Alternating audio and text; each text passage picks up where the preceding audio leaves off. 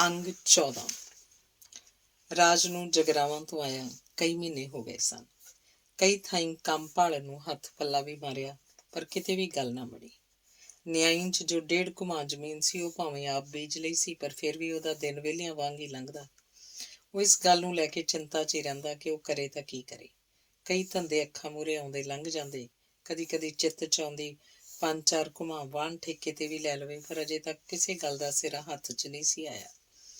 ਇੱਕ ਤਾਂ ਉਹ ਆਪਣੇ ਵੱਲੋਂ ਉਖੜਿਆ ਰਹਿੰਦਾ, ਦੂਜਾ ਭੂਰੋ ਨੂੰ ਲੈ ਕੇ ਵੀ ਚਿੰਤਾ 'ਚ ਰਹਿੰਦਾ। ਹਾਕਮ ਅੰਮ੍ਰਿਤਸਰ ਮੈਂਟਲ ਹੌਸਪੀਟਲ ਸੀ। ਭੂਰੋ ਦਾ ਉਹਨਾਂ ਬਿਨਾਂ ਕੋਈ ਓੜੂ ਪੋੜੂ ਨਹੀਂ ਸੀ। ਨੱਥੇ ਕੇ ਜਿੰਨੀ ਹੁੰਦੀ ਮਦਦ ਕਰ ਰਹੇ ਸਨ। ਮਹਿੰਦਰੋਂ ਤਾਂ ਰਾਤ ਨੂੰ ਪੈਂਦੀ ਭੂਰੋ ਕੋਲ ਸੀ। ਮਲਾਗਰ ਕਿਆਂ ਨੂੰ ਜ਼ਮੀਨ ਦੀ ਰਜਿਸਟਰੀ ਕਰਵਾਤੀ ਸੀ। ਅਸ਼ਟਾਮ ਤੇ ਲਿਖੇ ਪੈਸੇ ਕੱਟ, ਬਾਕੀ ਅਦਾਲਤੀ ਨੇ ਭੂਰੋ ਦੀ ਝੋਲੀ ਪਵਾਤੇ ਸਨ, ਜੋ ਬੈਂਕ 'ਚ ਨੱਥੇ ਹੋਣਾ ਭੂਰੋ ਦੇ ਨਾਂ ਤੇ ਕਾਪੀ ਬਣਵਾ ਜਮ੍ਹਾਂ ਕਰਵਾਤੇ। ਦੇਣਦਾਰੀਆਂ ਵੀ ਸਾਫ਼ ਕਰਤੀਆਂ। ਸੂਰਤੀ ਨੇ ਰਜਿਸਟਰੀ ਵਾਲਾ ਕੰਮ ਨਿਪਟਾਇਆ ਸੀ। ਪਿੰਡ ਦੇ ਬੰਦੇ ਸੂਰਤੀ ਨੂੰ ਰਾਜੀਨਾਮੇ ਬਾਰੇ ਵੀ ਜ਼ੋਰ ਪਾ ਰਹੇ ਸੀ, ਪਰ ਅਜੇ ਸੂਰਤੀ ਨੰਨਾ ਸਿਰ ਮਾਰ ਰਹੀ ਸੀ। ਮਲਾਗਰ ਦਾ ਫਿਸਿਆ ਸਿਰ ਅੱਖਾਂ ਮੂਹਰੇ ਆ ਜਾਂਦਾ। ਵੇਖ ਭਾਈ, ਜੇ ਹਾਕਮ ਸਹੀ ਹੁੰਦਾ ਜਾਂ ਭੂਰੋ ਕੱਲੀ ਜਾਨ ਨਾ ਹੁੰਦੀ, ਅਸੀਂ ਤੈਨੂੰ ਕਾਹਦਾ ਕਹਿਣਾ ਸੀ। ਜਦੋਂ ਹਾਕਮ ਨੂੰ ਕੋਈ ਸੂਝੀ ਨਹੀਂ, ਕੁੜੀ ਭੂਰੋ ਵੀ ਤੈਨੂੰ ਦਿਸੀ ਜਾਂਦੀ ਹੈ, ਸਰਪੰਚ ਕਪੂਰ ਸਿੰਘ ਨੇ ਆਖਿਆ। ਪਰ ਸੂਰਤੀ ਨੇ ਲੱਤ ਨਹੀਂ ਲਾਈ ਸੀ। ਰਾਜ ਤੁਰਦਾ ਫਿਰਦਾ ਇੱਕ ਦਿਨ ਨੱਥੇ ਕੇ ਘਰੇ ਗਿਆ ਤਾਂ ਨੱਥਾ ਤੇ ਉਹਦਾ ਵੱਡਾ ਮੁੰਡਾ ਗਾਮਾ ਘਰੇ ਹੀ ਸਨ ਤੇ ਆਪਣੀ ਆਟਾ ਚੱਕੀ ਵੇਚਣ ਦੀਆਂ ਸਕੀਮਾਂ ਕਰ ਰਹੇ ਸਨ। ਜਦੋਂ ਦਾ ਗਾਮੇ ਤੋਂ ਛੋਟਾ ਕੈਨੇਡਾ ਤੁਰ ਗਿਆ ਸੀ, ਗਾਮੋ ਨੂੰ ਖੇਤੀ ਨਾਲ ਆਟਾ ਚੱਕੀ ਸੰਭਾਲਣੀ ਔਖੀ ਹੋਈ ਪਈ ਸੀ। ਜਾਣੀ ਦਾ ਕਿਵੇਂ ਆ ਸ਼ੇਰਾ, ਚਲਾਇਆ ਨਹੀਂ ਕੋਈ ਕੰਮ ਅਜੇ? ਐਂ ਵਿਹਲਿਆਂ ਫਿਰਦਿਆਂ ਕਿਵੇਂ ਝੱਟ ਪਊ ਜਾਣੀ ਦਾ? 1.5 ਕਮਾਨੇ ਤਾਂ ਬੇੜੀ ਪਾਰ ਨਹੀਂ ਲਾਉਣੀ। ਹੋਰ ਧੰਦਾ ਤਾਂ ਕੋਈ ਜਾਣੀ ਦਾ ਫੜਨਾ ਹੀ ਪਊ ਅਕਸਰ। ਨੱਥੇ ਨੇ ਗੱਲ ਛੇੜੀ। ਕੋਈ ਨਹੀਂ ਚਲਾਇਆ ਤਾਊ, ਇਸੇ ਛਸ਼ੋ ਪੰਜ ਆ, ਕੋਈ ਕੰਮ ਤਾਂ ਕਰਨਾ ਹੀ ਪਊ। ਇਹ ਤਾਂ ਮੈਨੂੰ ਵੀ ਦਿੰਦਾ, ਪਰ ਕਰਾਂ ਕੀ, ਸਮਝ ਨਹੀਂ ਆਉਂਦੀ। ਰਾਜ ਨੇ ਆਖਿਆ। ਕੋਈ ਤਾਂ ਇਰਾਦਾ ਹੋਊ ਕਿ ਖੇਤੀ ਕਰੇਗਾ। ਗਾਮੇ ਨੇ ਗੱਲ ਆਪਣੇ ਹੱਥ ਲੈ ਲਈ। ਖੇਤੀ ਨੂੰ ਕਿਹੜਾ ਮੁਰੱਬੇ ਆ ਬਾਈ, ਠੇਕੇ ਤੇ ਲੈ ਕੇ ਬੀਜਾਂ ਤਾਂ ਸਾਰੇ ਸੰਦ ਵੀ ਚਾਹੀਦੇ ਆ। ਨਾਲੇ ਤੁਹਾਨੂੰ ਪਤਾ ਹੀ ਆ, ਮੇਰੀ ਵੱਸੋਂ ਬਾਹਰੀ ਗੱਲ ਆ। ਮੈਂ ਤਾਂ ਥੋਥੋਂ ਇਸ ਵਾਰ ਜ਼ਮੀਨ ਹੇਠ ਕਰ ਪਛਤਾਈ ਜਾਣਾ। ਅਗਲੀ ਵਾਰੀ ਤੁਸੀਂ ਫੇਰ ਬੀਜ ਲਿਆ ਜੇ। ਉਹ ਤਾਂ ਤੇਰੀ ਗੱਲ ਠੀਕ ਆ, ਪਰ ਇਹ ਦੱਸ, ਆਟਾ ਚੱਕੀ ਚਲਾ ਸਕਦਾ? ਗਾਮਾ ਅਸਲੀ ਗੱਲ ਵੱਲ ਆਇਆ। ਚਲਾ ਤਾਂ ਸਕਦਾ ਬਾਈ ਸਿਆਂ, ਚਲਾਉਣ ਨੂੰ ਤਾਂ ਕੀ ਆ, ਪਰ ਆਪਣੇ ਪਿੰਡ ਕਿਹੜਾ ਲੌਂਗੋਵਾਲ? ਤੁਹਾਡੀ ਚੱਕੀ ਤਾਂ ਹੈ ਤਾਂ ਸਹੀ, ਨਾਲੇ ਚੱਕੀ ਵਾਸਤੇ ਪੈਸੇ ਵੀ ਤਾਂ ਚਾਹੀਦੇ ਆ। ਪੈਸੇ ਮੇਰੇ ਕੋਲ ਹੈ ਨਹੀਂ। ਜੋ 4 ਛਿੱਲੜ ਸਨ, ਘਰ ਦੀ ਮੁਰੰਮਤ ਤੇ ਲੱਗ ਗਏ। ਹੁਣ ਤਾਂ ਕੇਰਾਂ ਖਾਖੀ ਨੰਗ ਆ। ਰਾਜ ਬੋਲਿਆ। ਜਾਣੀ ਦਾ ਜਾ ਸ਼ੇਰਾ, ਸਾਡੀ ਚੱਕੀ ਸੰਭਾਲ ਲੈ, ਪੂਰਾ ਸਹਿਯੋਗ ਦੇਵਾਂਗੇ ਤੈਨੂੰ। ਜਾਣੀ ਦਾ ਜਦੋਂ ਮਰਜ਼ੀ ਪੈਸੇ ਮੋੜੀ ਕਮਾਈ ਕਰਕੇ, ਊਂ ਵੀ ਵਰਤਨ ਨੂੰ ਲੈ ਲਵੀਂ। ਕਮਾਈ ਹੈਗੀ ਆ ਜਾਣੀ ਦਾ ਚੱਕੀ 'ਚ, ਤੂੰ ਹਿੰਮਤੀ ਹੈ ਹੀ। ਨੱਥੇ ਨੇ ਜਿਵੇਂ ਸਾਰੇ ਦਰਵਾਜ਼ੇ ਖੋਲ੍ਹਤੇ ਸਨ। ਰਾਜ ਗਾਮੇ ਦੇ ਮੂੰਹ ਵੱਲ ਝਾਕਿਆ ਸੀ। ਹਾਂ ਰਾਜ, ਅਸੀਂ ਚੱਕੀ ਵੇਚ ਦੇਣੀ ਆ। ਛੋਟਾ ਬਾਹਰ ਜਾਣਾ, ਮੈਥੋਂ ਕੰਮ ਨਹੀਂ ਸੰਭਲਦਾ, ਖੇਤ 'ਚੋਂ ਨਿਕਲ ਹੀ ਨਹੀਂ ਹੁੰਦਾ। ਚਲਾ ਤੂੰ, ਅਸੀਂ ਤੇਰੇ ਨਾਲ। ਗਾਮੇ ਨੇ ਵੀ ਹਿੱਕ ਠੋਕਰਤੀ। ਰਾਜ ਨੂੰ ਜਿਵੇਂ ਸੱਚ ਜਿਹਾ ਨਾ ਆਇਆ। ਕੁਝ ਔੜਿਆ ਹੀ ਨਾ ਕਿ ਕੀ ਮੋੜ ਦੇਵੇ, ਬਸ ਇੰਨਾ ਹੀ ਮੂੰਹ 'ਚੋਂ ਨਿਕਲਿਆ। ਮੈਨੂੰ ਕੋਈ ਹਿਸਾਬ ਕਿਤਾਬ ਜਿਹਾ ਤਾਂ ਹੈ ਨਹੀਂ।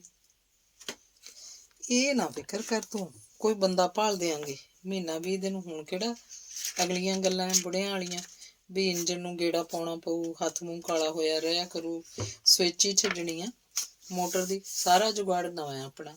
ਤੂੰ ਇਸੇ ਕੰਮ ਤੇ ਹੋਏਗਾ। ਲਿਆਕਤ ਹੈ ਤੇਰੇ 'ਚ, ਵਹਿੰਦਾ ਜਾਈ, ਬਥੇਰਾ ਕੰਮ ਵਧਾ ਲੈਣਾ।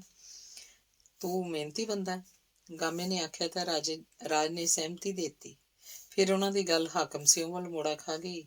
ਉਹ ਹਾਕਮ ਦੇ ਮੁਕੱਦਮੇ ਨੂੰ ਲੈ ਕੇ ਗੱਲਾਂ ਕਰਦੇ ਰਹੇ। 2-4 ਦਿਨਾਂ ਵਿੱਚ ਹੀ ਰਾਜ ਨੂੰ ਚੱਕੀ ਦਾ ਸਾਰਾ ਸੰਭਾਲ ਦਿੱਤਾ ਗਿਆ। ਜਦ ਰਾਜ ਨੂੰ ਆਪਣੇ ਆਪ ਤੇ ਪੂਰਾ ਭਰੋਸਾ ਹੋ ਗਿਆ ਤਾਂ ਉਹ ਚੱਕੀ ਦਾ ਕੰਮ ਬਹੁਤ ਵਧੀਆ ਢੰਗ ਨਾਲ ਸੰਭਾਲ ਸਕਦਾ ਹੈ। ਉਹਨੇ ਬੈਂਕ ਤੋਂ ਲੋਨ ਲੈਣ ਲਈ ਹੱਥ ਪੱਲਾ ਮਾਰਨਾ ਸ਼ੁਰੂ ਕਰਤਾ। ਨੱਥੇ ਕਿਆਂ ਵੱਲੋਂ ਉਹਨੂੰ ਭਾਵੇਂ ਸਾਰੀਆਂ ਛੋਟਾਂ ਸਨ, ਪਰ ਇਹ ਚੱਕੀ ਮੇਰੀ ਨਹੀਂ, ਉਧਾਰ ਦੀ ਹੈ ਵਾਲੀ ਗੱਲ ਉਹਦੇ ਦਿਮਾਗ 'ਚ ਘਰ ਕਰ ਚੁੱਕੀ ਸੀ। ਨੱਥੇ ਨੇ 1-2 ਵਾਰ ਆਖਿਆ ਵੀ, ਕਾਕਾ ਜਾਣੀਦਾ ਤੂੰ ਸਾਡੇ ਨਾਲ ਜਿਵੇਂ ਨਿਬੜਦਾ ਰਹਿੰਦਾ, ਹੌਲੀ ਹੌਲੀ ਲੋਨ ਵਾਲੇ ਕਾਹਨੂੰ ਟੰਟੇ 'ਚ ਪਿਆ ਰਹਿਣਾ ਸੀ। ਤਾਇਆ ਜੀ, ਮੇਰੇ ਵਾਸਤੇ ਤੁਸੀਂ ਰੱਬ ਬਣ ਕੇ ਬੋੜੇ ਹੋ। ਮੈਂ ਨਹੀਂ ਚਾਹੁੰਦਾ ਕਿ ਕੱਲ੍ਹ ਨੂੰ ਕੋਈ ਆਪਣਾ ਫਰਕ ਪਵੇ। ਬੈਂਕ ਦੀ ਕਿਸ਼ਤਾਂ ਹੌਲੀ ਹੌਲੀ ਲੈਂਦੀਆਂ ਫਿਰਨਗੀਆਂ। ਕੋਈ ਨਾ, ਤੂੰ ਟੈਨਸ਼ਨ ਨਾ ਲੈ, ਜਾਣੀ ਦਾ ਨੱਥੇ ਨੇ ਆਖਿਆ। ਪਰ ਮਨ ਚੋਂ ਖੁਸ਼ ਸੀ, ਕਿੱਥੇ ਟੁੱਟਵੀਂ, ਕਿਤੇ ਬੱਧੀ ਸੁੱਧੀ ਰਕਮ ਹੱਥ ਆ ਜਾਣੀ ਸੀ। ਕੁਝ ਮਹੀਨਿਆਂ ਵਿੱਚ ਦੀ ਪੁਰਾਣੀ ਚੱਕੀ ਤਾਂ ਪਸ਼ੂਆਂ ਵਾਲਾ ਦਾਣਾ ਪੀਣ ਲਈ ਰੱਖ ਲਈ, ਨਵੀਂ ਚੱਕੀ ਬੋਲਰ ਹੋਰ ਲਾ ਲਈ। ਹੁਣ ਲੋਕਾਂ ਨੂੰ ਘਰੇ ਪੀਣ ਵੀ ਨਹੀਂ ਬਣਾਉਣਾ ਪੈਂਦਾ ਸੀ। ਮੈਦੇ ਵਰਗਾ ਆਟਾ ਛਾਣਨਾ ਸੂੜਾ। ਉਹਦੀ ਚੱਕੀ ਦੇ ਨੇੜਲੇ ਪਿੰਡ ਵੀ ਆਉਣ ਲੱਗ ਪਏ। ਚੱਕੀ ਫੁੱਲ ਕਮਾਈ ਦੇਣ ਲੱਗ ਪਈ। ਬਿਜਲੀ ਦਾ ਬਿੱਲ ਕੱਢ ਖਾਸੀ ਆਮਦਨੀ ਹੋ ਜਾਂਦੀ। ਕਾਟ ਦਾ ਆਟਾ ਵੀ ਵਾਧੂ ਹੋ ਜਾਂਦਾ। ਰਾਜ ਨੇ ਹਿੰਮਤ ਮਾਰ 2 ਸੱਜਰ ਸੂਈਆਂ ਮੱਝਾਂ ਲੈ ਲਈਆਂ। ਡੈਰੀ ਤੇ ਦੁੱਧ ਪਾਉਣਾ ਸ਼ੁਰੂ ਕਰਤਾ। ਦਾਣਾ ਆਮ ਹੋਣ ਕਰਕੇ ਮੱਝਾਂ ਪੂਰਾ ਦੁੱਧ ਦਿੰਦੀਆਂ। ਰਾਜ ਦਿਨ ਦੁਗਣੀ ਰਾਤ ਚੌਗਣੀ ਤਰੱਕੀ ਕਰਦਾ ਤੁਰਿਆ ਗਿਆ। ਭੂਰੋ ਨੇ ਇੱਕ ਦਿਨ ਰਾਜ ਨੂੰ ਜੋ ਆਖਿਆ ਸੁਣ ਰਾਜ ਹੈਰਾਨ ਰਹਿ ਗਿਆ। ਕਿੰਨਾ ਚਿਰ ਉਹ ਭੂਰੋ ਦੇ ਮੂੰਹ ਵੱਲ ਇਉਂ ਵੇਖੀ ਗਿਆ ਜਿਵੇਂ 8ਵੇਂ ਅਜੂਬੇ ਨੂੰ ਵੇਖ ਰਿਹਾ ਹੋਵੇ। ਇੱਕ ਕੁੜੀ ਦੀ ਇੰਨੀ ਦੀਦਾ ਦਲੇਰੀ। ਉਹ ਦੋਵੇਂ ਰਾਜ ਕੇ ਘਰੇ ਬੈਠੇ ਸੀ। ਵੀਰੇ, ਮੇਰੀ ਕੱਲੀ ਦੀ ਵਿਹਲਿਆਂ ਬੈਠਿਆਂ ਦਿਹਾੜੀ ਨਹੀਂ ਨਿਕਲਦੀ। ਮੇਰਾ ਵੀ ਇਰਾਦਾ ਕਿ ਉਹਨਾਂ ਮਨਿਆਰੀ ਦੀ ਦੁਕਾਨ ਹੀ ਖੋਲ ਲਵਾਂ, 4 ਪੈਸੇ ਆਉਣ ਲੱਗ ਪੈਣਗੇ। ਆਖ ਭੂਰੋ ਨੇ ਰਾਜ ਨੂੰ ਸੋਚਾਂ ਚ ਪਾ ਦਿੱਤਾ। ਉਹਦੀ ਗੱਲ ਦਾ ਰਾਜ ਕੋਈ ਵੀ ਉੱਤਰ ਨਾ ਦੇ ਸਕਿਆ ਤੇ ਉਹਦੇ ਮੂੰਹ ਵੱਲ ਬਿਟਰ ਵੇਂਦਾ ਰਿਹਾ। ਦੱਸਿਆ ਨਹੀਂ ਕੁਛ ਭਰਾਵਾ। ਮੈਂ ਹੱਥ ਦੇ ਹੱਥ ਧਰ ਕੇ ਕਿੰਨਾ ਕੁ ਚਿਰ ਬੈਠੀ ਰਹੂੰ।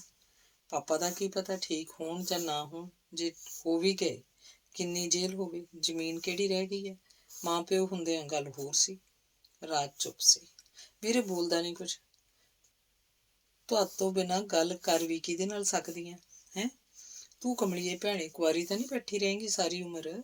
ਮੇਰੀ ਸਕੀਮ ਸੀ, ਨੱਥੇ ਤਾਈ ਨੂੰ ਆਖ ਤੇਰੇ ਲਈ ਕੋਈ ਘਰ ਵੇਖ ਦੇ।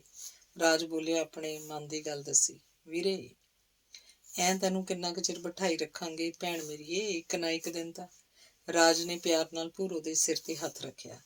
ਉਹ ਇਸ ਗੱਲ ਨੂੰ ਲੈ ਕੇ ਕਾਫੀ ਫਿਕਰਮੰਦ ਸੀ, ਪਰ ਲੋਕ ਉਹਨਾਂ ਦੀ ਨੇੜਤਾ ਵੇਖ ਉਂਗਲਾਂ ਉਠਾਉਣ ਲੱਗ ਪਏ ਸੀ। ਸਿੱਧਾ ਭਾਵੇਂ ਕੋਈ ਕੁਝ ਨਹੀਂ ਕਹਿੰਦਾ ਸੀ, ਪਰ ਮੂੰਹੋਂ ਮੂੰਹ ਗੱਲਾਂ ਜ਼ਰੂਰ ਹੁੰਦੀਆਂ ਸੀ। ਪਿਆਰੀ ਦਾ ਤਾਂ ਗੁੱਡਾ ਬੱਧਾ ਹੁੰਦਾ ਸੀ। ਜਿੰਨਾ ਚਿਰ ਪਾਪਾ ਠੀਕ ਨਹੀਂ ਹੁੰਦੇ, ਕਿਸੇ ਤਣ ਪੱਤਣ ਨਹੀਂ ਲੱਗਦਾ। ਮੈਂ ਵਿਆਹ ਬਾਰੇ ਸੋਚ ਹੀ ਕਿਵੇਂ ਸਕਦੀ ਹਾਂ। ਮੈਂ ਜੋ ਪੁੱਛਿਆ ਉਸ ਬਾਰੇ ਤੇ ਆਪਣੇ ਵਿਆਹ ਦੀ ਸੋਚੋ। ਆਖ ਭੂਰੋ ਨੇ ਸੇਲੀਆਂ ਚੱਕੀਆਂ। ਆਪਦੇ ਗਲੋਂ ਢੋਲ ਲਾ ਕੇ ਮੇਰੇ ਗਲ ਪਾਉਣ ਡਈ ਕਮਲੀ ਭੈਣ। ਆਖ ਰਾਜ ਉੱਠਣ ਲੱਗਿਆ ਸੀ ਤਾਂ ਭੂਰੋ ਨੇ ਫੇਰ ਪੁੱਛਿਆ, ਦੱਸਿਆ ਨਹੀਂ ਕੁਛ। ਸਵਾਰ ਲਵਾਂ ਮੈਂ ਬੈਠਕ? ਇੱਟਾਂ ਪਈਆਂ ਫਰਸ਼ ਜੋਗੀਆਂ। ਉਹ ਤਾਂ ਤੇਰੀ ਗੱਲ ਠੀਕ ਆ, ਫਰਸ਼ ਖੁਣੋਂ ਤਾਂ ਨਹੀਂ ਕੰਮ ਰਹਿਣ ਦਿੰਦੇ, ਪਰ ਤੂੰ ਦੁਕਾਨ ਚਲਾ ਲਏਂਗੀ। ਸ਼ਹਿਰ ਬਾਜ਼ਾਰੀ ਵੀ ਜਾਣਾ ਪੈਂਦਾ। ਦੁਕਾਨ ਵਾਲੇ ਨੂੰ ਤਾਂ ਇਕੱਲਾ ਸੌਦਾ ਵੇਚਣ ਦੀ ਗੱਲ ਨਹੀਂ ਹੁੰਦੀ, ਲੋਕਾਂ ਦੀਆਂ ਉਂਗਲਾਂ ਵੀ ਉੱਠਣਗੀਆਂ। ਰਾਜ ਨੇ ਆਖਿਆ। ਉਸ ਭਾਣੇ ਭੂਰੋ ਵਿਚਕਾਨੀਆਂ ਗੱਲਾਂ ਕਰ ਰਹੀ ਸੀ। ਉਂਗਲਾਂ ਦੀ ਪਰਵਾਹ ਨਹੀਂ, ਸੰਭਾਲ ਲੂ ਮੈਂ ਸਾਰਾ। ਐਡੀ ਵੀ ਗਈ ਗੁਜ਼ਰੀ ਵੀ ਨਹੀਂ ਜਿੰਨੀ ਤੁਸੀਂ ਸਮਝੀ ਫਿਰਦੇ ਹੋ। ਹੁਣ ਤਾਂ ਇਹਨਾਂ ਧੰਦਿਆਂ ਬਾਰੇ ਵੀ ਟੀਵੀ ਤੇ ਨਖੇਰ ਦੱਸਦੇ ਆ। ਅਗਲੀਆਂ ਗੱਲਾਂ ਕਿੱਥੇ ਰਹਿ ਗਈਆਂ। ਨਾਲੇ ਤੁਹਾਡਾ ਸਿਰ ਤੇ ਹੱਥ ਹੋਇਆ ਤਾਂ ਸਾਰਾ ਕੁਝ ਹੋ ਜਾਣਾ। ਭੂਰੋ ਨੂੰ ਜਿਵੇਂ ਆਪਣੇ ਆਪ ਤੇ ਪੂਰਾ ਭਰੋਸਾ ਸੀ। ਚੰਗਾ ਗੱਲਾਂ ਨਾ ਕਰ ਬਹੁਤੀਆਂ, ਪੀਣ ਜੁੜਿਆ ਪਿਆ, ਉਹ ਕੱਢਣਾ ਜਾ ਕੇ। ਆਖ ਰਾਜ ਤੁਰ ਪਿਆ। ਮਹਿੰਦਰੋ ਜੋ ਪਹਿਲਾਂ ਚੁੱਪ ਰਹੀ ਸੀ, ਪਰ ਰਾਜ ਦੇ ਘਰੋਂ ਬਾਹਰ ਹੁੰਦਿਆਂ ਹੀ ਭੂਰੋ ਵੱਲ ਭੌਂ ਪਈ। ਕੁੜੀਏ, ਹੱਟੀਆਂ ਭੱਠੀਆਂ ਚਲਾਉਣਾ ਕੁਆਰੀਆਂ ਕੁੜੀਆਂ ਦਾ ਕੰਮ ਨਹੀਂ। ਹੱਟ ਤੇ ਲੁੱਚੇ ਲੰਡੇ 100 ਨੇ ਆਉਣਾ ਹੁੰਦਾ। ਰੱਬ ਨੇ ਤੁਹਾਡੇ ਤੇ ਅੱਗੇ ਨਹੀਂ ਭਲੀ ਗੁਜ਼ਾਰੀ, ਤੇ ਤੂੰ ਕੋਈ ਹੋਰ ਨਵਾਂ ਟੈਂਟਾਂ ਸਹੇੜ ਲਏਂਗੀ। ਤਾਈ, ਇਹਨਾਂ ਦਕੀਆਂ ਨੂਸੀ ਗੱਲਾਂ ਤੋਂ ਡਰਦੀ ਮੈਂ ਹੱਥ ਤੇ ਹੱਥ ਧਰ ਕੇ ਨਹੀਂ ਬੈਠ ਸਕਦੀ, ਨਾ ਹੀ ਮੈਂ ਇੱਥੋਂ ਬੈਠ ਹੋਣਾ। ਮੈਨੂੰ ਵੀ ਰੱਬ ਨੇ 2 ਹੱਥ ਪੈਰ ਦਿੱਤੇ ਆ। ਭੂਰੋ ਨੇ ਪੂਰੇ ਆਤਮ ਵਿਸ਼ਵਾਸ ਨਾਲ ਆਖਿਆ। ਡੰਡੇ ਅਰਗੀ ਤਾਂ ਨਹੀਂ ਬੈਠੀ ਰਹੇਂਗੀ ਸਾਰੀ ਉਮਰ। ਅਗਲੇ ਘਰ ਵੀ ਜਾਣਾ ਹੈ ਕਿ ਨਹੀਂ। ਮਹਿੰਦਰੋਂ ਨੂੰ ਸਮਝ ਨਹੀਂ ਸੀ ਆ ਰਹੀ ਕਿ ਇਹ ਕੁੜੀ ਕਰ ਕੀ ਰਹੀ ਹੈ। ਨਾ ਕੀ ਤੀਵੀਂ ਦਾ ਕੰਮ ਵਿਆਹ ਕਰਾ ਕੇ ਬੱਚੇ ਜੰਮਣਾ ਹੀ ਹੁੰਦਾ। ਮੇਰਾ ਆਪਣੇ ਘਰ ਬਾਰੇ ਕੋਈ ਫਰਜ਼ ਨਹੀਂ। ਮਾਂ ਨੂੰ ਕੈਂਸਰ ਨਿਕਲ ਗਿਆ, ਪਿਓ ਨੂੰ ਮਲਾਗਰ ਦੀ ਜਾਇਦਾਦ ਇਕੱਠੀ ਕਰਨ ਦੀ ਹੋੜ। ਪਤਾ ਨਹੀਂ ਮੇਰੇ ਪਿਓ ਵਰਗੇ ਮਲਾਗਰਾਂ ਦੇ ਸਤਾਏ ਕਿੰਨੇ ਆਪਣੀ ਮੌਤ ਆਪ ਸਹੇੜਦੇ ਆ। ਮੇਰੇ ਪਿਓ ਨੇ ਤਾਂ ਮਰਦਾਂ ਵਾਲਾ ਕੰਮ ਕੀਤਾ ਸੀ, ਪਰ ਉਹਦਾ ਨਾਜ਼ੁਕ ਦਿਮਾਗ ਸੱਟ ਸਹਾਰ ਨਾ ਸਕਿਆ। ਉਹ ਹੌਲ ਹੀ ਲੈ ਬੈਠਾ ਹੋਊ ਕਿ ਮੇਰੀ ਧੀ ਦਾ ਹੁਣ ਕੀ ਬਣੂ। ਤੇ ਉਹ ਧੀ ਹੁਣ ਆਪਣੀਆਂ ਬਣੀਆਂ ਆਪ ਨਿਬੇੜਨਾ ਚਾਹੁੰਦੀ ਆ ਤਾਂ ਮਾਤਾ ਤੁਸੀਂ। ਧੀਏ, ਚੰਦਰਾ ਜ਼ਮਾਨਾ ਹੈ, ਕਿਸੇ ਪਾਸੇ ਵੀ ਨਹੀਂ ਛੱਡਦਾ। ਦਾਤੀ ਦੇ ਤਾਂ ਇੱਕ ਪਾਸੇ ਦੰਦੇ ਹੁੰਦੇ ਆ। ਇਸ ਚੰਦਰੀ ਦੁਨੀਆ ਦੇ 2 ਹੀ ਪਾਸੇ ਆ। 2 ਮੂੰਹੇ ਆ, ਲੋਕ ਦੋਹਾਂ ਪਾਸਿਆਂ ਤੋਂ ਕੱਟਦੇ ਆ। ਕੀ ਹੋ ਗਿਆ ਜੇ ਕੋਈ ਮੂੰਹ ਤੇ ਨਹੀਂ ਕਹਿੰਦਾ। ਪਿੱਠ ਪਿੱਛੇ ਬਥੇਰੀ ਮੈਲ ਧੋਂਦੇ ਆ। ਮੂੰਹ ਤੇ ਹੀ ਮੀਆਂ ਮਿੱਠੂ ਆ, ਮਹਿੰਦਰੋਂ ਨੇ ਆਖਿਆ। ਤਾਈ, ਜੇ ਤੈਨੂੰ ਭਰੋਸਾ ਹੈ ਸਾਡੇ ਤੇ ਗੱਲ ਖਤਮ। ਲੋਕ ਕੀ ਕਹਿੰਦੇ ਆ ਕੀ ਨਹੀਂ ਕਹਿੰਦੇ, ਸਾਡੀ ਜੁੱਤੀ ਤੋਂ। ਨਾ ਤੂੰ ਹੀ ਗੱਲਾਂ ਬਣਾਉਣ ਵਾਲਿਆਂ ਨੂੰ ਭੁੱਲੀਏ ਨਾ ਮੈਂ। ਕੀ ਹੋ ਗਿਆ ਜੇ?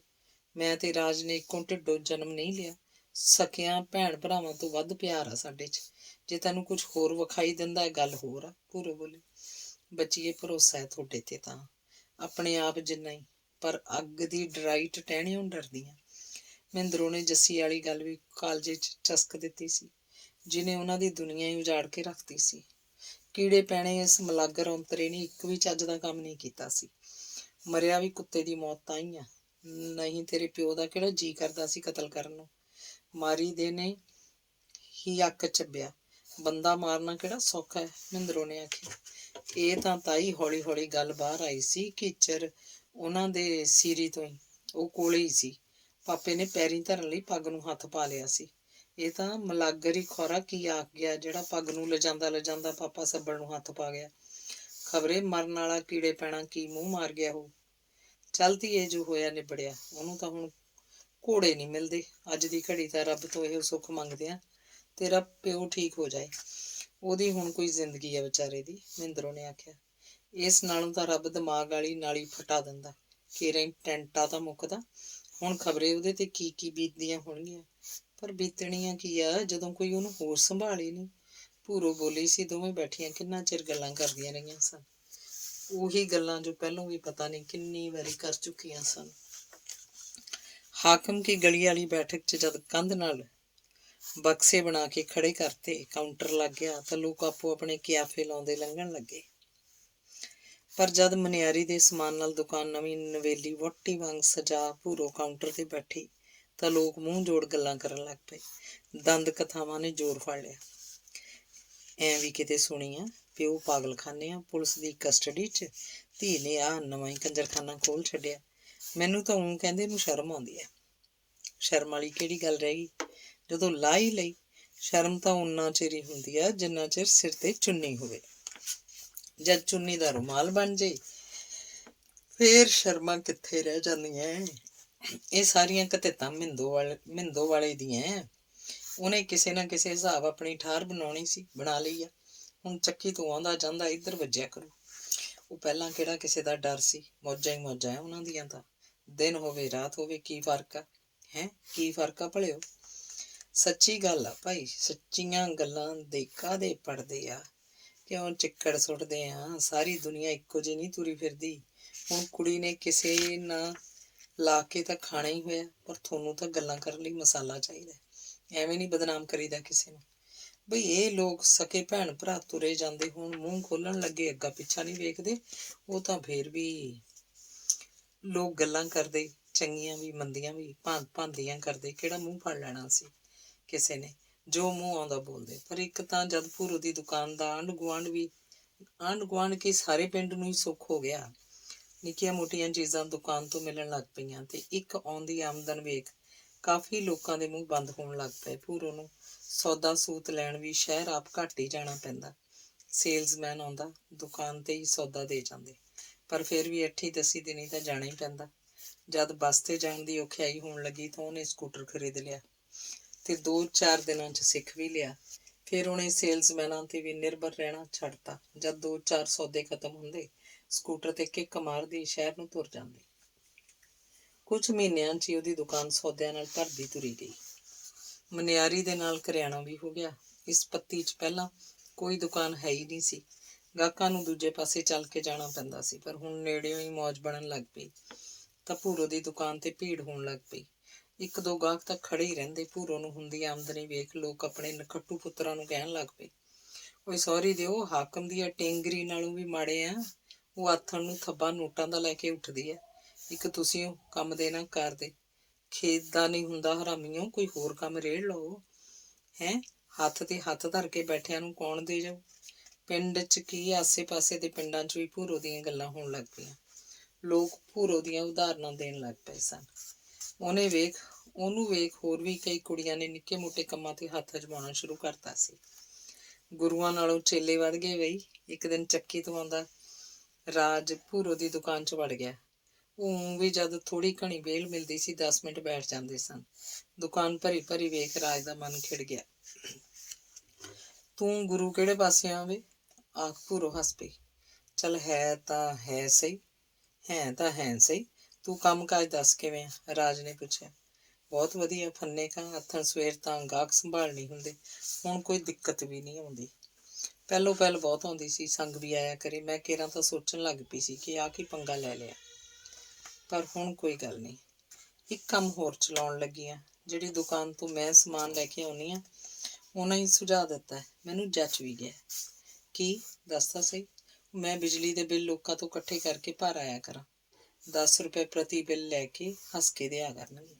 200 ਬਿੱਲ ਵੀ ਹੋਇਆ ਕਰੂ। 2000 ਰੁਪਇਆ ਵੱਟ ਤੇ ਪਿਆ। ਭੂਰੋ ਨੇ ਬੜੇ ਆਤਮ ਵਿਸ਼ਵਾਸ ਨਾਲ ਦੱਸਿਆ। ਬਹੁਤ ਵਧੀਆ, ਨਾ ਹਿੰਗ ਲੱਗੇ ਨਾ ਫਟਕੜੀ, ਰੰਗ ਚੋਖਾ।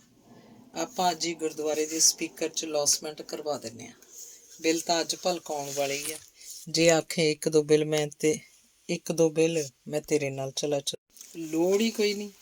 ਜਿਹੜੀ ਦੁਕਾਨ ਤੋਂ ਸਮਾਨ ਆਉਂਦਾ, ਕੈਸ਼ੀਅਰ ਉਹਨਾਂ ਦੀ ਕੁੜੀ ਆ।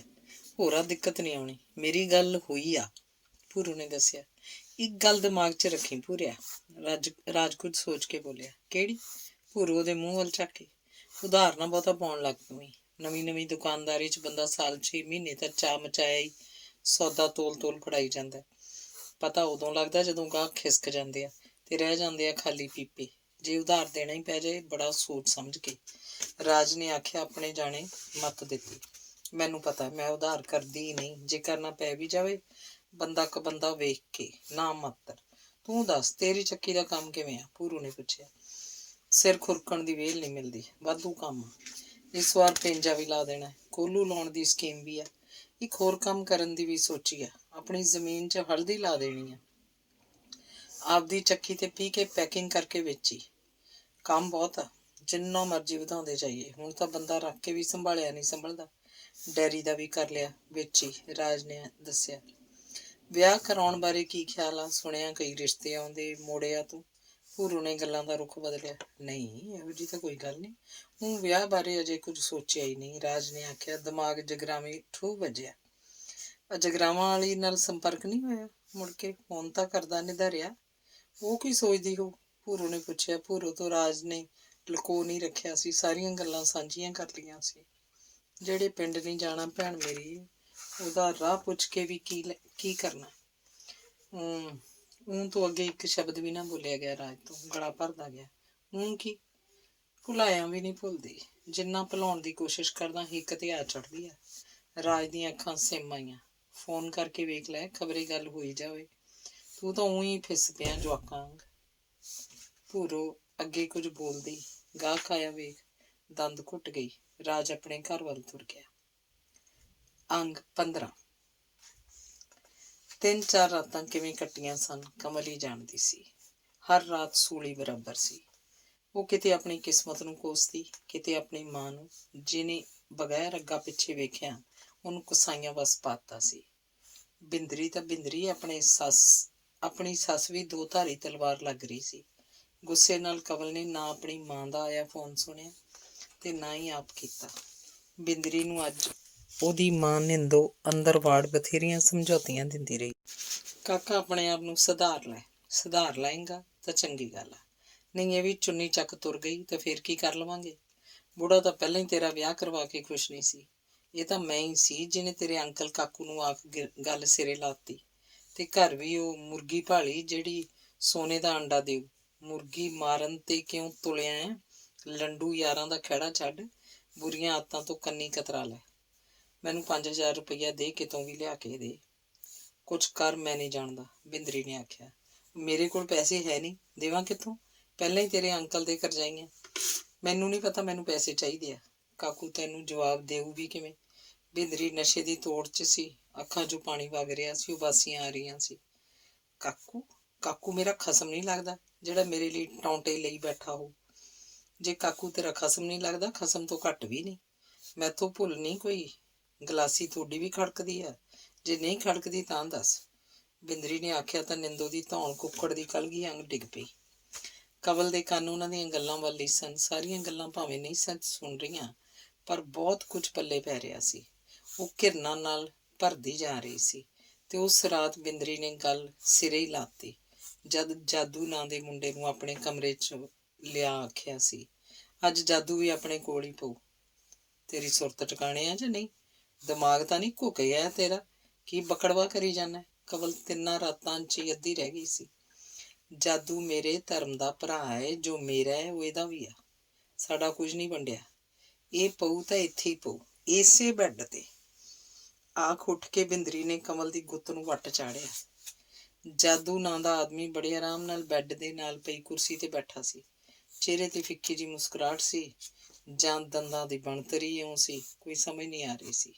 ਕਮਲ ਨੇ ਬੋਲਣਾ ਬੇਫਜ਼ੂਲ ਸਮਝਿਆ। ਉਹ ਕਮਰੇ 'ਚ ਉੱਠ ਕੇ ਬਾਹਰ ਆ ਗਈ। ਉਹਦੀ ਸੱਸ ਨਿੰਦੋ ਆਪਣੇ ਕਮਰੇ 'ਚ ਪੈ ਚੁੱਕੀ ਸੀ। ਇਸ ਸੰਕਟ 'ਚ ਉਹਦਾ ਦਰ ਖੜਕਾਏ ਬਿਨਾਂ ਕੋਈ ਚਾਰਾ ਵੀ ਨਹੀਂ ਸੀ। ਕਮਲ ਜ਼ੋਰ-ਜ਼ੋਰ ਦੀ ਬੂਹਾ ਖੜਕਾਉਣ ਲੱਗ ਪਈ। ਮਾਂ ਜੀ, ਮਾਂ ਜੀ, ਕਈ ਧੱਕੇ ਮਾਰੇ ਤਾਂ ਕਿਤੇ ਅੰਦਰੋਂ ਜਾ ਕੇ ਕੁੰਡੀ ਖੁੱਲੀ ਸੀ। ਸਾਹਮਣੇ ਨਿੰਦੋ ਖੜੀ ਸੀ। ਕੀ ਹੋ ਗਿਆ? ਇੰਨਾ ਰੌਲਾ ਪਾਇਆ? ਨਿੰਦੋ ਦੀ ਆਵਾਜ਼ 'ਚ ਖਰਵਾਪਨ ਸੀ। ਸ਼ਰਾਬ ਦੀ ਮੂੰਹ 'ਚੋਂ ਹਵਾੜ ਆਈ ਸੀ। ਸਾਹਮਣੇ ਸਟੂਲ ਤੇ ਬੋਤਲ ਤੇ ਗਲਾਸ ਪਏ ਸਨ। ਕਮਲ ਦੇ ਦਿਮਾਗ ਦੀ ਵੇਖ ਚੱਕਰੀ ਭੌਂ ਗਈ। ਉਹ ਜਿਸ ਦਿਨ ਦੀ ਆਈ ਸੀ, ਉਹਦੀ ਸੱਸ ਰੋਟੀ ਲੇਟ ਖਾਂਦੀ ਸੀ ਤੇ ਖਾਂਦੀ ਵੀ ਆਪਣੇ ਕਮਰੇ 'ਚ ਹੀ ਸੀ। ਕਿਉਂ ਖਾਂਦੀ ਸੀ ਹੁਣ ਸਮਝ ਪਈ ਸੀ। ਉਦੋਂ ਹੀ ਬਿੰਦਰੀ ਮਾਨਸ ਬੋ ਕਰਦਾ ਆਇਆ ਸੀ ਤੇ ਕਮਲ ਦੀ ਬਾਂਹ ਫੜ ਵਟਾ ਚੜਾਇਆ ਸੀ। ਕੀ ਗੱਲ ਆ ਕਾਕਾ? ਨਿੰਦੋ ਨੇ ਅੱਗੇ ਹੋ ਕੇ ਬਿੰਦਰੀ ਦੀਆਂ ਬਾਹਾਂ ਫੜ ਲਈਆਂ। ਗੱਲ ਕੀ ਹੋਣੀ ਸੀ? ਅੰਦਰੋਂ ਕੋਈ ਭੱਜ ਕੇ ਆਈ ਹੈ ਇਹ? ਬਿੰਦਰੀ ਨਿੰਦੋ ਤੋਂ ਕਮਲ ਨੂੰ ਕਿਸੇ ਵਸਤੂ ਵਾਂਗ ਖੋਹਣ ਦੀ ਕੋਸ਼ਿਸ਼ ਕਰ ਰਿਹਾ ਸੀ। ਮਾਂ ਜੀ, ਅੰਦਰ ਓਪਰਾ ਬੰਦਾ ਹੈ, ਜਿਹੜਾ ਪਰਸੋਂ ਵੀ ਆਇਆ ਸੀ। ਆਖ ਕਮਲ ਨੇ ਸਾਰੀ ਗੱਲ ਦੱਸੀ ਤਾਂ ਨਿੰਦੋ ਦਾ ਨਾਲ ਦੀ ਨਾਲ ਹੀ ਹੱਥ ਘੁੱਕ ਗਿਆ। ਫੜਾਕ ਕੰਨ ਤੇ ਵੱਜੀ ਚਪੇੜ ਨਾਲ ਰਸੋਈ 'ਚ ਪਏ ਭਾਂਡੇ ਵੀ ਖੜਕੇ। ਬਿੰਦਰੀ ਆਪਣੀ ਗੱਲ ਪਲੋਸਣ ਲੱਗ ਪਿਆ। ਨਿੰਦੋ ਨੇ ਆ ਵੇਖਿਆ ਨਾ ਤਾਂ ਗੋਲੀ ਵਾਂਗ ਬਿੰਦਰੀ ਦੀ ਕਮਰੇ ਨੂੰ ਗਈ। ਜਾਦੂ ਆਰਾਮ ਨਾਲ ਬੈੱਡ ਤੇ ਪਿਆ ਸੀ। ਉੱਠ ਕੇ ਇੱਥੋਂ, ਹਰਾਮਜ਼ਾਦਿਆ, ਬਣਾ ਕੇ ਛੱਡਿਆ ਤੁਸੀਂ? ਚਵਲੋ ਕਿਸੇ ਥਾਂ ਦਿਓ। ਆਖਿਆ ਤਾਂ ਜਾਦੂ ਛਕਾਟ ਪਾਉਂਦਾ ਬਾਹਰ ਨਿਕਲਿਆ ਸੀ। ਇਹ ਆਖਦਾ ਪੂਰਾ 5000 ਖਰਚਿਆ ਅੱਜ ਮਾਤਾ, ਪੂਰਾ 5000 ਇਸੇ ਕੰਮ ਪਿੱਛੇ। ਆਖਦਾ ਜਾਦੂ ਹਵਾ ਹੋ ਗਿਆ ਸੀ। ਸਰਦਾਰੇ ਨੇ ਵੀ ਲਲਕਾਰਾ ਮਾਰਤਾ ਸੀ। ਉਹ ਪਹਿਲਾਂ ਤੇਰੇ ਪਿਓ ਨੇ ਮੇਰਾ ਲਹੂ ਪੀਤਾ ਜਿੰਨਾ ਚਿਰ ਜਿਉਂਦਾ ਰਿਹਾ। ਮੈਨੂੰ ਵੰਝ ਤੇ ਟੰਗੀ ਰੱਖਿਆ। ਤੂੰ ਆਪਣੀ ਸੱਤਿਆਨਾਸ ਕਰਾਈ ਫਿਰਦਾ ਹੈ। ਉੱਤੋਂ ਆ ਭੱਦਰਕਾਰੀ ਕਰ ਵਿਖਾਈ। ਨਿੰਦੋ ਪੂਰੇ ਨਸ਼ੇ 'ਚ ਸੀ। ਭਾਈ, ਜਿਹੋ ਜੀ ਕੋਕੋ ਬੱਚਿਆਂ ਨੇ ਉਹੋ ਜਿਹਾ ਹੀ ਹੋਣਾ। ਬਗਾਨੀ ਧੀ ਡੁੱਬਣੀ ਸੀ, ਤੁਸੀਂ ਡੋਬਤੀ। ਨਾਲੇ ਤੇਰੀਆਂ ਭੱਦਰਕਾਰੀਆਂ ਦੀ ਭੋਲਾ ਕਿਸੇ ਨੂੰ। ਸਰਦਾਰੇ ਨੇ ਨਾ ਚਾਹੁੰਦਿਆਂ ਵੀ ਆਪਣੀ ਜ਼ਬਾਨ ਨਾ ਖੋਲੀ। ਤੂੰ ਸੌਂ ਜਾ ਕੇ ਕੰਜਰਾ, ਬਲਦੀ ਤੇ ਤੇਲ ਪਾਉਣ ਆ ਗਿਆ। ਐਵੇਂ ਗੋਡਾ ਗਿੱਟਾ ਤੜਵਾ ਕੇ ਸਾਨੂੰ ਵਕਤ ਪਾਏਂਗਾ। ਤੇ ਇੱਥੋਂ ਰੋਟੀ ਨਹੀਂ ਖਾਧੀ ਜਾਂਦੀ ਆਰਾਮ ਨਾਲ। ਨਿੰਦੋ ਦੀ ਜ਼ਬਾਨ 'ਚੋਂ ਅੰਗਿਆਰ ਡਿੱਗੇ ਸੀ। ਆਰਾਮ ਹੀ ਤਾਂ ਕੀਤਾ ਭਾਈ, ਸਾਰੀ ਉਮਰ ਮੈਂ ਆਰਾਮ ਹੀ। ਜਿਸ ਦਿਨ ਦੀ ਇਹ ਕੁੜੀ ਵਿਆਹ ਕੇ ਲਿਆਂਦੀ ਆ, ਮੈਂ ਮੁਰਦਾਰ ਹੀ ਵੇਖੀ ਆ। ਇਹਦੇ ਚਿਹਰੇ ਤੇ ਮੁਰਦਾਰ ਹੀ। ਮੈਨੂੰ ਸਮਝ ਨਹੀਂ ਆਉਂਦੀ ਇਹਦੇ ਮਾਂ-ਪਿਓ ਨੇ ਚੰਗਾ ਕੀ ਵੇਖਿਆ ਸਾਡੇ ਘਰ ਦਾ। ਆਖਦਾ ਬਜ਼ੁਰਗ ਆਪਣੇ ਰਹਿਣ ਬਸੇਰੇ ਵੱਲ ਤੁਰ ਗਿਆ। ਬਿੰਦਰੀ ਆਪਣੇ ਕਮਰੇ 'ਚ ਵੜ ਗਿਆ। ਕਮਲ ਦੋ ਚਿੱਤੀ ਜਿਹੀ 'ਚ ਸੀ ਕਿ ਕਿਵੇਂ ਕਰੇ, ਅੰਦਰ ਜਾਵੇ ਕਿ ਨਾ। ਤਾਂ ਨਿੰਦੋ ਨੇ ਆਖਿਆ, ਜਾ ਤੂੰ ਵੀ ਪੈ ਜਾ ਕੇ। ਆ ਕੰਜਰਖਾਨਾ ਵਿਖਾਉਣਾ ਸੀ, ਵਿਖਾਤਾ। ਜਾਦੂ ਨੇ ਤੇਰੀਆਂ ਲੂਲਾਂ ਨਹੀਂ ਲਾ ਲੈਣੀਆਂ ਸੀ। ਆਖ ਨਿੰਦੋ ਆਪਣੇ ਕਮਰੇ 'ਚ ਵੜ ਗਈ। ਕਮਲ ਉੱਥੇ ਹੀ ਸੋਫੇ ਤੇ ਢੇਰੀ ਹੋ ਗਈ। ਸਵੇਰੇ ਉੱਠਣ ਸਾਰੀ ਮੋਟਰਸਾਈਕਲ ਦੁੱਕ ਕਰਾਉਂਦਾ। ਪਤਾ ਨਹੀਂ ਬਿੰਦਰੀ ਕਿੱਧਰ ਨਿਕਲ ਗਿਆ ਸੀ। ਬੀਰੋ, ਕਾਕੂ ਦੇ ਘਰੋਂ ਕਮਲ ਨੂੰ ਲੈਣ ਆਏ ਸਨ ਤਾਂ ਕਮਲ ਦਾ ਉਤਰਿਆ ਚਿਹਰਾ ਵੇਖ ਬੀਰੋ ਹੈਰਾਨ ਰਹਿ ਗਈ। ਇਹਨਾਂ 4 ਦਿਨਾਂ 'ਚ ਹੀ ਕਮਲ ਅੱਧੀ ਰਹਿ ਗਈ ਸੀ। ਉਹ ਤਾਂ ਐਂ ਲੱਗ ਰਹੀ ਸੀ ਜਿਵੇਂ ਸਾਲਾਂ ਤੋਂ ਬਿਮਾਰ ਹੋਵੇ। ਕਾਕੂ ਨੂੰ ਵੇਖ ਕਮਲ ਦਾ ਜੀ ਤਾਂ ਕਰਦਾ ਸੀ ਜੁੱਤੀ ਲਾ ਲਵੇ ਤੇ ਉਨਾ ਚਿਰ ਸਿਰ ਹੀ ਕੁੱਟੀ ਜਾਵੇ ਜਿੰਨਾ ਚਿਰ ਗੰਜਾ ਨਾ ਹੋ ਜਾਏ। ਕੁੜਮਣੀਏ, ਮੇਰੀ ਧੀ 4 ਦਿਨਾਂ 'ਚ ਅੱਧ ਰਹਿ ਗਈ। ਰੋਟੀ ਪਾਣੀ ਵੀ ਦਿੰਦੇ ਰਹੇ ਹੋ ਕਿ ਭੁੱਖੀ ਹੋਈ ਰੱਖਦੇ ਰਹੇ ਹੋ? ਬੀਰੋ ਨੇ ਭਾਵੇਂ ਨਿੰਦੋ ਨੂੰ ਮਜ਼ਾਕੀਆ ਤੌਰ ਤੇ ਕਿਹਾ ਸੀ, ਪਰ ਨਿੰਦੋ ਕੱਚੀ ਜੀ ਹੋ ਗਈ। ਕਾਕੂ ਦੇ ਘਰੋਂ ਚੁੱਪ ਸੀ, ਜਿਵੇਂ ਸਭ ਕੁਝ ਜਾਣਦੀ ਹੋਵੇ। ਕਾਕੂ ਪਤਾ ਨਹੀਂ ਕਿਹੜੇ ਕਮਰੇ 'ਚ ਲੋਪ ਹੋ ਗਿਆ। ਨਿੰਦੋ ਚਾਹ ਪਾਣੀ 'ਚ ਉਲਝ ਗਈ। ਕੱਲ ਦੀ ਕੰਮ ਵਾਲੀ ਵੀ ਨਹੀਂ ਆਈ ਸੀ। ਡੈਡੀ ਠੀਕ ਆ? ਕਮਲ ਨੇ ਆਪਣੀ ਮਾਂ ਤੋਂ ਪੁੱਛਿਆ। ਉਹਨੇ ਆਪਣੇ ਪਿਓ ਦਾ ਇਸ ਹੋਏ ਰਿਸ਼ਤੇ ਬਾਰੇ ਭੋਰਾ ਭਰ ਕਸੂਰ ਨਹੀਂ ਲੱਗਿਆ ਸੀ। ਜਿਸ ਬੰਦੇ ਤੋਂ ਆਪਣਾ ਆਪ ਨਹੀਂ ਸੰਭਾਲ ਹੁੰਦਾ ਸੀ, ਉਹਦਾ ਕੀ ਕਸੂਰ ਸੀ? ਮਾਂ ਕਸੂਰਵਾਰ ਸੀ, ਜਿਹਨੇ ਉਹਦੀ ਇੱਕ ਨਹੀਂ ਸੁਣੀ ਸੀ। ਤੇ ਜਿਹੜੀ ਕਾਕੂ ਨੇ ਕੀਤੀ ਸੀ, ਉਹਦੇ ਨਤੀਜੇ ਦਾ ਪਤਾ ਨਹੀਂ ਕਿੱਥੇ ਕਿੱਥੇ ਭੁਗਤਣੇ ਪੈਣੇ ਸੀ। ਤੈਨੂੰ ਹੋਇਆ ਕੀ ਪਿਆ? ਜਮਾਂ ਹੀ ਮਰੀ ਮੁੱਕੀ ਪਈ ਹੈ। ਬਿਮਾਰ ਤਾਂ ਨਹੀਂ ਹੋ ਗਈ ਸੀ? ਦਵਾਈ ਲੈਣੀ ਸੀ ਕਿਤੋਂ? ਵੀਰੂ ਨੇ ਪੁੱਛਿਆ ਤਾਂ ਕਮਲ ਨੇ ਕੋਈ ਉੱਤਰ ਨਹੀਂ ਦਿੱਤਾ ਸੀ। ਉਹ ਬੰਬ ਵਾਂਗ ਫਟੂ ਫਟੂ ਕਰਦੀ ਆਪਣੇ ਆਪ ਨੂੰ ਪਤਾ ਨਹੀਂ ਕਿਵੇਂ ਰੋਕ ਰਹੀ ਸੀ। ਬਿੰਦਰ ਸਿੰਘ ਨਹੀਂ ਦੀਂਦਾ? ਫਿਰ ਵੀਰੂ ਨੇ ਅੰਦਰ ਬਾਹਰ ਝਾਕਦਿਆਂ ਪੁੱਛਿਆ। ਕਮਲ ਕੋਈ ਜਵਾਬ ਦਿੰਦੀ ਨਿੰਦੋ ਚਾਹ ਦੀ ਟਰੇ ਲਈ ਆ ਗਈ। ਕਾਕੂ ਵੀ ਦੂਜੇ ਕਮਰੇ ਚੋਂ ਨਿਕਲ ਖੰਗੂਰੇ ਜੇ ਮਾਰਦਾ ਉਹਨਾਂ ਨਾਲ ਹੀ ਆ ਬੈਠਾ। ਤੁਸੀਂ ਚਾਹ ਪੀਓਗੇ ਭਾਈ ਸਾਹਿਬ ਜਾਂ ਚੂਹ ਪੀ ਲਈ? ਆਖਦਿਆਂ ਨਿੰਦੋ ਨੇ ਅੱਖਾਂ ਮਟਕਾਈਆਂ ਸਨ। ਕਾਕੂ ਦੇ ਘਰੋਂ ਆਪਣੀ ਬੁੱਲ ਟੁੱਕਣ ਲੱਗ ਪਈ ਸੀ। ਮਨ ਚ ਆਖਿਆ ਸੀ ਫਫੇ ਕੁੱਟਣੀ ਕੀ ਲੱਛਣ ਕਰਦੀ ਹੈ, ਲੱਗਦੀ ਭਾਈ ਸਾਹਿਬ ਦੀ। ਬੰਦਾ ਮੇਰਾ ਤੂੰ ਮੁੱਠ ਚ ਕਰੀ ਫਿਰਦੀ ਹੈ, ਭਾਈ ਕਹਿੰਦੀ ਨੂੰ ਹਿਆ ਨਹੀਂ ਆਉਂਦੀ। ਪਰ ਉਹ ਆਖ ਨਾ ਸਕੀ, ਮਨ ਚ ਹੀ ਵਿਉ ਘੋਲ ਰਹਿ ਗਈ। ਆਖ ਸਕਣਾ ਵੀ ਨਹੀਂ ਸੀ। ਕਾਕੂ ਕੁੱਟਣ ਲੱਗਦਾ ਸੀ ਫਿਰ ਥਾਂ ਕੁਥਾਂ ਵੀ ਨਹੀਂ ਸੀ ਵਹਿੰਦਾ, ਪਰ ਹੁਣ ਆਖਣੋਂ ਹਟ ਚੁੱਕੀ ਸੀ। ਅੱਖੀਂ ਵੇਖ ਮੱਖੀ ਨਿਗਲਣੀ ਹੀ ਪੈਂਦੀ ਸੀ। ਚਾਹ ਤੋਂ ਬਾਅਦ ਨਿੰਦੋ ਰੋਟੀ ਬਣਾਉਣ ਲੱਗ ਪਈ। ਕਮਲ ਨਹਾਉਣ ਤੁਰ ਗਈ। ਕਾਕੂ ਫਿਰ ਦੂਜੇ ਕਮਰੇ 'ਚ ਬੰਦ ਹੋ ਗਿਆ। ਇਹ ਗੱਲ ਤਾਂ ਗੁੱਝੀ ਰਹੀ ਨਹੀਂ ਸੀ ਕਿ ਉਹ ਦੂਜੇ ਕਮਰੇ 'ਚ ਬੈਠਾ ਸ਼ਰਾਬ ਪੀਂਦਾ ਸੀ। ਗੱਡੀ ਕਮਲ ਕੀ ਹੀ ਸੀ। ਟੈਕਸੀ ਸਟੈਂਡ ਤੋਂ ਫੋਨ ਕਰਕੇ ਪਹਿਲਾਂ ਵੀ ਉਹ ਲੋੜ ਵੇਲੇ ਦਿਹਾੜੀ ਤੇ ਡਰਾਈਵਰ ਮੰਗਵਾ ਲੈਂਦੇ ਸਨ, ਤੇ ਅੱਜ ਵੀ ਉਹ ਡਰਾਈਵਰ ਆਇਆ ਸੀ ਜੋ ਗੱਡੀ ਬਾਹਰ ਠੱਲ ਸਰਦਾਰਾ ਸੋਂ ਕੋਲ ਹੀ ਬੈਠਾ ਰਿਹਾ ਸੀ। ਰੋਟੀ ਖਾ ਜਦੋਂ ਤੁਰਨ ਲੱਗੇ ਤਾਂ ਨਿੰਦੋ ਨੇ ਪੁੱਛਿਆ, ਕਦੋਂ ਆਵੇ ਬਿੰਦਰ ਲੈਣ ਵਾਸਤੇ? ਅੱਜ ਬੁੱਧਵਾਰ, ਅਗਲੇ ਬੁੱਧਵਾਰ ਆ ਜਾਵੇ। ਹਫਤਾ ਤਾਂ ਰੱਖਾਂਗੇ। ਹੁਣੀ ਆ ਭਾਈ, ਫੇਰ ਕੌਣ ਛੱਡਦਾ? ਵੀਰੂ ਨੇ ਆਖਿਆ। ਉਸ ਭਾਣੇ ਜਿਹੜਾ ਬਿੰਦਰ ਸਿੰਘ ਘਰ ਨਹੀਂ ਸੀ, ਕਿਸੇ ਕੰਮ ਧੰਦੇ ਗਿਆ ਹੋ, ਤਾਂ ਹੀ ਬਿੰਦਰ ਬਾਰੇ ਵੀ ਨਹੀਂ ਪੁੱਛਿਆ। ਉਹ ਤੁਰਨ ਲੱਗੇ ਸਨ ਤਾਂ ਜਾਂਦੀ ਜਾਂਦੀ ਕਮਲ ਸਰਦਾਰਾ ਸਿੰਘ ਕੋਲ ਵੀ ਹੋ ਆਈ ਸੀ। ਚੰਗਾ ਬਾਪੂ ਜੀ, ਉਹਨੇ ਪੈਰੀਂ ਹੱਥ ਲਾਏ ਸਨ। ਚੰਗਾ ਧੀਏ, ਤੇਰਾ ਦੁੱਖ ਮੈਂ ਸਮਝਦਾ, ਪਰ ਕਰ ਕੁਛ ਨਹੀਂ ਸਕਦਾ। ਜੇ ਕਰ ਸਕਦਾ ਹੁੰਦਾ ਜ਼ਰੂਰ ਕਰਦਾ। ਭੁੱਲਿਆ ਮੈਥੋਂ ਕੁਛ ਵੀ ਨਹੀਂ, ਬੇਵਾਸਾਂ। ਸਰਦਾਰੀ ਨੇ ਆਖਿਆ। ਕਮਲ ਦਾ ਜੀ ਤਾਂ ਕੀਤਾ ਬਜ਼ੁਰਗ ਦੇ ਗਲ ਲੱਗ ਧਾ ਮਾਰੇ, ਪਰ ਉਹਦਾ ਦੁੱਖ ਤਾਂ ਸਮਝਦਾ ਸੀ। ਹੌਲੀ ਹੌਲੀ ਸਾਰਾ ਕੁਛ ਠੀਕ ਹੋ ਜਾਊ। ਮਾਂ ਪਿਓ ਨੂੰ ਸਾਰੀਆਂ ਗੱਲਾਂ ਨਹੀਂ ਦੱਸੀ ਦੀਆਂ। ਹੁਣ ਤਾਂ ਇਹ ਘਰ ਤੇਰਾ ਘਰ ਹੈ, ਤੇ ਆਪਣੇ ਘਰ ਦੇ 100 ਪੜਦੇ ਹੁੰਦੇ ਆ। ਆਖਦਿਆਂ ਨਿੰਦੋ ਨੇ 500 ਦਾ ਨੋਟ ਕਮਲ ਦੀ ਮੁੱਠ 'ਚ ਦੇਣਾ ਚਾਹਿਆ। ਤੇ ਆਹ ਰੱਖ ਲੈ। ਨਹੀਂ, ਮੈਨੂੰ ਤਾਂ ਇਹਨਾਂ ਦੀ ਲੋੜ ਨਹੀਂ, ਆਪਣੇ ਕੋਲ ਹੀ ਰੱਖੋ। ਆਖ ਕਮਲ ਨੇ ਨਿੰਦੋ ਦਾ ਹੱਥ ਪਛਾਹ ਧੱਕ ਦਿੱਤਾ ਤੇ ਗੱਡੀ 'ਚ ਆ ਬੈਠੀ। ਕਾਕੂ ਪਹਿਲਾਂ ਹੀ ਡਰਾਈਵਰ ਦੇ ਨਾਲ ਵਾਲੀ ਸੀਟ ਮੱਲੀ ਬੈਠਾ ਸੀ। ਕਾਕੂ ਦੇ ਘਰੋਂ ਤੇ ਵੀਰੋ ਵੀ ਆ ਬੈਠੀਆਂ ਤਾਂ ਗੱਡੀ ਤੁਰ ਪਈ। ਇੰਨੀ ਮਰੀ ਮੁੱਕੀ ਕਾਹਤੋਂ ਪਈਆਂ ਧੀਏ? ਗੱਡੀ ਲੁਧਿਆਣਾ ਰੋਡ ਚੜੀ ਸੀ ਤਾਂ ਵੀਰੂ ਨੇ ਕਮਲ ਨੂੰ ਪੁੱਛਿਆ। ਮੈਥੋਂ ਵੀ ਪੁੱਛਦੀ ਆਂ? ਆਂਟੀ ਤੋਂ ਪੁੱਛ ਲੈ। ਇਹ ਤੋਂ ਕੋਈ ਗੱਲ ਗੁੱਝੀ ਨਹੀਂ ਹੋਣੀ। ਕਮਲ ਨੇ ਕਾਕੂ ਦੇ ਘਰਾਂ ਵਾਲੀ ਵੱਲ ਹੱਥ ਕਰ ਦਿੱਤਾ ਤਾਂ ਕਾਕੂ ਦੇ ਵੀ ਕੰਨ ਖੜੇ ਹੋ ਗਏ। ਕਿਉਂ ਖੜੇ? ਵੀਰੂ ਨੇ ਕਾਕੂ ਦੇ ਘਰ ਵਾਲੀ ਵੱਲ ਮੂੰਹ ਘੁਮਾ ਲਿਆ। ਮੈਂ ਕੀ ਜਾਣਾ ਭੈਣ ਜੀ? ਆਖੋ ਦੰਦ ਘੁੱਟ ਗਈ। ਜੀ ਕਰਦਾ ਸੀ ਆਖੇ। ਗੱਲੀ ਬਾਤੀ ਤਾਂ ਤੈਨੂੰ ਆਖ ਰਹੀ ਸੀ, ਜੇ ਨਹੀਂ ਸਮਝੀ ਤਾਂ ਮੇਰੇ ਕੀ ਬਸ, ਪਰ ਆਖ ਨਾ ਸਕੀ। ਕਾਕੂ ਦੇ ਛਿੱਤਰ ਦਾ ਡਰ ਮੂੰਹ ਘੁੱਟਣ ਲਈ ਮਜਬੂਰ ਕਰ ਗਿਆ। ਤਾਂ ਵੀ ਗੱਲ ਕੀ ਆ ਵਿੱਚੋਂ? ਬਿੰਦਰ ਸਿੰਘ ਵੀ ਨਹੀਂ ਦੱਸਿਆ। ਨਵੇਂ ਨਵੇਂ ਵਿਆਹੇ ਤਾਂ ਮੁੰਡੇ ਘਰੋਂ ਨਹੀਂ ਹਿਲਦੇ। ਅੱਜ ਤਾਂ ਉਹਨੇ ਹਿਲਣਾ ਹੀ ਕਾਹਦਾ ਸੀ? ਵੀਰੂ ਨੇ ਪੁੱਛਿਆ। ਇਹ ਗੱਲ ਉਹਨੂੰ ਵੀ ਅੰਦਰੋਂ ਅੰਦਰ ਰੜਕੀ ਸੀ। ਤੇਰਾ ਜਵਾਈ ਪਹਿਲਾਂ ਵੀ ਵਿਆਹਿਆ ਸੀ। ਰਹੀ ਗੱਲ ਅੱਜ ਕਿੱਥੇ ਸੀ? ਸਵੇਰੇ ਮੋਟਰਸਾਈਕਲ ਲੈ ਕੇ ਨਿਕਲ ਗਿਆ ਕਿਸੇ ਪਾਸੇ। ਹੁਣ ਉਹਨੂੰ ਬਿਲੇ ਲਾ ਕੇ ਸਮੈਕ ਦੇ ਸੂਟੇ ਲਾ ਰਿਹਾ ਹੋਊ ਕਿਤੇ ਬੈਠਾ। ਹੋਰ ਉਹਨੇ ਕਿਹੜੇ ਕਮਾਂਦਰੇ ਕਰਨ ਜਾਣਾ ਸੀ? ਕਮਲ ਨੇ ਦੱਸਿਆ ਸੀ ਤਾਂ ਵੀਰੂ ਦੇ ਸਿਰ 'ਚ ਜਿਵੇਂ ਬੰਬ ਠੁਕਿਆ। ਅੱਖਾਂ ਮੂਹਰੇ ਹਨੇਰਾ ਆ ਗਿਆ। ਦਿਲ ਦੀ ਧੜਕਣ ਰੁਕਦੀ ਮਾਲੂਮ ਹੋਈ। ਉਹਨੇ ਜਿਵੇਂ ਆਪਣੇ ਆਪ ਨੂੰ ਮਸਾਂ ਹੀ ਸੰਭਾਲਿਆ। ਪਿੱਛੋਂ ਹੱਥ ਵਧਾ ਕੇ ਕਾਕੂ ਦੇ ਗਲਮੇ ਨੂੰ ਪਾ ਲਿਆ। ਇਹ ਤੂੰ ਕੀ ਕੀਤੀ? ਕੀੜੇ ਪੈਣੇ ਆ। ਉਹ ਆਪ ਬਿਮਾਰੀ ਦੀ ਹਾਲਤ 'ਚ ਆ ਨਹੀਂ ਸਕਦਾ ਸੀ। ਸਾਰੇ ਤੇਰੇ ਭਰੋਸੇ ਤੇ ਰਹਿਣ ਤਾਂ। ਇਹ ਕੀ ਕੀਤੀ ਤੂੰ? ਗਲਮਾ ਇੰਨੀ ਜ਼ੋਰ ਦੀ ਖਿੱਚਿਆ ਸੀ ਕਿ ਕਾਕੂ ਦੀ ਧੌਣ ਘੁੱਟੀ ਜਾ ਰਹੀ ਸੀ। ਉਹ ਪਿੱਛੋਂ ਵੀਰੋ ਦੀਆਂ ਬਾਹਾਂ ਫੜਨ ਦੀ ਕੋਸ਼ਿਸ਼ ਕਰ ਰਿਹਾ ਸੀ, ਪਰ ਕਾਮਯਾਬ ਨਹੀਂ ਸੀ ਹੋ ਰਿਹਾ। ਕਾਕੂ ਦੇ ਘਰੋਂ ਮਸਤ ਹੋਈ ਬੈਠੀ ਸੀ, ਜਿਵੇਂ ਕੁਝ ਹੋ ਹੀ ਨਾ ਰਿਹਾ ਹੋਵੇ।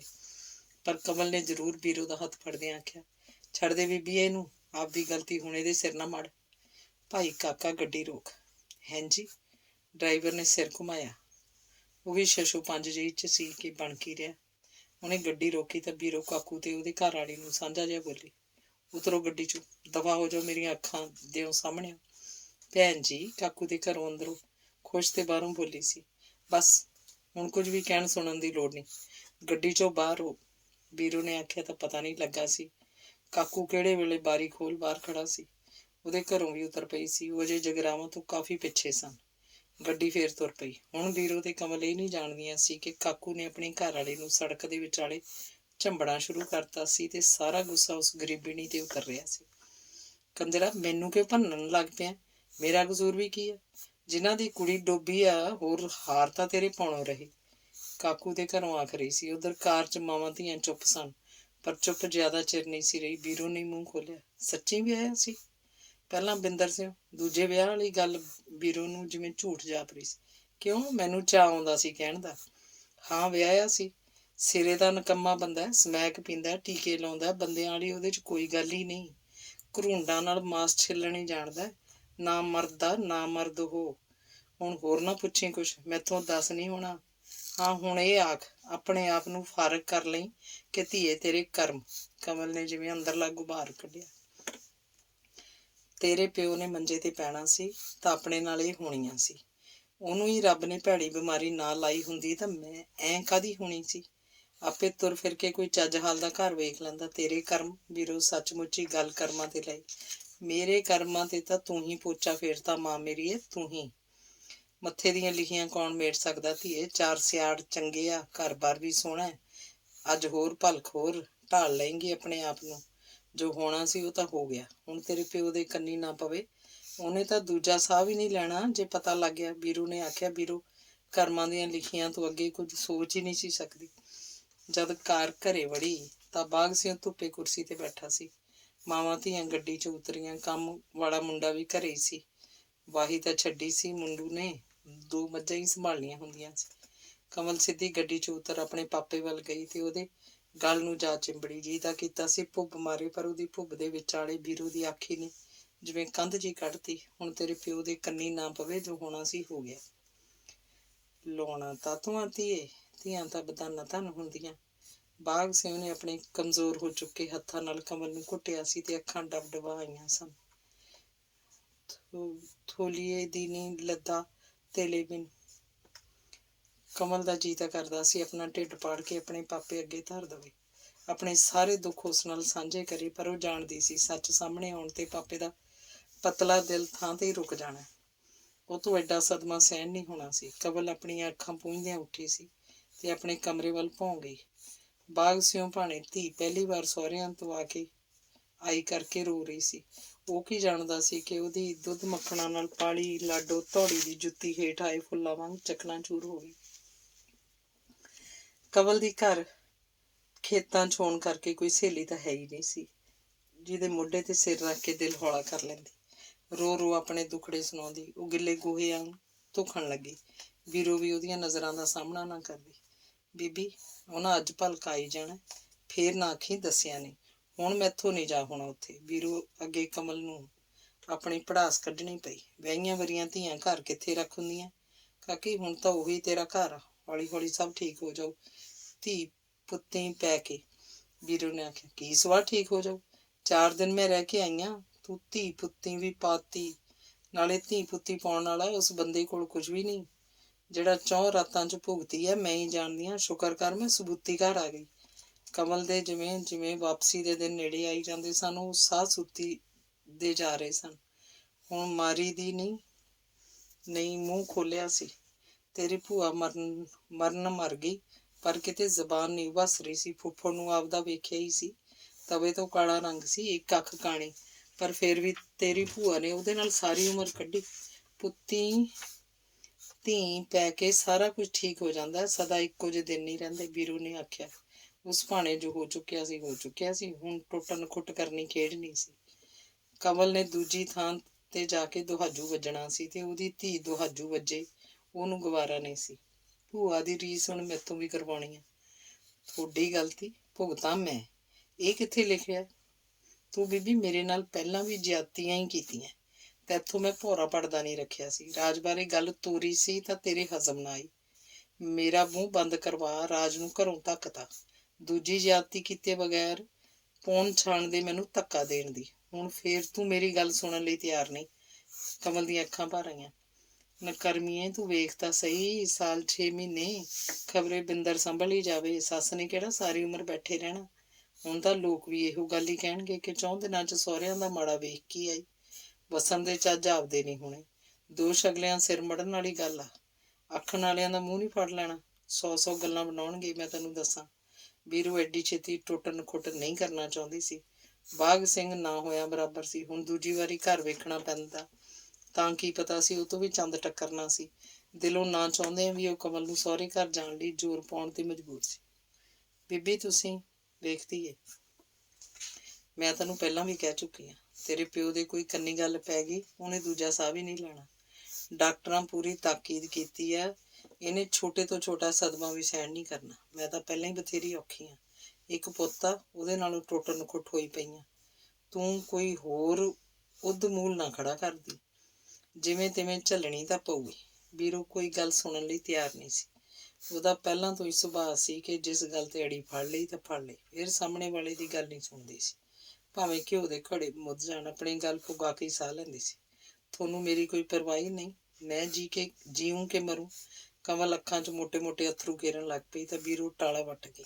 ਸੋਚਿਆ ਇਹਨੂੰ ਰੋਕ ਕੇ ਦਿਲ ਹੌਲਾ ਕਰ ਹੀ ਲੈਣ ਦਿਆ। ਕਮਲ ਚਾਹੁੰਦਿਆਂ ਹੋਇਆਂ ਵੀ ਕੋਈ ਫੈਸਲਾ ਨਾ ਕਰ ਸਕੀ, ਜਿਹੜਾ ਉਹ ਜਾਣ ਤੋਂ ਇਨਕਾਰ ਕਰ ਦਿੰਦੀ। ਕੁਝ ਦਿਨਾਂ ਬਾਅਦ ਬਿੰਦਰ ਆਇਆ ਤੇ ਕਮਲ ਨੂੰ ਲੈ ਗਿਆ। ਕਮਲ ਨੂੰ ਜਾਂਦਿਆਂ ਇਉਂ ਲੱਗ ਰਿਹਾ ਸੀ ਜਿਵੇਂ ਕਸਾਈ ਬੱਕਰੀ ਜ਼ਿਬਾ ਕਰਨ ਲਈ ਲਿਜਾ ਰਿਹਾ ਹੋਵੇ। ਅੰਗ 16ਵਾਂ। ਜੇ ਰਾਜ ਦਾ ਕੰਮਕਾਰ ਰਬੜ ਵਾਂਗ ਵੱਧਦਾ ਜਾ ਰਿਹਾ ਸੀ ਤਾਂ ਭੂਰੋ ਵੀ ਘੱਟ ਨਹੀਂ ਸੀ। ਭੂਰੋ ਨੇ ਆਪਣੀ ਦੁਕਾਨ ਦਾ ਕੰਮ ਇੰਨਾ ਵਧਾ ਲਿਆ ਸੀ ਕਿ ਉਹਨੂੰ ਸਿਰ ਖੁਰਕਣ ਦੀ ਵਿਹਲ ਨਾ ਮਿਲਦੀ। ਉਹ ਸਵੇਰੇ ਸਦਿਆਂ ਦੁਕਾਨ ਖੋਲ੍ਹ ਲੈਂਦੀ, ਦਿਨੇ 12 ਵਜੇ ਬੰਦ ਕਰ ਸਕੂਟਰ ਚੱਕ ਸ਼ਹਿਰੋਂ ਸਮਾਨ ਲੈਣ ਤੁਰ ਜਾਂਦੀ। ਘੰਟੇ ਡੇਢ ਘੰਟੇ 'ਚ ਮੁੜ ਆਉਂਦੀ ਤੇ ਫਿਰ ਰੋਟੀ ਪਾਣੀ ਦਾ ਘਰ ਫਿਰ ਦੁਕਾਨ ਤੇ ਬਹਿ ਜਾਂਦੀ ਤੇ ਹਨੇਰਾ ਹੋਣ ਤੱਕ ਬੈਠੀ ਰਹਿੰਦੀ। ਮਾਘ ਦਾ ਮਹੀਨਾ ਕਰਕੇ ਠੰਡ ਦਾ ਜ਼ੋਰ ਤਾਂ ਸੀ, ਧੁੰਦ ਵੀ ਲੋਹੜਿਆਂ ਦੀ ਪੈ ਰਹੀ ਸੀ। ਹੱਥ ਨੂੰ ਹੱਥ ਮਾਰਿਆ ਨਹੀਂ ਸੀ ਦਿਸਦਾ। ਭੂਰੋ ਤੇ ਮਹਿੰਦਰੋ ਰਜਾਈਆਂ 'ਚ ਮੂੰਹ ਸਿਰ ਲਪੇਟੀ ਪਈਆਂ ਸਨ। ਮਹਿੰਦਰੋ ਜਾਗਦੀ ਪਈ ਸੀ। ਠੱਕ ਠੱਕ ਠੱਕ ਦੀ ਆਵਾਜ਼ ਮਹਿੰਦਰੋ ਦੇ ਕੰਨੀ ਪਈ ਤਾਂ ਉਹਨੇ ਮੂੰਹ ਤੋਂ ਰਜਾਈ ਲਾ ਸਿਰ ਤਾਂ ਚੱਕ ਬਿੜਕ ਲਈ। ਠੱਕ ਠੱਕ ਫੇਰ ਸੁਣੀ ਤਾਂ ਆਪਣੀ ਸਾਰੀ ਊਰਜਾ ਆਪਣੇ ਕੰਨਾਂ ਤੇ ਝੋਕਦੀ। ਉਹਨੂੰ ਐਂ ਲੱਗਾ ਜਿਵੇਂ ਇਹ ਖੜਕਾ ਦੁਕਾਨ 'ਚ ਹੋ ਰਿਹਾ ਹੋਵੇ।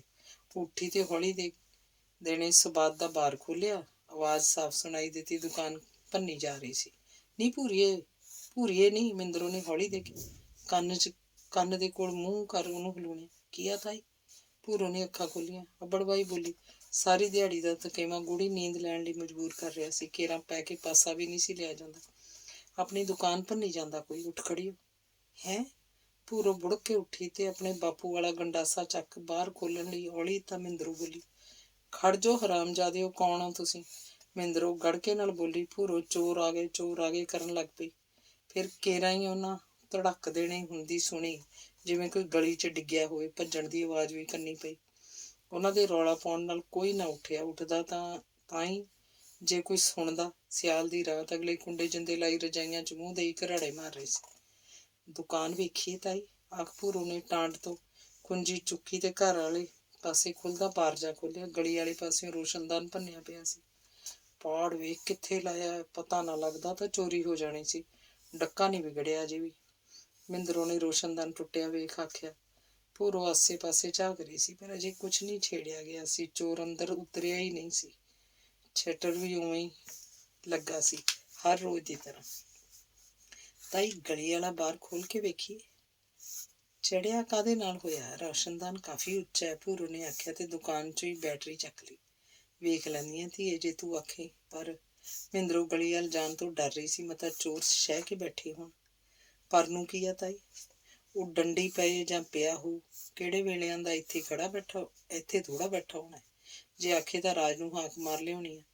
ਭੂਰੋ ਨੇ ਆਖਿਆ। ਫਿਰ ਗਲੀ ਵਾਲਾ ਬਾਰ ਜਾ ਖੋਲ੍ਹਿਆ ਤੇ ਗਲੀ 'ਚ ਆ ਗਈ।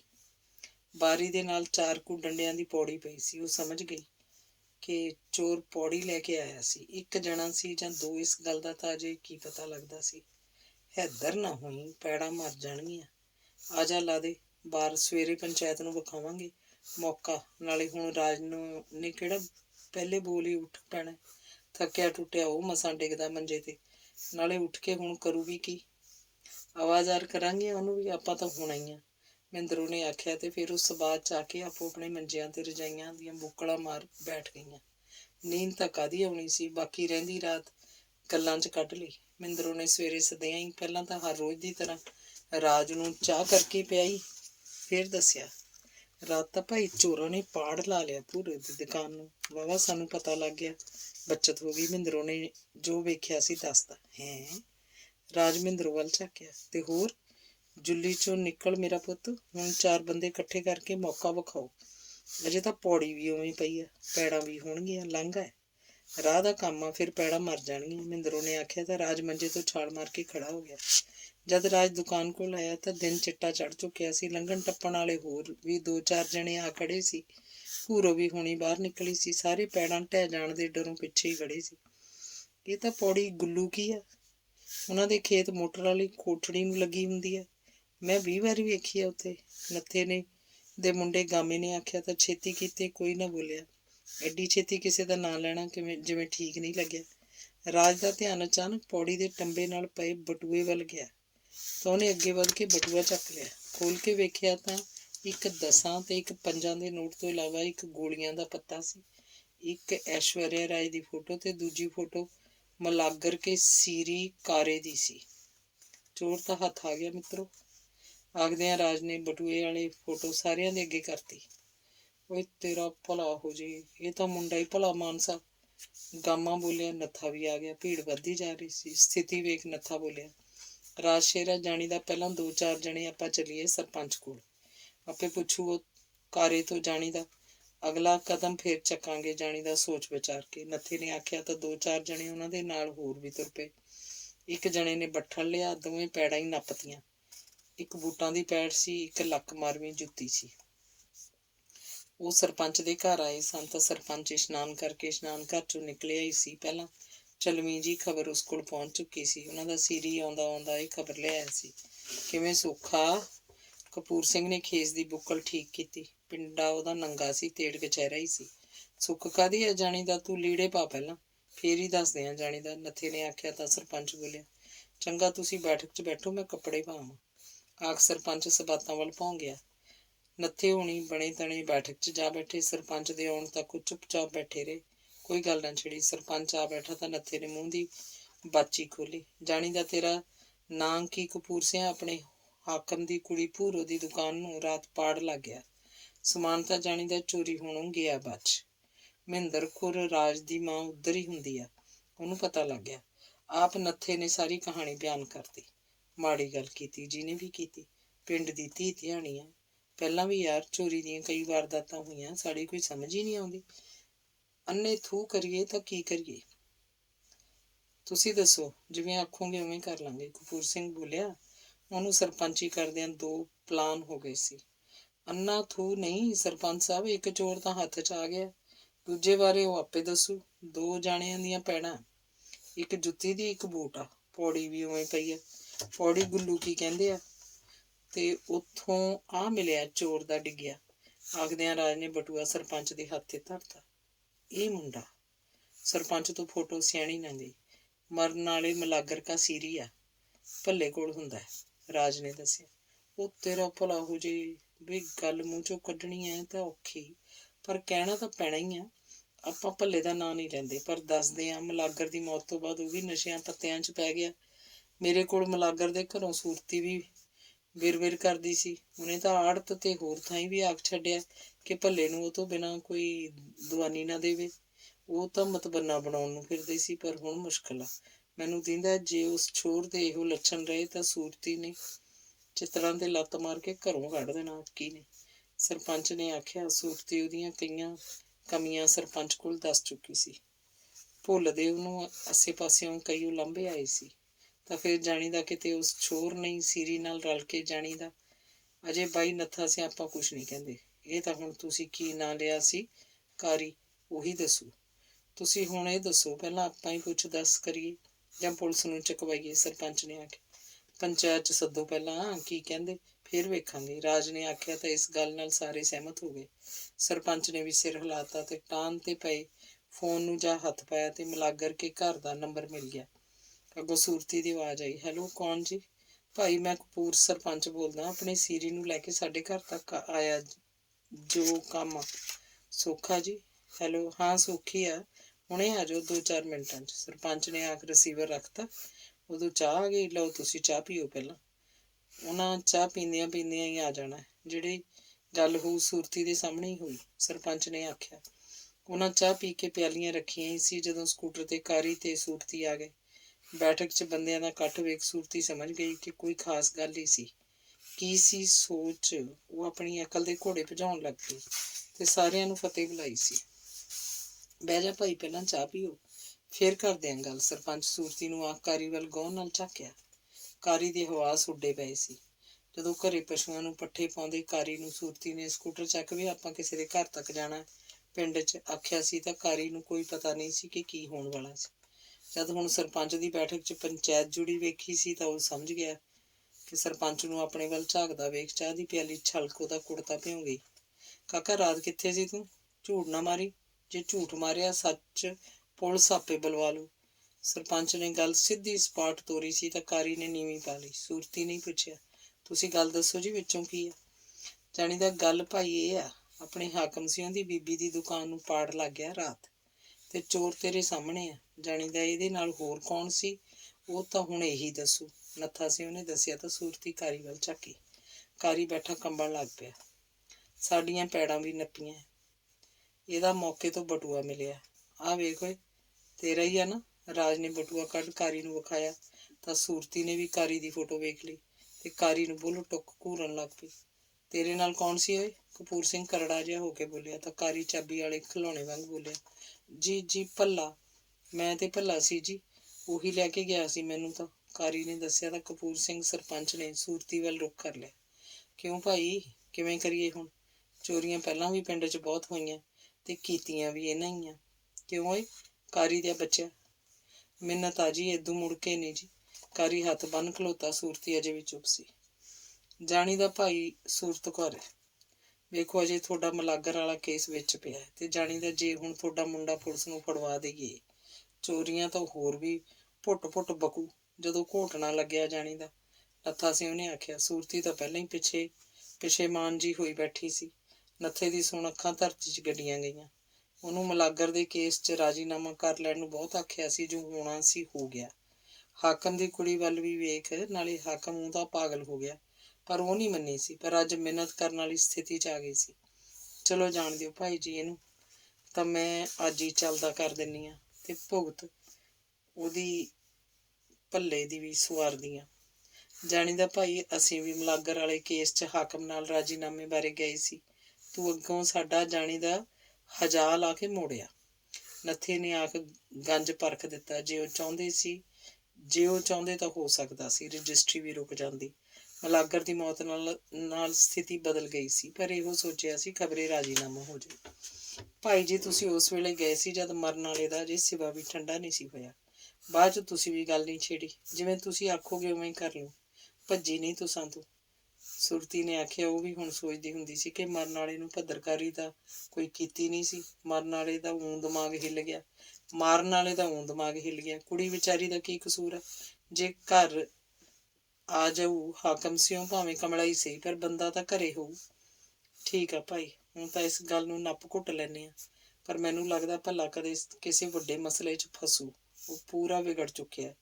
ਕਈ ਹਰਕਤਾਂ ਉਹਦੀਆਂ ਪਿੰਡ 'ਚ, ਤੇ ਤੂੰ ਕਾਰੀ ਉਹ ਕੰਜਰਾ, ਤੇਰੇ ਪਿਓ ਨੇ ਅਜੇ ਤੱਕ ਉਲਾਂਭਾ ਨਹੀਂ ਲਿਆ ਸੀ ਪਿੰਡ 'ਚੋਂ, ਕਿਸੇ ਦੇ ਕਮਾਦ 'ਚੋਂ ਗੰਨਾ ਨਹੀਂ ਪੱਟਿਆ ਸੀ ਅੱਜ ਤੱਕ, ਕਿਸੇ ਦੀ ਵੱਲ ਤੋਂ ਕੱਦੂ ਨਹੀਂ ਤੋੜ ਕੇ ਵੇਖਿਆ ਹੋਣਾ, ਤੇ ਤੂੰ ਕਿਹੜੇ ਚੰਦ ਚੜਾਉਣ ਲੱਗ ਪਿਆ?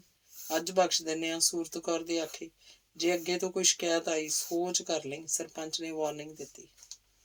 ਸੂਰਤੀ ਘਰ ਤੱਕ ਤਾਂ ਚੁੱਪ ਕਰੀ ਆਈ, ਪਰ ਘਰੇ ਜਾ ਕੇ ਕਾਰੀ ਦੇ ਸਕੂਟਰ ਖਲਿਆਰਦਿਆਂ ਹੀ ਭਚੰਗ ਵਾਂਗ ਪੈ ਨਿਕਲੀ। ਉਹ ਬੇੜੀ ਡੁੱਬੀ ਵਾਲਿਆ, ਆਪਦੇ ਪਿਓ ਨੂੰ ਲਿਆ ਜਾ ਕੇ, ਮੇਰੇ ਨਾਲ ਹਿਸਾਬ ਕਰੋ ਤੇ ਡੰਡੀ ਪੈ। ਵੇ ਭੱਲਿਆ, ਕਿੱਥੇ ਆ ਤੂੰ? ਉੱਠਿਆ ਨਹੀਂ ਅਜੇ ਤੱਕ? ਉੱਠਣਾ ਕਾਹਦਾ ਸੀ, ਸਾਰੀ ਰਾਤ ਤਾਂ ਭੌਂਕਦੇ ਫਿਰੇ ਆ।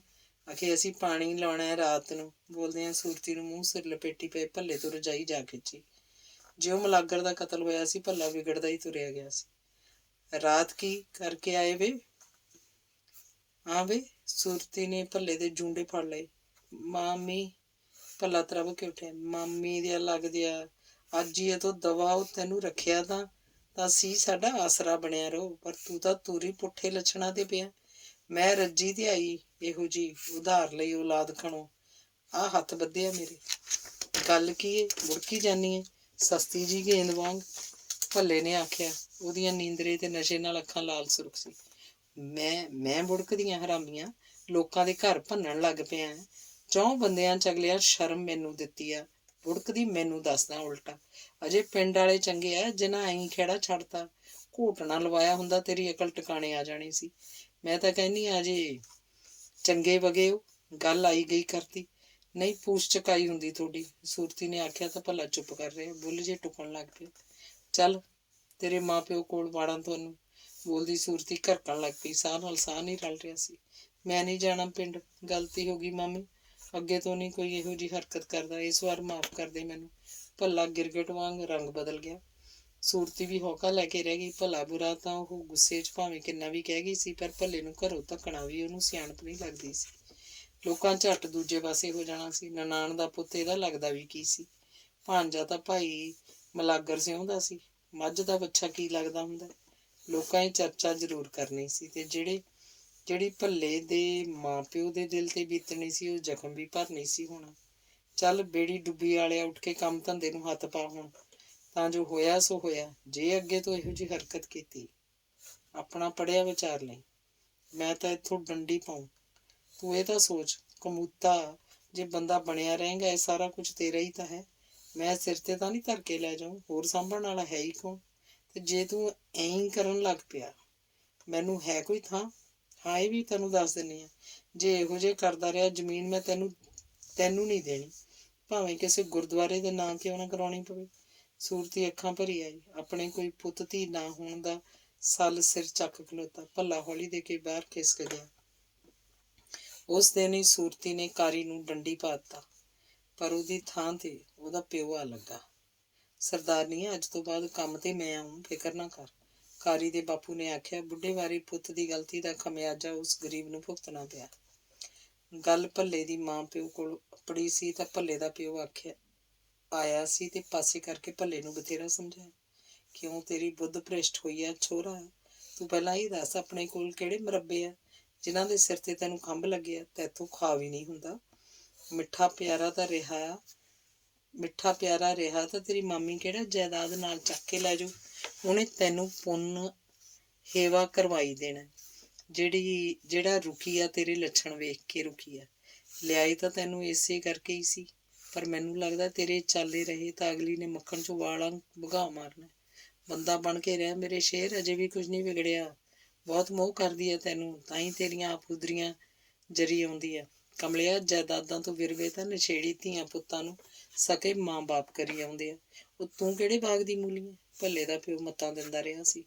ਕੁਝ ਦਿਨ ਤਾਂ ਪਿੰਡ 'ਚ ਵੀ ਇਸ ਚੋਰੀ ਦੀਆਂ ਗੱਲਾਂ ਚੱਲਦੀਆਂ ਰਹੀਆਂ, ਪਰ ਜਦ ਕੋਈ ਹੋਰ ਮੁੱਦਾ ਮਿਲ ਗਿਆ ਤਾਂ ਲੋਕ ਇੱਧਰੋਂ ਭੌਂ ਗਏ ਤੇ ਭੱਲੇ ਹੋਣਾ ਦੀ ਗੱਲ ਜਿਵੇਂ ਆਈ ਗਈ ਹੋ ਗਈ ਸੀ।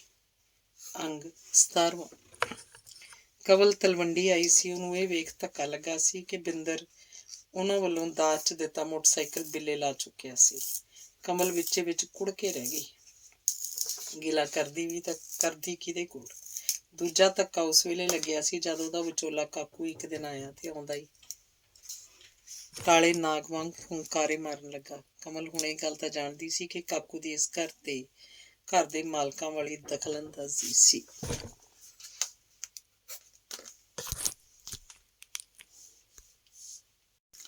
ਭਾਈ, ਤੂੰ ਭਾਵੇਂ ਭੁੱਲ ਗਈ ਹੋਵੇਂ, ਪਰ ਮੈਂ ਤੇਰੀ ਮਾਂ ਵੱਲੋਂ ਕੀਤੀ ਬੇਇੱਜ਼ਤੀ ਨਹੀਂ ਭੁੱਲ ਸਕਦਾ। ਤੇਰੀ ਮਾਂ ਨੇ ਮੇਰੇ ਨਾਲ ਚੰਗੀ ਕੀਤੀ। ਕਾਕੂ ਭੂਸਰੇ ਸਾਨ ਵਾਂਗ ਗੇੜੇ ਪਿਆ ਫਿਰਦਾ ਸੀ। ਉਹਦੀ ਸੱਸ ਨਿੰਦੋ ਸੋਫੇ ਤੇ ਬੈਠੀ ਹਿੜ ਜੀ ਕਰਦੀ ਬੋਲੀ ਸੀ। ਵਿਚੋਲਿਆਂ ਨਾਲ ਐਂ ਹੁੰਦੀ ਆ, ਮਗਰੋਂ ਤੂੰ ਤੱਤਾ ਨਾ ਹੋ, ਠੰਡ ਰੱਖ ਭੋਰਾ ਠੰਡ। ਮੈਂ ਠੰਡ ਰੱਖਾਂ ਨਾ? ਵਿੱਚੋਂ ਮੈਂ ਕੀ ਕੱਢ ਪਾ ਲਿਆ? ਸਾਲੀ ਕੁੱਤੀ ਤੀਵੀਂ ਮੈਨੂੰ ਕਹਿੰਦੀ ਗੱਡੀ 'ਚ ਉਤਰ। ਉਹ ਤਾਂ ਮੈਂ ਹੀ ਜਾਣਦਾ ਜਿਹੜੀ ਮੇਰੇ ਟੱਬਰ ਕੋਲ ਮੇਰੀ ਮਿੱਟੀ ਪਲੀਤ ਹੋਈ। ਹੋਸ਼ ਨਾਲ ਬੋਲੋ ਅੰਕਲ, ਮੇਰੇ ਨਾਲ ਫਾਲਤੂ ਕਰਨ ਦੀ ਕੋਈ ਲੋੜ ਨਹੀਂ। ਜਿਹੜੀ ਤੂੰ ਕੀਤੀ ਆ ਉਹ ਤਾਂ ਮੈਂ ਆਖਰੀ ਦਮ ਤੱਕ ਨਹੀਂ ਭੁੱਲ ਸਕਦੀ। ਕਮਲ ਨੇ ਆਖਿਆ ਤਾਂ ਕਾਕੂ ਮੂੰਹ ਦੀ ਝਾਂਗਾਂ ਬਹਿ ਗਿਆ ਤੇ ਆਪਣੇ ਬੁੱਲ ਦੰਦਾਂ ਨਾਲ ਟੁੱਕਣ ਲੱਗ ਪਿਆ। ਉਹਨੂੰ ਉਮੀਦ ਹੀ ਨਹੀਂ ਸੀ ਕਿ ਕਮਲ ਉਸ ਅੱਗੇ ਮੂੰਹ ਖੋਲੇਗੀ। ਕਮਲ ਦੇ ਉਸ ਦਿਨ ਇੱਕ ਨਵੀਂ ਕਹਾਣੀ ਸਾਹਮਣੇ ਆਈ ਸੀ ਜਦ ਕਾਕੂ ਨੇ ਨਿੰਦੋ ਵੱਲ ਮੂੰਹ ਭਵਾ ਆਖਿਆ ਸੀ, ਲਿਆ ਗਲਾਸ 'ਚ ਪਾ ਕੇ ਘੁੱਟਕ, ਸੰਗ ਤਾਂ ਤਰ ਕਰੀਏ। ਆਖੋ ਨਿੰਦੋ ਦੇ ਕਮਰੇ 'ਚ ਵੜ ਗਿਆ ਸੀ ਤੇ ਮਗਰੀ ਨਿੰਦੋ ਵੜੀ ਸੀ। ਕਮਲ ਰਸੋਈ ਵੱਲ ਭੌਣ ਹੀ ਲੱਗੀ ਸੀ ਜਦ ਉਹਦੇ ਕੰਨਾਂ 'ਚ ਆਵਾਜ਼ ਪਈ ਸੀ, ਸ਼ਰਮ ਕਰ ਭੋਰਾ, ਕੀ ਕਰਦਾ ਹੈ? ਹੁਣ ਅੱਗੇ ਵਾਲੀਆਂ ਗੱਲਾਂ ਨਹੀਂ। ਨੂੰਹ ਘਰੇ ਆ, ਨਾਲੇ ਹੁਣ ਮੇਰਿਆਂ ਹੱਡਾਂ 'ਚ ਅਗਲੀ ਜਾਨ ਹੈ। ਤੇਰੀ ਨੂੰਹ ਵੀ ਹੁਣ ਉਹ ਮੈਥੋਂ ਹਜਾ ਨਾ ਕਰਾ ਨਾ ਲਵਾ ਲਈ ਬੇਸ਼ਰਮ ਕਿਸੇ ਥਾਂ ਦਾ। ਨਿੰਦੋ ਦੀ ਆਖੀ ਕੰਨ 'ਚ ਪਈ ਸੀ ਤਾਂ ਕਮਲ ਨੂੰ ਗਲਾਨੀ ਜੀ ਆਈ। ਮਨ 'ਚ ਆਖਿਆ ਸੀ, ਕਮਲ ਬੰਦੀਏ ਇੱਥੇ ਇੱਕ ਨਹੀਂ ਆਵਾ ਹੀ ਉੱਤਿਆ। ਕਮਲ ਨੇ ਫਿਰ ਰਸੋਈ 'ਚ ਚਾਹ ਜਾ ਧਰੀ। ਸਰਦਾਰਾ ਸੀ ਉਹਨੂੰ ਚਾਹ ਫੜਾਉਣ ਗਈ ਸੀ ਤਾਂ ਉਹ ਬੋਲਿਆ ਸੀ, ਧੀਏ ਤੁਸੀਂ ਮੈਨੂੰ ਨਹੀਂ ਵੇਖਿਆ, ਮੈਂ ਸਾਰੀਆਂ ਗੱਲਾਂ ਸੁਣ ਲਈਆਂ ਜੋ ਤੇਰੀਆਂ ਕਾਕੂ ਹਰਾਮੀ ਨਾਲ ਹੋਈਆਂ। ਧੀਏ ਇਸ ਘਰ ਦੀਆਂ ਗੱਲਾਂ ਤਾਂ ਕਰਨ ਵਾਲੀਆਂ ਹੀ ਨਹੀਂ। ਮੇਰਾ ਪੁੱਤ ਵੀ ਇਹਨਾਂ ਦੇ ਪੈਰੋਂ ਹੀ ਮਰਿਆ। ਦੱਸੂ ਤੈਨੂੰ ਵੇਲੇ ਕਵੇਲੇ ਧੀਏ, ਤੂੰ ਆਪਣੀ ਇੱਜ਼ਤ ਦਾ ਦਾਅ ਤੇ ਨਾ ਲਵਾ ਬੈਠੀ। ਤੂੰ ਇਸ ਕਮੀਨੇ ਨੂੰ ਨਹੀਂ ਜਾਣਦੀ, ਕੁੱਤੇ ਦਾ ਸਾਲਾ ਇਹ। ਮੈਂ ਬਹੁਤ ਕੁਝ ਜਾਣ ਗਈ ਹਾਂ ਬਾਪੂ ਜੀ, ਕਮਲ ਨੇ ਆਖਿਆ। ਉਦੋਂ ਹੀ ਮੋਟਰਸਾਈਕਲ ਸਟਾਰਟ ਹੋਣ ਦੀ ਆਵਾਜ਼ ਆਈ। ਕਾਕੂ ਸੀ ਜੋ ਤੁਰ ਗਿਆ ਸੀ। ਭਾਈ ਬੀਬੀ, ਕਾਕੂ ਤੇਰਾ ਅੰਕਲ ਤੇਰੇ ਪਿਓ ਵਰਗਾ ਹੈ, ਬਹੁਤੀ ਜ਼ਬਾਨ ਨਹੀਂ ਚਲਾਈ ਦੀ। ਕਮਲ ਸਰਦਾਰੇ ਨੂੰ ਚਾਹ ਫੜਾ ਕੇ ਆਈ ਸੀ ਤਾਂ ਨਿੰਦੋ ਨੇ ਆਖਿਆ ਸੀ, ਮਾਂ ਜੀ ਪਿਓ ਤੇ ਪਿਓ ਵਰਗੇ 'ਚ ਚੜ੍ਹਦੇ ਲਹਿੰਦੇ ਦਾ ਫਰਕ ਹੁੰਦਾ। ਮੇਰੀ ਮਾਂ ਨੂੰ ਉਹਨੇ ਗਾਲ ਕੱਢੀ, ਸੁਣ ਮੈਂ ਮੂੰਹ ਕਿਵੇਂ ਬੰਦ ਰੱਖਦੀ। ਕਮਲ ਨੇ ਆਖਿਆ। ਕਹਿਣਾ ਤਾਂ ਬਹੁਤ ਕੁਝ ਚਾਹੁੰਦੀ ਸੀ ਪਰ ਜ਼ਬਾਨ ਘੁੱਟ ਗਈ। ਨਿੰਦੋ ਨਹੀਂ ਬੋਲੀ ਸੀ, ਅੱਖਾਂ 'ਚ ਰੋਣ ਲੱਗ ਪਈ ਸੀ। ਬਿੰਦਰ ਤਾਂ ਕਈ ਦਿਨ ਹੋ ਗਏ ਸੀ ਘਰੇ ਨਹੀਂ ਵੜਿਆ ਸੀ। ਨਿੰਦੋ ਬਾਜ਼ਾਰ ਗਈ ਸੀ। ਕਮਲ ਨੇ 2 ਕੁ ਪਿਆਲੀਆਂ ਚਾਹ ਬਣਾਈ ਤੇ ਸਰਦਾਰਾ ਸਿਉਂ ਕੋਲ ਆ ਗਈ। ਲਓ ਬਾਪੂ ਜੀ ਚਾਹ। ਆਖ ਆਪ ਵੀ ਉਹਦੇ ਮੰਜੇ ਕੋਲ ਪਈ ਕੁਰਸੀ ਤੇ ਬੈਠ ਗਈ। ਜੋ ਕੁਝ ਦਿਨ ਪਹਿਲਾਂ ਉਹਨੇ ਹੀ ਲਿਆ ਰੱਖੀ ਸੀ। ਸਰਦਾਰਾ ਜ਼ਿਆਦਾਤਰ ਘਰੇ ਹੀ ਰਹਿੰਦਾ ਸੀ। ਜੇ ਬਾਹਰ ਜਾਂਦਾ ਵੀ ਸੀ ਤਾਂ ਮਸਾਂ ਘੰਟਾ 2 ਘੰਟੇ ਹੀ ਜਾਂਦਾ ਸੀ। ਮੈਨੂੰ ਲੱਗਦਾ ਤੇਰੀ ਸੱਸ ਘਰੇ ਨਹੀਂ ਹੋਣੀ, ਆਖ ਸਰਦਾਰੇ ਨੇ ਖੁੰਗਰ ਮਾਰ ਗਲ ਦੀ ਖਾਰਿਸ਼ ਜਿਹੀ ਦੂਰ ਕੀਤੀ। ਹਾਂ ਬਾਪੂ ਜੀ ਕਿਤੇ ਗਈ ਆ, ਕਿੱਥੇ ਮੈਨੂੰ ਨਹੀਂ ਪਤਾ, ਕਮਲ ਨੇ ਦੱਸਿਆ। ਧੀਏ ਤੈਨੂੰ ਇੱਕ ਤਾਕੀਦ ਕਰਦਾ, ਮੇਰੀ ਧੀ ਕਾਕੂ ਤੋਂ ਬਚ ਕੇ ਰਹੀ। ਇਹ ਕੁੱਤਾ ਜੱਟ ਵੱਢ ਖਾਣੇ ਬੋਤੇ ਵਰਗਾ ਹੈ, ਕਦ ਚੱਬਾ ਮਾਰ ਜਾਏ ਪਤਾ ਨਹੀਂ ਲੱਗਦਾ। ਇਹ ਕਿਸੇ ਦਾ ਸਕਾ ਨਹੀਂ, ਇਹਨਾਂ ਰਲ ਮਿਲ ਕੇ ਮੇਰੇ ਪੁੱਤ ਨੂੰ ਮੁਕਾਇਆ ਸੀ। ਹੈ ਸੁਣ ਕਮਲ ਨੂੰ ਹੈਰਾਨੀ ਹੋਈ। ਹਾਂ ਧੀਏ, ਇਹਦੀ ਸੇਵਕ ਨਾਲ ਉੱਠਣੀ ਬੈਠਣੀ ਸੀ। ਸੇਵਕ ਨਾਲ ਤਾਂ ਜਾਣ ਪਛਾਣ ਬਾਅਦ 'ਚ ਹੀ ਹੋਈ ਹੋ, ਪਹਿਲਾਂ ਇਹਨੂੰ ਹੀ ਜਾਣਦਾ ਸੀ। ਇਹਦੀ ਨਿੰਦੋ ਦੀ ਮਾਸੀ ਸੀ ਗਾਲਬ, ਤੇ ਉਹਨਾਂ ਦੇ ਗੁਆਂਢੀ ਕਿਤੇ ਕਾਕੂ ਕੰਜਰ ਦੇ ਨਾਨਕਿਆਂ ਦਾ ਘਰ ਸੀ। ਉੱਥੇ ਹੀ ਸੇਵਕ ਨਾਲ ਲਿਹਾਜ਼ ਪਾਈ ਇਹਨੇ, ਕੁੱਤੇ ਦੇ ਬੀ ਨੇ। ਫਿਰ ਇੱਥੇ ਵੀ ਆਉਣ ਲੱਗ ਪਿਆ। ਘੰਟਾ ਘੰਟਾ ਇਹ ਦੋਵੇਂ ਇੱਕ ਕਮਰੇ 'ਚ ਬੰਦ ਰਹਿੰਦੇ। ਬਿੰਦਰ ਉਦੋਂ ਛੋਟਾ ਹੀ ਸੀ, 2 ਸਾਲ ਦਾ। ਸੇਵਕ ਨੇ ਨਿੰਦੋ ਨੂੰ ਬਹੁਤ ਕੁੱਟਿਆ ਸੀ, ਡੰਡਾ ਤੋੜਿਆ ਸੀ ਢੂਈ ਤੇ। ਮੈਂ ਹੀ ਮਸਾਂ ਛਡਾਈ ਸੀ। ਬਸ ਫਿਰ ਕੁਝ ਦਿਨਾਂ ਬਾਅਦ ਹੀ ਸੇਵਕ ਦੀ ਮੌਤ ਹੋਈ ਸੀ। ਜਿਸ ਦਿਨ ਸੇਵਕ ਮਰਿਆ ਕਾਕੂ ਆਇਆ ਸੀ, ਆਉਂਦਾ ਹੀ ਮੁੜ ਗਿਆ ਸੀ। ਇਸ ਸੂਰਨੀ ਨੂੰ ਜ਼ਹਿਰ ਫੜਾ ਕੇ ਗਿਆ ਸੀ। ਆਪਦਾ ਘਰ ਆਪਦੇ ਹੱਥੀਂ ਪੱਟਿਆ ਨਹੀਂ। ਪਰ ਬਾਪੂ ਜੀ ਤੁਸੀਂ ਨਾ ਬੋਲੇ ਜਦੋਂ ਤੁਹਾਨੂੰ ਪਤਾ ਸੀ ਤਾਂ। ਬੋਲਿਆ ਸੀ ਧੀਏ, ਬੋਲਿਆ ਕਿਉਂ ਨਹੀਂ ਸੀ, ਪਰ ਇਹ ਮੈਨੂੰ ਕਿੱਥੇ ਦੁਆਲ ਸੀ। ਮੈਨੂੰ ਤਾਂ ਕਦੇ ਨਾ ਕਦੇ ਕੁੱਟ ਵੀ ਘੱਤਦੇ ਸੀ। ਖਬਰੇ ਨਾ ਮੈਨੂੰ ਖਤਮ ਕਿਉਂ ਨਾ ਕੀਤਾ, ਇਹ ਤਾਂ ਰੱਬ ਜਾਣੇ। ਬਾਪੂ ਜੀ ਤੁਸੀਂ ਘਰ ਦੇ ਮਾਲਕ ਸੀ, ਜਾਇਦਾਦ ਤੁਹਾਡੇ ਨਾਲ। ਜਾਇਦਾਦ ਮੇਰੇ ਕਾਹਨੂੰ ਨਾ ਸੀ ਪੁੱਤ, ਇਸ ਘਰ ਤੇ ਤਾਂ ਪਹਿਲਾਂ ਤੋਂ ਹੀ ਸਾੜ ਸਤੀ ਰਹੀ ਹੈ। ਮੇਰੇ ਨਾਲ ਮੇਰੇ ਪਿਓ ਕੰਜਰ ਦੀ ਨਹੀਂ ਬਣਦੀ ਸੀ। ਇਹ ਕੰਡੇ ਤਾਂ ਉਹਦੇ ਹੀ ਬੀਜੇ ਆ। ਸੇਵਕ ਦੀ ਮੌਤ ਤੋਂ ਬਾਅਦ ਬੁੜਾ ਸਾਰੀ ਜ਼ਮੀਨ ਹੀ ਨਿੰਦੋ ਦੇ ਨਾਂ ਕਰਵਾ ਗਿਆ ਸੀ। ਮੇਰੇ ਨਾਂ ਤਾਂ ਕਾਹਦੀ ਕਰਵਾਉਣੀ ਸੀ, ਸੇਵਕ ਨਾਂ ਵੀ ਨਹੀਂ ਕਰਵਾਈ ਸੀ। ਸੇਵਕ ਨਸ਼ੇ ਪੱਤੇ ਤੇ ਤਾਂ ਕਾਕੂ ਨੇ ਲਾਈ ਦਿੱਤਾ ਸੀ। ਬੁੜੇ ਨੂੰ ਵਿਚਲੀ ਗੱਲ ਦਾ ਨਹੀਂ ਸੀ ਪਤਾ। ਮੈਂ ਬਥੇਰਾ ਪਿੱਟਿਆ ਪਰ ਮੇਰੀ ਨਾ ਸੁਣੀ।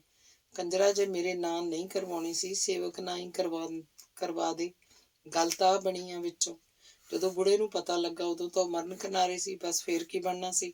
ਸਰਦਾਰਾ ਸਿੰਘ ਝੋਰੇ 'ਚ ਸਿਰ ਮਾਰ ਰਿਹਾ ਸੀ। ਉਹ ਤੁਸੀਂ ਤਾਂ ਸਾਰੀ ਉਮਰ ਹੀ ਐਂ ਕੱਢੀ ਆ ਬਾਪੂ ਜੀ, ਕਮਲ ਨੂੰ ਬਜ਼ੁਰਗ ਆਪਣੇ ਤੋਂ ਵੀ ਦੁਖੀ ਲੱਗਿਆ। ਮੇਰੀ ਤਾਂ ਧੀਏ ਨਿਕਲ ਗਈ, ਹੁਣ ਤਾਂ ਨਦੀ ਕਿਨਾਰੇ ਰੁੱਖ ਵਾਲੀ ਗੱਲ ਹੈ। ਝੋਰਾ ਤਾਂ ਸਹੁਰੀਏ ਤੇਰਾ ਹੈ। ਬਿੰਦਰੀ ਦਾ ਪਾਲਣ ਪੋਸ਼ਣ ਹੀ ਇਸ ਢੰਗ ਨਾਲ ਹੋਇਆ ਕਿ ਛੋਟੀ ਉਮਰ ਹੀ ਨਸ਼ਿਆਂ 'ਚ ਪੈ ਗਿਆ। ਨਾ ਉਹ ਬੰਦਾ ਬਣੇ, ਨਾ ਤੈਨੂੰ ਸੁੱਖ ਦਾ ਸਾਹ ਆਵੇ। ਪਹਿਲਾਂ ਟੀਕੇ ਲਾਉਂਦਾ ਸੀ, ਹੁਣ ਚਿੱਟਾ ਖਾਂਦਾ।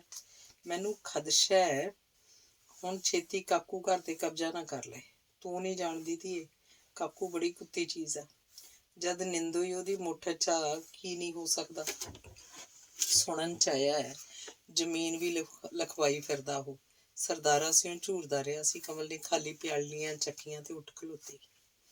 ਕਈ ਦਿਨਾਂ ਬਾਅਦ ਬਿੰਦਰੀ ਘਰੇ ਵੜਿਆ ਸੀ। ਉਹਦਾ ਮੂੰਹ ਸਿਰ ਛਿੱਲਿਆ ਪਿਆ ਸੀ, ਜਿਵੇਂ ਕਿਤੇ ਡਿੱਗਿਆ ਹੋਵੇ ਜਾਂ ਕਿਸੇ ਨੇ ਕੁਟਾਪਾ ਚਾੜਿਆ। ਕੱਪੜਿਆਂ 'ਚ ਮਣ ਪੱਕੀ ਮੈਲ ਸੀ। ਉਹ ਆਉਂਦਾ ਹੀ ਮਰੇ ਕੁੱਤੇ ਵਾਂਗ ਅੰਦਰ ਬੈੱਡ ਤੇ ਲੇਟ ਗਿਆ ਸੀ। ਇਹ ਕੀ ਹਾਲ ਬਣਾਇਆ ਤੇਰਾ? ਨਹਾ ਧੋ ਕੇ ਕੱਪੜੇ ਬਦਲ, ਮੰਗਤਿਆਂ ਦੇ ਹਾਲੀਆਂ। ਕਮਰੇ 'ਚ ਆ ਕੇ ਨਿੰਦੋ ਨੇ ਆਖਿਆ ਸੀ ਤਾਂ ਉਹਨੇ ਅੱਖਾਂ ਪੱਟੀਆਂ। ਕਮਲ ਨੂੰ ਬੁਲਾ, ਨਹਾ ਵੀ ਲੈਨੇ ਆ।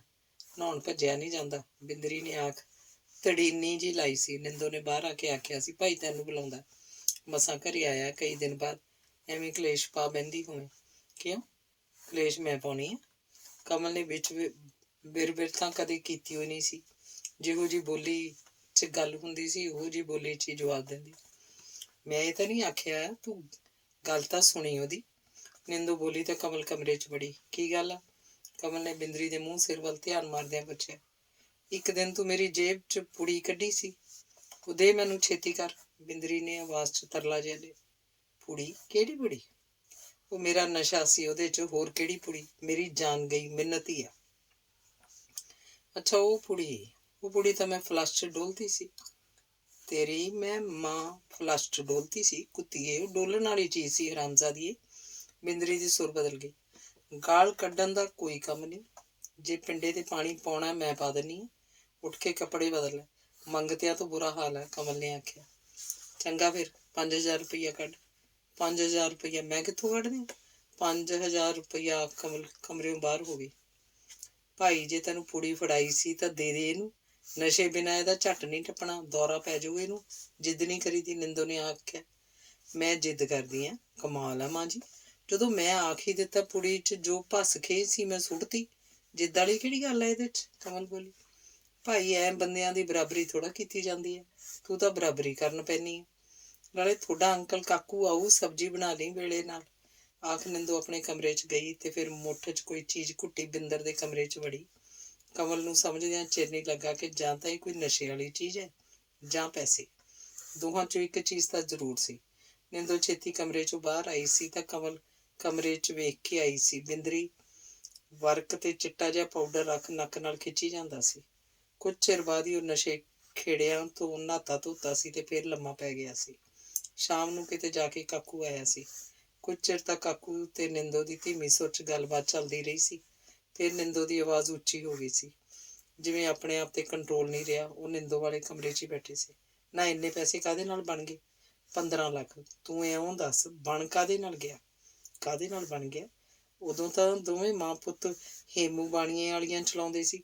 ਆਖੇ ਕਾਹਦੇ ਨਾਲ ਬਣ ਗਿਆ? ਮੈਨੂੰ ਮੇਰੀ ਰਕਮ ਮੋੜੋ, ਮੈਨੂੰ ਤੇਰੀਆਂ ਅੱਖਾਂ ਫਿਰਦੀਆਂ ਦਿਸਦੀਆਂ। ਆਖੇ ਕਾਹਦੇ ਨਾਲ ਬਣ ਗਿਆ? ਕਾਕੂ ਨੇ ਵੀ ਸੁਰ ਉੱਚੀ ਕਰ ਲਈ। ਉਹ ਤੇਰਾ ਸਿਰ ਤਾਂ ਨਹੀਂ ਭੌਂ ਗਿਆ? 8 ਘੁਮਾ ਤਾਂ ਤੈਨੂੰ ਮੈਂ ਪਿਛਲੇ ਸਾਲ ਲਿਖਵਾ ਕੇ ਹਟੀ ਆਂ। 15 ਲੱਖ ਤੂੰ ਹੋਰ ਕੱਢੀ ਫਿਰਦਾ, ਪਰ ਇਹ 15 ਲੱਖ ਹੈ ਕਾਹਦਾ ਪਤਾ ਤਾਂ ਲੱਗੇ। ਨਿੰਦੋ ਪੁੱਛਦੀ ਪਈ ਸੀ। ਹੈ ਕਾਹਦਾ? ਤੂੰ ਗੀਗੀ ਆ, ਤੈਨੂੰ ਨਹੀਂ ਪਤਾ? ਨਾਲੇ ਜਿਹੜੀ 8 ਘੁਮਾ ਲਿਖਵਾਈ ਆ, ਉਹ ਕਿੰਨਾ ਪੁਰਾਣਾ ਹਿਸਾਬ ਸੀ? 8 ਕਿੱਲੇ ਐਵੇਂ ਤਾਂ ਨਹੀਂ ਲਿਖਵਾਏ ਸੀ? ਕਾਕੂ ਨੇ ਆਖਿਆ। ਉਹ ਤਾਂ ਠੀਕ ਆ, ਪਰ ਆਹ 15? ਉਹ ਤੇਰਾ ਲਾਡਲਾ ਜਾਂਦਾ ਜੇ ਭਰ ਲਿਆਉਂਦਾ, ਤੇ ਤੂੰ ਘਰੋਂ ਬੈਠੀ ਫੋਨ ਕਰੀ ਜਾਨੀ ਆ, ਆਹ ਹੈ ਨਹੀਂ, ਉਹ ਹੈ ਨਹੀਂ, ਐ ਹੁਕਮ ਚਲਾਉਣੀ ਆ ਜਿਵੇਂ ਜਮ੍ਹਾਂ ਕਰਾਏ ਹੋਣ। ਅਧੀਆ ਅੰਗਰੇਜ਼ੀ ਦਾ ਤਾਂ ਤੂੰ ਠੋਕਦੀ ਏ ਨਿੱਤ। ਅਜੇ ਤੈਨੂੰ ਪਤਾ ਨਹੀਂ, ਪੈਸੇ ਬਣਾ ਝਾੜਾਂ ਨਾਲ ਲੱਗਦੇ ਹੋਣੇ ਆ। ਜਦੋਂ ਮੈਂ ਆਉਣਾ ਟਾਲੇ ਮਟੋਲੇ ਹੱਥ ਵੀ ਨਹੀਂ ਧਰਨ ਦਿੰਦੀ। ਕਾਕੂ ਬੋਲ ਰਿਹਾ ਸੀ। ਘਰੇ ਮੁਟਿਆਰ ਨੂੰ ਆ, ਨਾਲੇ ਮੇਰੇ ਹੱਡਾਂ 'ਚ ਹੁਣ ਤੈਨੂੰ ਜਾਨ ਦਿੰਦੀ ਆ ਪਹਿਲਾਂ ਵਾਲੀ। ਨਿੰਦੋ ਨੇ ਆਪਣੇ ਜਾਣੇ ਭਾਵੇਂ ਕਿੰਨਾ ਵੀ ਹੌਲੀ ਆਖਿਆ ਸੀ, ਪਰ ਆਵਾਜ਼ ਤਾਂ ਬਾਹਰ ਵੀ ਸੁਣਾਈ ਦਿੱਤੀ ਸੀ। ਜੇ ਤੇਰੇ 'ਚ ਸੱਤਿਆ ਹੈ ਨਹੀਂ, ਮੁਟਿਆਰ ਨੂੰ ਤਾਂ ਹੈ। ਕਾਕੂ ਵੇਖ ਲੈ, ਤੈਨੂੰ ਮੇਰੇ ਬਿਨ ਸਰਨਾ ਨਹੀਂ। ਕੌਣ ਕਰੂਗਾ ਤੁਹਾਡੇ ਖਰਚੇ ਪੂਰੇ? ਅਜੇ ਤੱਕ ਕਿਸੇ ਨੂੰ ਇਹ ਵੀ ਪਤਾ ਨਹੀਂ ਕਿ ਤੂੰ ਸਾਰੀ ਜ਼ਮੀਨ ਮੈਨੂੰ ਲਿਖਵਾਈ ਬੈਠੀ ਹੈ। ਫਿਰ ਹੱਥ ਘਰ ਤੇ ਉੱਠਣਾ। ਸੋਚ ਲੈ। ਕਾਕੂ ਸੋਚ ਲੈ ਤੇ ਪੂਰਾ ਜ਼ੋਰ ਦੇ ਗਿਆ। ਉਹ ਨਹੀਂ ਇਹੋ ਜਿਹੀ ਜਿਹੋ ਜਿਹੀ ਤੂੰ ਸਮਝਦਾ ਹੈ। ਤੇਰੇ ਖਾਨੇ 'ਚ ਕਿਉਂ ਨਹੀਂ ਵੜਦੀ? ਨਿੰਦੂ ਦੀ ਆਵਾਜ਼ ਧੀਮੀ ਹੋ ਗਈ ਸੀ, ਪਰ ਬਾਹਰ ਫਿਰ ਵੀ ਸੁਣ ਰਹੀ ਸੀ। ਤੂੰ ਸਮਝਾ ਨਾ ਉਹਨੂੰ, ਵਾੜ ਨਾ ਉਹਦੇ ਖਾਨੇ 'ਚ। ਕਮਲ ਦੇ ਕੰਨਾਂ 'ਚ ਕਾਕੂ ਦੀ ਆਵਾਜ਼ ਪਈ ਸੀ, ਪਰ ਨਿੰਦੂ ਨੇ ਕੀ ਆਖਿਆ ਸੁਣਿਆ ਨਹੀਂ ਸੀ। ਕਮਲ ਨੂੰ ਆਪਣੀ ਇੱਜ਼ਤ ਖਤਰੇ 'ਚ ਲੱਗੀ ਸੀ। ਬੋਲੀ ਨਹੀਂ ਕੁਛ। ਕਾਕੂ ਨੇ ਆਪਣੀ ਗੱਲ ਦਾ ਉੱਤਰ ਮੰਗਿਆ। ਕੀ ਬੋਲਾਂ? ਮੇਰੀ ਤਾਂ ਕੁਝ ਸਮਝ 'ਚ ਨਹੀਂ ਆਉਂਦਾ। ਅੱਜ ਤਾਂ ਮੈਂ ਜਾਨਾ, ਫੇਰ ਆਊਂ ਕਿਸੇ ਦਿਨ। ਸਮਝਾ ਉਹਨੂੰ। ਆਖ ਕਾਕੂ ਉੱਠਿਆ ਸੀ। ਕੁਰਸੀ ਦੀ ਘੜੀਸ ਸੁਣੀ ਸੀ ਤਾਂ ਕਮਲ ਪੌੜੀਆਂ ਚੜ੍ਹ ਛੱਤ ਤੇ ਜਾ ਚੜੀ। ਨਿੰਦੋ ਹੋਣਾ ਭਾਣੇ ਉਹਨਾਂ ਦੀਆਂ ਗੱਲਾਂ ਦੀ ਬਾਹਰ ਭਾਫ ਨਹੀਂ ਨਿਕਲੀ ਸੀ, ਪਰ ਉਹ ਇਹ ਨਹੀਂ ਜਾਣਦੇ ਸੀ ਕਿ ਉਹਨਾਂ ਦੀਆਂ ਕੀਤੀਆਂ ਤਾਂ ਬਾਹਰ ਬਰੋਲੇ ਬਣ ਨਿਕਲਦੀਆਂ ਸੀ। ਸ਼ਾਮ ਨੂੰ ਜਦ ਨਿੰਦੋ ਆਸੇ ਪਾਸੇ ਹੋਈ ਤਾਂ ਕਮਲ ਨੇ ਆਪਣੀ ਮਾਂ ਨੂੰ ਫੋਨ ਲਾ ਲਿਆ। ਬੀਬੀ। ਹੈਲੋ। ਹਾਂ ਧੀਏ, ਤਕੜੀ ਹੈ? ਅੱਗੋਂ ਬੀਬੀ ਦੀ ਆਵਾਜ਼ ਆਈ। ਮੈਂ ਇੱਥੇ ਇੱਕ ਪਲ ਵੀ ਨਹੀਂ ਰਹਿ ਸਕਦੀ। ਮੈਂ ਕੱਲ੍ਹ ਨੂੰ ਆਉਣ ਲੱਗੀ ਹਾਂ।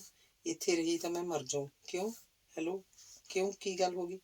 ਐਡੀ ਛੇਤੀ ਕੀ ਦੱਸਦੇ ਆ ਫੋਨ ਤੇ? ਮੇਰੀ ਮੰਨਦੀ ਏ, ਮੈਂ ਆਊਂ ਆਪ 2 ਕੁ ਦਿਨਾਂ 'ਚ ਹੀ। ਸੁਣਦੀ ਏ ਮੇਰੀ ਗੱਲ? 2 ਕੁ ਦਿਨ ਘੱਟ ਮੇਰੀ ਧੀ। ਐਡੀ ਛੇਤੀ ਕੋਈ, ਹੈਲੋ, ਹਾਂ, ਐਡੀ ਛੇਤੀ ਕੋਈ ਆਫਤ ਨਹੀਂ ਆਉਣ ਲੱਗੀ। ਤੇਰਾ ਪਿਓ ਢਿੱਲਾ ਹੋ ਗਿਆ ਸੀ, ਨਹੀਂ ਕੱਲ ਨੂੰ ਆ ਜਾਂਦੀ। ਛੇਤੀ ਆਈ ਫਿਰ। ਹੈਲੋ, ਹਾਂ, ਛੇਤੀ ਆਈ। ਆਊਂਗੀ ਆਊਂਗੀ ਆਊਂ ਕਿਉਂ ਨਾ? ਤੂੰ ਆਪ ਨਾ ਮੂੰਹ ਚੱਕ ਤੁਰ ਪਈ। ਐਂ ਠੀਕ ਨਹੀਂ ਹੁੰਦਾ। ਅੱਗੋਂ ਵੀਰੀ ਦੀ ਆਵਾਜ਼ ਆਈ ਸੀ ਤਾਂ ਕਮਲ ਨੇ ਫੋਨ ਕੱਟਤਾ ਸੀ। ਉਹ ਆਪਣੇ ਆਪ ਤੇ ਕੁੜ ਕੇ ਰਹਿ ਗਈ, ਆਪਣੀ ਮਾਂ ਤੇ ਖਿਝ ਆਈ। ਇੰਨੇ ਤੇਜ਼ ਜ਼ਮਾਨੇ 'ਚ ਵੀ ਉਹ ਕਿਹੜੀਆਂ ਦਕੀਆਂ ਨੂੰ ਸੀ ਗੱਲਾਂ 'ਚ ਪਈ ਸੀ। ਪਤੀ ਨੂੰ ਪਰਮੇਸ਼ਰ ਕਹਿਣ ਵਾਲੀਆਂ ਔਰਤਾਂ ਦੀ ਅਜੇ ਵੀ ਕਮੀ ਨਹੀਂ। ਕਮਲ ਬੰਦੀਏ, ਨਾ ਤੇਰੀ ਮਾਂ ਨੇ ਤੇਰੀ ਪਹਿਲਾਂ ਸੁਣੀ ਆ, ਨਾ ਹੁਣ ਸੁਣਨੀ ਆ। 2-4 ਦਿਨਾਂ ਨੂੰ ਆਊ, ਤੈਨੂੰ ਸਮਝੌਤੀਆਂ ਦੇ ਤੁਰ ਜੂ। ਪਰ ਨਾਲਾ ਉੱਥੇ ਦਾ ਉੱਥੇ, ਇਹ ਤੈਨੂੰ ਆਪਦੀਆਂ ਬੜੀਆਂ ਆਪ ਨਿਬੇੜਨੀਆਂ ਪੈਣਗੀਆਂ। ਐਂ 2-4 ਦਿਨ ਲੰਘ ਗਏ ਸਨ। ਨਿੰਦੋ ਇੱਕ ਦਿਨ ਰੋਟੀ ਟੁੱਕ ਖਾ ਸਵੇਰੇ ਬੋਲੀ ਸੀ, ਮੈਂ ਆਪਦੇ ਮਾਪੀ ਜਾਣਾ ਹੈ, ਪਤਾ ਨਹੀਂ ਸ਼ਾਮ ਨੂੰ ਮੁੜਿਆ ਜਾਵੇ ਕਿ ਨਾ। ਤੁਸੀਂ ਕੁੱਕੜਾਂ ਵਾਂਗ ਲੜੀ ਨਾ ਜਾਇਆ ਜੇ ਦੋਵੇਂ ਜੀ। ਜੇ ਘਰੇ ਹੋਇਆ ਤਾਂ ਆਖੋ ਨਹਾ ਧੋ ਕੱਪੜੇ ਬਦਲ ਤੁਰ ਗਈ। ਬਿੰਦਰੀ ਅੱਜ ਸਵੇਰ ਦਾ ਉੱਠਿਆ ਹੀ ਨਹੀਂ ਸੀ। ਦੁਪਹਿਰ ਦਾ ਵੇਲਾ ਸੀ ਜਦ ਕਮਲ ਵਾਸ਼ਰੂਮ ਤੋਂ ਨਹਾ ਕੇ ਆਪਣੇ ਕਮਰੇ 'ਚ ਆਈ ਤਾਂ ਬਿੰਦਰੀ ਬੈੱਡ ਤੇ ਨਹੀਂ ਸੀ। ਕਮਲ ਅਲਮਾਰੀ ਵੱਲ ਝਾਕੀ ਤਾਂ ਅਲਮਾਰੀ ਖੁੱਲੀ ਪਈ ਸੀ। ਕਮਲ ਨੇ ਅਲਮਾਰੀ 'ਚ ਧਿਆਨ ਮਾਰਿਆ। 1500 ਰੁਪਈਆ ਤੇ ਕੰਨਾਂ ਦੇ ਟੌਪਸ ਗਾਇਬ ਸਨ। ਬਾਕੀ ਟੂਮਾਂ ਤਾਂ ਵਿਆਹ ਤੋਂ ਕੁਝ ਚਿਰ ਬਾਅਦ ਹੀ ਨਿੰਦੂ ਨੇ ਲੈ ਲਈਆਂ ਸੀ। ਹੁਣ ਵੀ ਟੌਪਸ ਤੇ ਰੁਪਈਆਂ ਦੇਖ ਕੇ ਕਮਲ ਨੂੰ ਕੋਈ ਹੈਰਾਨੀ ਨਹੀਂ ਹੋਈ। ਹੈਰਾਨੀ ਤਾਂ ਹੀ ਹੁੰਦੀ ਜੇ ਕੋਈ ਅਣਕਿਆਸੀ ਗੱਲ ਵਾਪਰ ਜਾਂਦੀ। ਹਾਂ, ਗਲਤੀ ਤਾਂ ਉਹਦੀ ਆਪਣੀ ਵੀ ਸੀ। ਲੌਕ ਲਾ ਕੇ ਚਾਬੀਆਂ ਨਹੀਂ ਸੰਭਾਲੀਆਂ ਸੀ। ਕਮਲ ਨੇ ਉਵੇਂ ਅਲਮਾਰੀ ਬੰਦ ਕਰਤੀ, ਫਿਰ ਲੌਕ ਨਹੀਂ ਲਾਇਆ। ਹੁਣ ਲੌਕ ਲਾਉਣ ਨੂੰ ਰਹੀ ਕੀ ਗਿਆ ਸੀ? 4 ਐਰੇ ਹੀ ਤਾਂ ਸਨ। ਕਮਲ ਨੇ ਚਾਹ ਪੀਤੀ, ਚਾਹ ਕੀਤੀ, ਆਪਣੀ ਪਿਆਲੀ ਰੱਖ ਸਰਦਾਰਾ ਸਿੰਘ ਨੂੰ ਫੜਾਉਣ ਤੁਰ ਗਈ। ਪਰ ਸਰਦਾਰਾ ਸਿੰਘ ਹੈ ਨਹੀਂ ਸੀ। ਉਹ 2-4 ਦਿਨਾਂ ਦਾ ਸੱਥ ਵੱਲ ਨਿਕਲ ਜਾਂਦਾ ਸੀ। 2-4 ਘੰਟੇ ਲਾ ਕੇ ਮੁੜਦਾ ਸੀ। ਕਮਲ ਨੂੰ ਕੋਈ ਖਾਸ ਕੰਮ ਤਾਂ ਹੈ ਹੀ ਨਹੀਂ ਸੀ। ਉਹ ਆਪਣੇ ਕਮਰੇ 'ਚ ਆ ਕੇ ਲੰਮੀ ਪੈ ਗਈ। ਪਈ ਨੂੰ ਅਜੇ ਜ਼ਿਆਦਾ ਚਿਰ ਨਹੀਂ ਹੋਇਆ ਸੀ ਜਦ ਬਾਹਰਲਾ ਗੇਟ ਖੜਕਣ ਦੇ ਨਾਲ ਹੀ ਮੋਟਰਸਾਈਕਲ ਦੀ ਆਵਾਜ਼ ਕੰਨੀ ਪਈ। ਘਰ ਵਾਲਿਓ, ਘਰੇ ਆ? ਲਾਬੀ-ਨੁਮਾ ਵਰਾਂਡੇ 'ਚ ਆ ਕੇ ਕਾਕੂ ਨੇ ਆਵਾਜ਼ ਦਿੱਤੀ। ਆਵਾਜ਼ ਸੁਣ ਕਮਲ ਉੱਠੀ ਸੀ। ਉੱਠਣਾ ਹੀ ਪੈਣਾ ਸੀ, ਹੋਰ ਤਾਂ ਕੋਈ ਘਰੇ ਹੈ ਹੀ ਨਹੀਂ ਸੀ। ਜੀ। ਕਮਲ ਆਪਣੇ ਕਮਰੇ 'ਚੋਂ ਬਾਹਰ ਆਈ ਤੇ ਔਖਿਆਈ ਜਿਹੀ ਨਾਲ ਹੀ ਬੋਲੀ। ਕਾਕੂ ਦਾ ਆਉਣਾ ਚੰਗਾ ਨਹੀਂ ਲੱਗਾ। ਕਾਕੂ ਦੀ ਸ਼ਰਾਬ ਵੀ ਪੀਤੀ ਹੋਈ ਸੀ। ਪਾਣੀ ਲਿਆ ਤੇ ਖਾਲੀ ਗਲਾਸ ਵੀ। ਆਹ ਕਾਕੂ, ਧੁੱਸ ਦੇ। ਕਮਲ ਵਾਲੇ ਕਮਰੇ 'ਚ ਵੜ ਗਿਆ। ਕਮਲ ਦਾ ਜੀ ਤਾਂ ਕੀਤਾ ਆਖ ਦੇਵੇ, ਇੱਧਰ ਕਿੱਧਰ ਧੁੱਸ ਦੇ ਕੇ ਵੜਿਆ ਜਾਂਦਾ, ਪਰ ਆਖ ਨਾ ਸਕੀ ਤੇ ਪਾਣੀ ਵੀ ਨਾ ਫੜਾਇਆ। ਬਾਹਰ ਬਰਾਂਡੇ 'ਚ ਸੋਫੇ ਤੇ ਆ ਬੈਠੀ। ਸੁਣਿਆ ਨਹੀਂ ਤੈਨੂੰ? ਪਾਣੀ ਲਿਆ। ਕਾਕੂ ਦੀ ਆਵਾਜ਼ 'ਚ ਦਬਾਅ ਸੀ। ਘਰੇ ਹੈ ਨਹੀਂ ਕੋਈ, ਚਲੇ ਜਾਓ ਤੁਸੀਂ, ਕਮਲ ਨੇ ਜੇਰਾ ਕਰ ਆਖਿਆ। ਜੇ ਘਰੇ ਹੈ ਨਹੀਂ ਕੋਈ ਤਾਂ ਕਮਲ, ਮੈਂ ਬਗੈਰ ਪਾਣੀ ਤਾਂ ਨਹੀਂ ਪੀਤਿਆਂ ਜਾਊਂ। ਪਾਣੀ ਲਿਆ। ਕਾਕੂ ਨੇ ਫੇਰ ਆਖਿਆ ਤਾਂ ਕਮਲ ਉੱਠੀ ਸੀ। ਰਸੋਈ ਵੱਲ ਗਈ, ਪਾਣੀ ਦਾ ਗਲਾਸ ਭਰਿਆ ਤੇ ਕਾਕੂ ਕੋਲ ਆਣ ਖੜੀ। ਕਾਕੂ ਕਮਰੇ ਦਾ ਮਾਲਕ ਬਣਿਆ ਬੈਠਾ ਸੀ। ਗਲਾਸ ਇੱਕ ਖਾਲੀ ਲਿਆ, ਨਾਲ ਕੁਝ ਨਮਕੀਨ ਵੀ, ਆਖ ਕਾਕੂ ਨੇ। ਡੱਬ 'ਚੋਂ ਵਧੀਆ ਰੰਮ ਦਾ ਕੱਢ ਟੇਬਲ ਤੇ ਰੱਖ। ਇੱਥੇ ਸ਼ਰਾਬ ਨਹੀਂ ਪੀਣੀ। ਤੁਸੀਂ ਪਾਣੀ ਮੰਗਿਆ ਸੀ, ਮੈਂ ਲਿਆਤਾ। ਘਰੇ ਕੋਈ ਹੈ ਨਹੀਂ, ਤੁਸੀਂ ਬੋਤਲ ਚੱਕੋ ਇੱਥੋਂ। ਇਹ ਗੱਲ ਆ? ਇੰਨੇ ਨਖਰੇ? ਆਖਦੇ ਕਾਕੂ ਨੇ ਅੱਗੇ ਹੋ ਕੇ ਕਮਲ ਦੀ ਬਾਂਹ ਫੜ ਲਈ। ਬਾਂਹ ਛੱਡ ਦਿਓ ਅੰਕਲ ਜੀ, ਅਜੇ ਵੀ ਕੁਝ ਨਹੀਂ ਵਿਗੜਿਆ। ਆਪਦੀ ਇੱਜ਼ਤ ਲੈ ਕੇ ਨਿਕਲੋ ਇੱਥੋਂ। ਕਮਲ ਨੇ ਆਖ ਝੋਕਾ ਮਾਰ ਬਾਂਹ ਛਡਾਉਣੀ ਚਾਹੀ ਤਾਂ ਕਾਕੂ ਦੀ ਪਕੜ ਮਜ਼ਬੂਤ ਹੁੰਦੀ ਗਈ ਤੇ ਉਹਨੇ ਕਮਲ ਨੂੰ ਬੈੱਡ ਵੱਲ ਖਿੱਚਣਾ ਸ਼ੁਰੂ ਕਰਤਾ। ਕਮਲ ਤੋਂ ਸੰਭਲਿਆ ਨਾ ਗਿਆ, ਪੈਰ ਉਖੜ ਗਏ, ਪਰ ਉਹ ਛੇਤੀ ਸੰਭਲ ਗਈ। ਅੜੀ ਨਾ ਕਰ, ਸਿੱਧੀ ਹੋ ਕੇ। ਕਾਕੂ ਦੀ ਬਾਂਹ ਤੇ ਪਕੜ ਢਿੱਲੀ ਹੋਣ ਦੀ ਦੇਰ ਸੀ, ਕਮਲ ਨੇ ਉਹਨੂੰ ਧੱਕਾ ਮਾਰ ਟੇਬਲ ਤੇ ਸੁੱਟਤਾ। ਕਾਕੂ ਦਾ ਮੱਥਾ ਟੇਬਲ ਦੀ ਟੀਸੀ ਤੇ ਫਾੜ ਦੇਣੇ ਵੱਜਿਆ।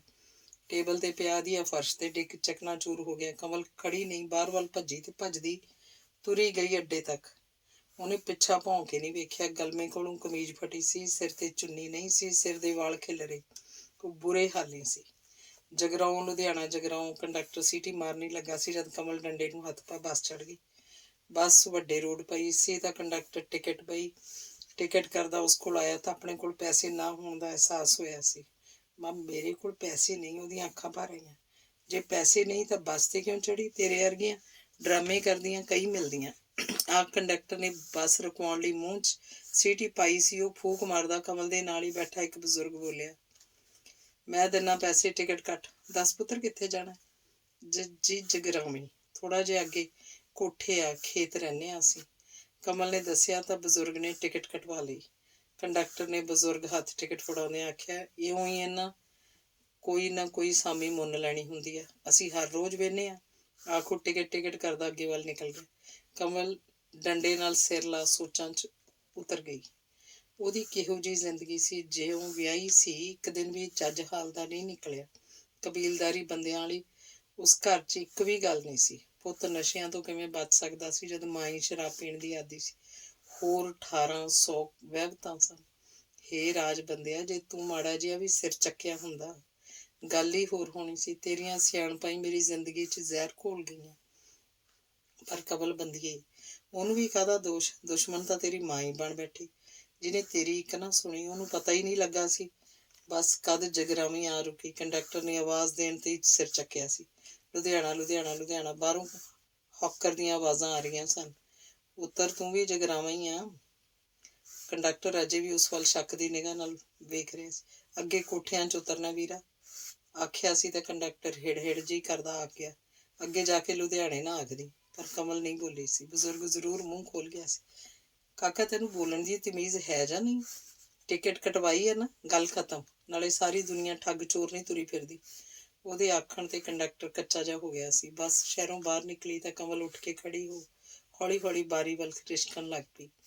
ਕਈ ਸਵਾਰੀਆਂ ਦੀ ਨਿਗਾਹ ਉਸ ਵੱਲ ਬਾਰ-ਬਾਰ ਗਈ ਸੀ। ਸਿਰ ਤੇ ਚੁੰਨੀ ਦਾ ਨਾ ਹੋਣਾ, ਗਲਮੇ ਕੋਲੋਂ ਕਮੀਜ਼ ਦਾ ਪਾਟਿਆ ਰੜਕਿਆ ਸੀ। ਕਮਲ ਬੱਸ 'ਚ ਉਤਰ ਆਪਣੇ ਘਰ ਵੱਲ ਤੁਰੀ ਸੀ ਤਾਂ ਅਜੇ ਵੀ ਕਾਫੀ ਦਿਨ ਖੜਾ ਸੀ। ਉਹ ਆਪਣੀ ਮਾਂ ਨੂੰ ਕੋਸਦੀ ਪਈ ਜਾ ਰਹੀ ਸੀ। ਜੇ ਉਹਦੀ ਮਾਂ ਹੀ ਉਹਨੂੰ ਫੋਨ ਤੇ ਮੈਂ ਆਊਂ, ਤੂੰ ਕੱਟ 2-4 ਦਿਨ ਨਾ ਆਖਦੀ ਤਾਂ ਅੱਜ ਉਹਦੀ ਇਹ ਦੁਰਦਸ਼ਾ ਨਹੀਂ ਹੋਣੀ ਸੀ।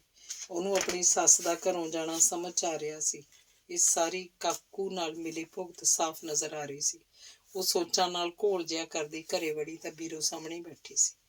ਅੰਗ 18ਵਾਂ। ਕਮਲ ਘਰੇ ਵੜੀ ਸੀ ਤਾਂ ਉਹਦੀ ਮਾਂ ਬੀਰੋ ਸਾਹਮਣੇ ਵਰਾਂਡਿਆਂ 'ਚ ਮੰਜੇ ਤੇ ਬੈਠੀ ਲਸਣ ਛਿਲੀ ਜਾਂਦੀ ਸੀ। ਬਾਘ ਸਿੰਘ ਕੋਲ ਹੀ ਕੁਰਸੀ ਤੇ ਬੈਠਾ ਸੀ। ਦੋਹਾਂ ਦਾ ਧਿਆਨ ਕਮਲ ਵੱਲ ਗਿਆ। ਕਮਲ ਦੀ ਆਪਣੇ ਪਿਓ ਨੂੰ ਵੇਖ ਲੇਰ ਨਿਕਲ ਗਈ। ਉਹਨੇ ਧਾ ਦੇ ਆਪਣੇ ਪਾਪੇ ਨੂੰ ਜੱਫੀ ਜਾ ਪਾਈ। ਤੀ ਹੋਇਆ ਤੀ? ਬਾਘ ਸਿੰਘ ਦਾ ਕਮਜ਼ੋਰ ਹੱਥ ਕਮਲ ਦੇ ਸਿਰ ਤੇ ਫਿਰਿਆ ਕੰਬ ਰਿਹਾ ਸੀ। ਕੀ ਹੋ ਗਿਆ? ਇਹ ਕੀ ਹਾਲਤ ਬਣਾਈ ਹੈ? ਬੀਰੋ ਨੇ ਉੱਠ ਕੇ ਕਮਲ ਨੂੰ ਫੜਿਆ ਸੀ। ਉਹਦੇ ਕੰਨ ਕੋਲ ਮੂੰਹ ਕਰਕੇ ਹੌਲੀ ਕੁ ਦੇਣਾ ਆਖ ਵੀ ਗਈ ਸੀ। ਜੋ ਵੀ ਹੋਇਆ ਤੇਰੇ ਪਿਓ ਨੂੰ ਨਾ ਪਤਾ ਲੱਗ ਜੇ। ਪਰਸੋਂ ਫੇਰ ਦੌਰਾ ਪੈ ਗਿਆ ਸੀ। ਨਹੀਂ ਮੈਂ ਆਉਂਦੀ ਨਾ, ਤਾਂ ਹੀ ਤਾਂ ਆਇਆ ਨਹੀਂ ਗਿਆ। ਬੀਰੋ ਕਮਲ ਨੂੰ ਫੜ ਕੇ ਅੰਦਰ ਲੈ ਗਈ। ਬਾਘਾ ਸਿੰਘ ਉੱਥੇ ਬੈਠਾ ਚੀਕੀ ਗਿਆ। ਕਮਲ ਦਾ ਜੀ ਤਾਂ ਕੀਤਾ ਆਪਣੀ ਮਾਂ ਨੂੰ ਝੰਜੋੜਾ ਮਾਰ ਪਰੇ ਸੁੱਟ ਦੇਵੇ ਤੇ ਵਰਾਂਡਿਆਂ ਦੀਆਂ ਗੁਰਜੀਆਂ ਥੰਮਲਿਆਂ ਦੇ ਗਲ ਲੱਗ ਰੋਵੇ। ਮੈਨੂੰ ਵੀ ਦੱਥੋ ਤੁੱਤ ਤੀ ਹੋ ਗਿਆ, ਆਖਦਾ ਬਾਘ ਸਿੰਘ ਵੀ ਹੌਲੀ ਹੌਲੀ ਉੱਠਿਆ। ਪਰ ਬੀਰੋ ਨੇ ਬਾਹਰ ਵਰਾਂਡੇ 'ਚ ਫੇਰੇ ਆਖ ਬਿਠਾਤਾ। ਤੁਸੀਂ ਬੈਠੋ, ਕੋਈ ਗੱਲ ਨਹੀਂ ਹੋਈ। ਗੱਲ ਕੀ ਹੋਣੀ ਸੀ? ਆ ਰਸਤੇ 'ਚ ਕਿਸੇ ਪੁੱਤ ਪਿੱਟੇ ਦਾ ਬਾਂਦਰ ਸੀ, ਕੁੜੀ ਦੀ ਚੁੰਨੀ ਖਿੱਚ ਕੇ ਲੈ ਗਿਆ, ਨਾਲੇ ਕੁੜਤੀ ਪਾੜਤੀ। ਲੋਕ ਸ਼ੌਕ ਵੀ ਇਹ ਵੱਲੇ ਪਾਲਦੇ ਆ, ਚਲੋ ਦੰਦ ਨਹੀਂ ਮਾਰ ਗਿਆ ਕੋਈ। ਬੀਰੋ ਬੋਲੀ ਸੀ। ਫਿਰ ਕਮਲ ਨੂੰ ਅੰਦਰ ਕਮਰੇ 'ਚ ਜਾ ਪੁੱਛਿਆ, ਤਾਂ ਵੀ ਹੋਇਆ ਕੀ ਆ? ਕੁਛ ਤਾਂ ਬੋਲ। ਬੋਲਾਂ ਤਾਂ ਜੇ ਬੋਲਣ ਦਾ ਮੌਕਾ ਦੇਵੀਂ। ਤੂੰ ਤਾਂ ਮੇਰੀ ਜ਼ੁਬਾਨ ਵੱਢਣ ਤੱਕ ਜਾਨੀ ਹੈ। ਤੂੰ ਮੇਰੀ ਹਾਲਤ ਵੇਖ ਕੇ ਅੰਦਾਜ਼ਾ ਲਾ ਲੈ ਕੀ ਹੋਇਆ ਹੋ। ਜੇ ਮੈਂ ਭੱਜ ਕੇ ਨਾ ਆਉਂਦੀ, ਕਾਕੂ ਭੇੜੀਆ ਮੇਰੀ ਇੱਜ਼ਤ ਲੁੱਟ ਚੁੱਕਿਆ ਹੁੰਦਾ ਤੇ ਲੁਟਾਉਣ 'ਚ ਮੇਰੀ ਸੱਸ ਦੀ ਸ਼ਮੂਲੀਅਤ। ਮੈਂ ਉਸ ਘਰ 'ਚ ਕਿਸੇ ਥਾਂ ਤੇ ਵੀ ਸੇਫ ਨਹੀਂ। ਮਿੰਨਤ ਆ ਮੇਰੀ ਬੀਬੀਏ, ਮੈਨੂੰ ਉਸ ਨਰਕ 'ਚ ਧੱਕਾ ਨਾ ਦਿਓ। ਜੇ ਕਿਤੇ ਤੁਸੀਂ ਮੇਰੀ ਗੱਲ ਤੇ ਪਹਿਲਾਂ ਅਮਲ ਕੀਤਾ ਹੁੰਦਾ, ਮੇਰੀ ਅੱਜ ਇਹ ਦੁਰਦਸ਼ਾ ਨਹੀਂ ਸੀ ਹੋਣੀ। ਕਮਲ ਨੇ ਆਪਣੇ ਨਾਲ ਹੋਈ ਬੀਤੀ ਬਿਆਨ ਕਰਤੀ।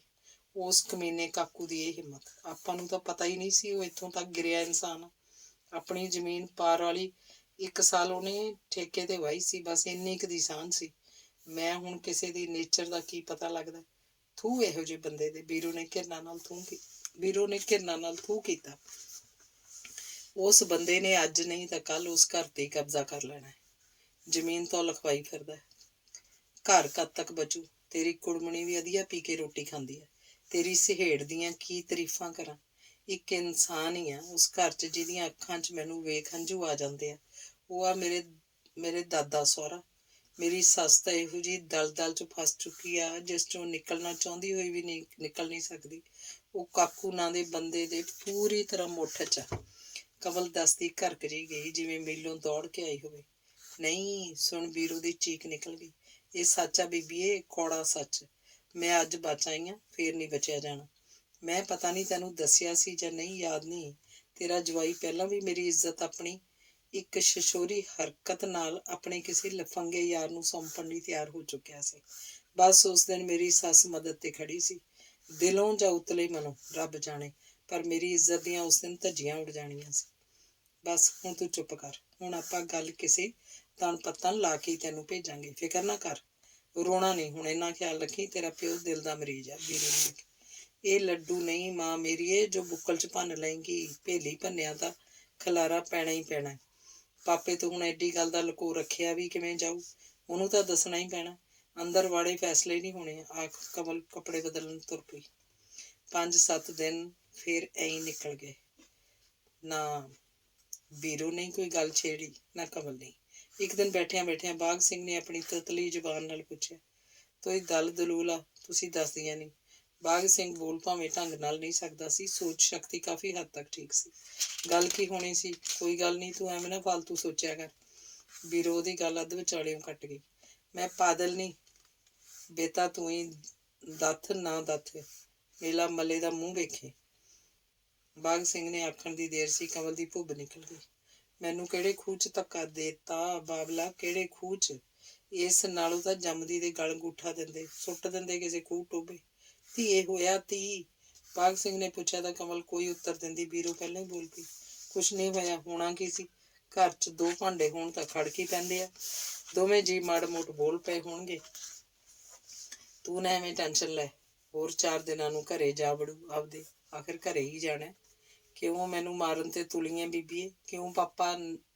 ਨਾ ਮੈਂ ਅੱਜ ਜਾਣਾ, ਨਾ ਮੈਂ ਕੱਲ। ਕਾਕੂ ਓਤਰਾ ਮੈਨੂੰ ਕਾਲੇ ਪਾਣੀਆਂ ਨਾਲੋਂ ਭੈੜੀ ਸਜ਼ਾ ਦੇ ਗਿਆ। ਤੇਰੀ ਲਾਡੋ ਜਿਉਂਦੀ ਅੱਗ 'ਚ ਸੁੱਟਦੀ ਆ ਉਸ ਬੰਦੇ ਨੇ। ਆਖ ਕਮਲ ਨੇ ਕੋਈ ਲੁਕੋ ਨਾ ਰੱਖਿਆ। ਆਪਣੇ ਪਾਪੇ ਦੇ ਗੱਲ ਗੂੜੇ ਤੋਂ ਰਾੜੇ ਤੱਕ ਸਾਰੀ ਕਹਾਣੀ ਬਿਆਨ ਕਰਤੀ। ਕਮਲ ਇਹ ਨਾ ਵੇਖ ਸਕੀ ਕਿ ਉਹਦਾ ਪਾਪਾ ਇਹ ਸਦਮਾ ਸਹਾਰ ਨਹੀਂ ਸਕਿਆ ਤੇ ਦਿਲ ਦੀ ਧੜਕਣ ਬੰਦ ਹੋ ਭੌਰ ਉਡਾਰੀ ਮਾਰ ਚੁੱਕਿਆ। ਜਦ ਬਾਘ ਸਿੰਘ ਹਿੱਲਿਆ ਜੁਲਿਆ ਨਾ, ਕਮਲ ਨੂੰ ਤਾਂ ਪਤਾ ਨਾ ਲੱਗਿਆ, ਪਰ ਕੋਲ ਬੈਠੇ ਵੀਰੋ ਦਾ ਧਿਆਨ ਗਿਆ ਤਾਂ ਉਹਦੀ ਖਾਨੇ ਹੋਈ ਗਈ। ਬੇੜੀ ਡੁੱਬੀਏ, ਤੇਰੇ ਪਾਪੇ ਨੂੰ ਕੀ ਹੋ ਗਿਆ? ਲੰਮਾ ਪਾ ਹੈ ਹੀ। ਆਖ ਵੀਰੋ ਨੇ ਬਾਘ ਸਿੰਘ ਨੂੰ ਮੋਢਿਆਂ ਤੋਂ ਫੜ ਲਿਆ। ਕਮਲ ਤਰਬਕ ਕੇ ਸਾਮੀ ਹੋਈ।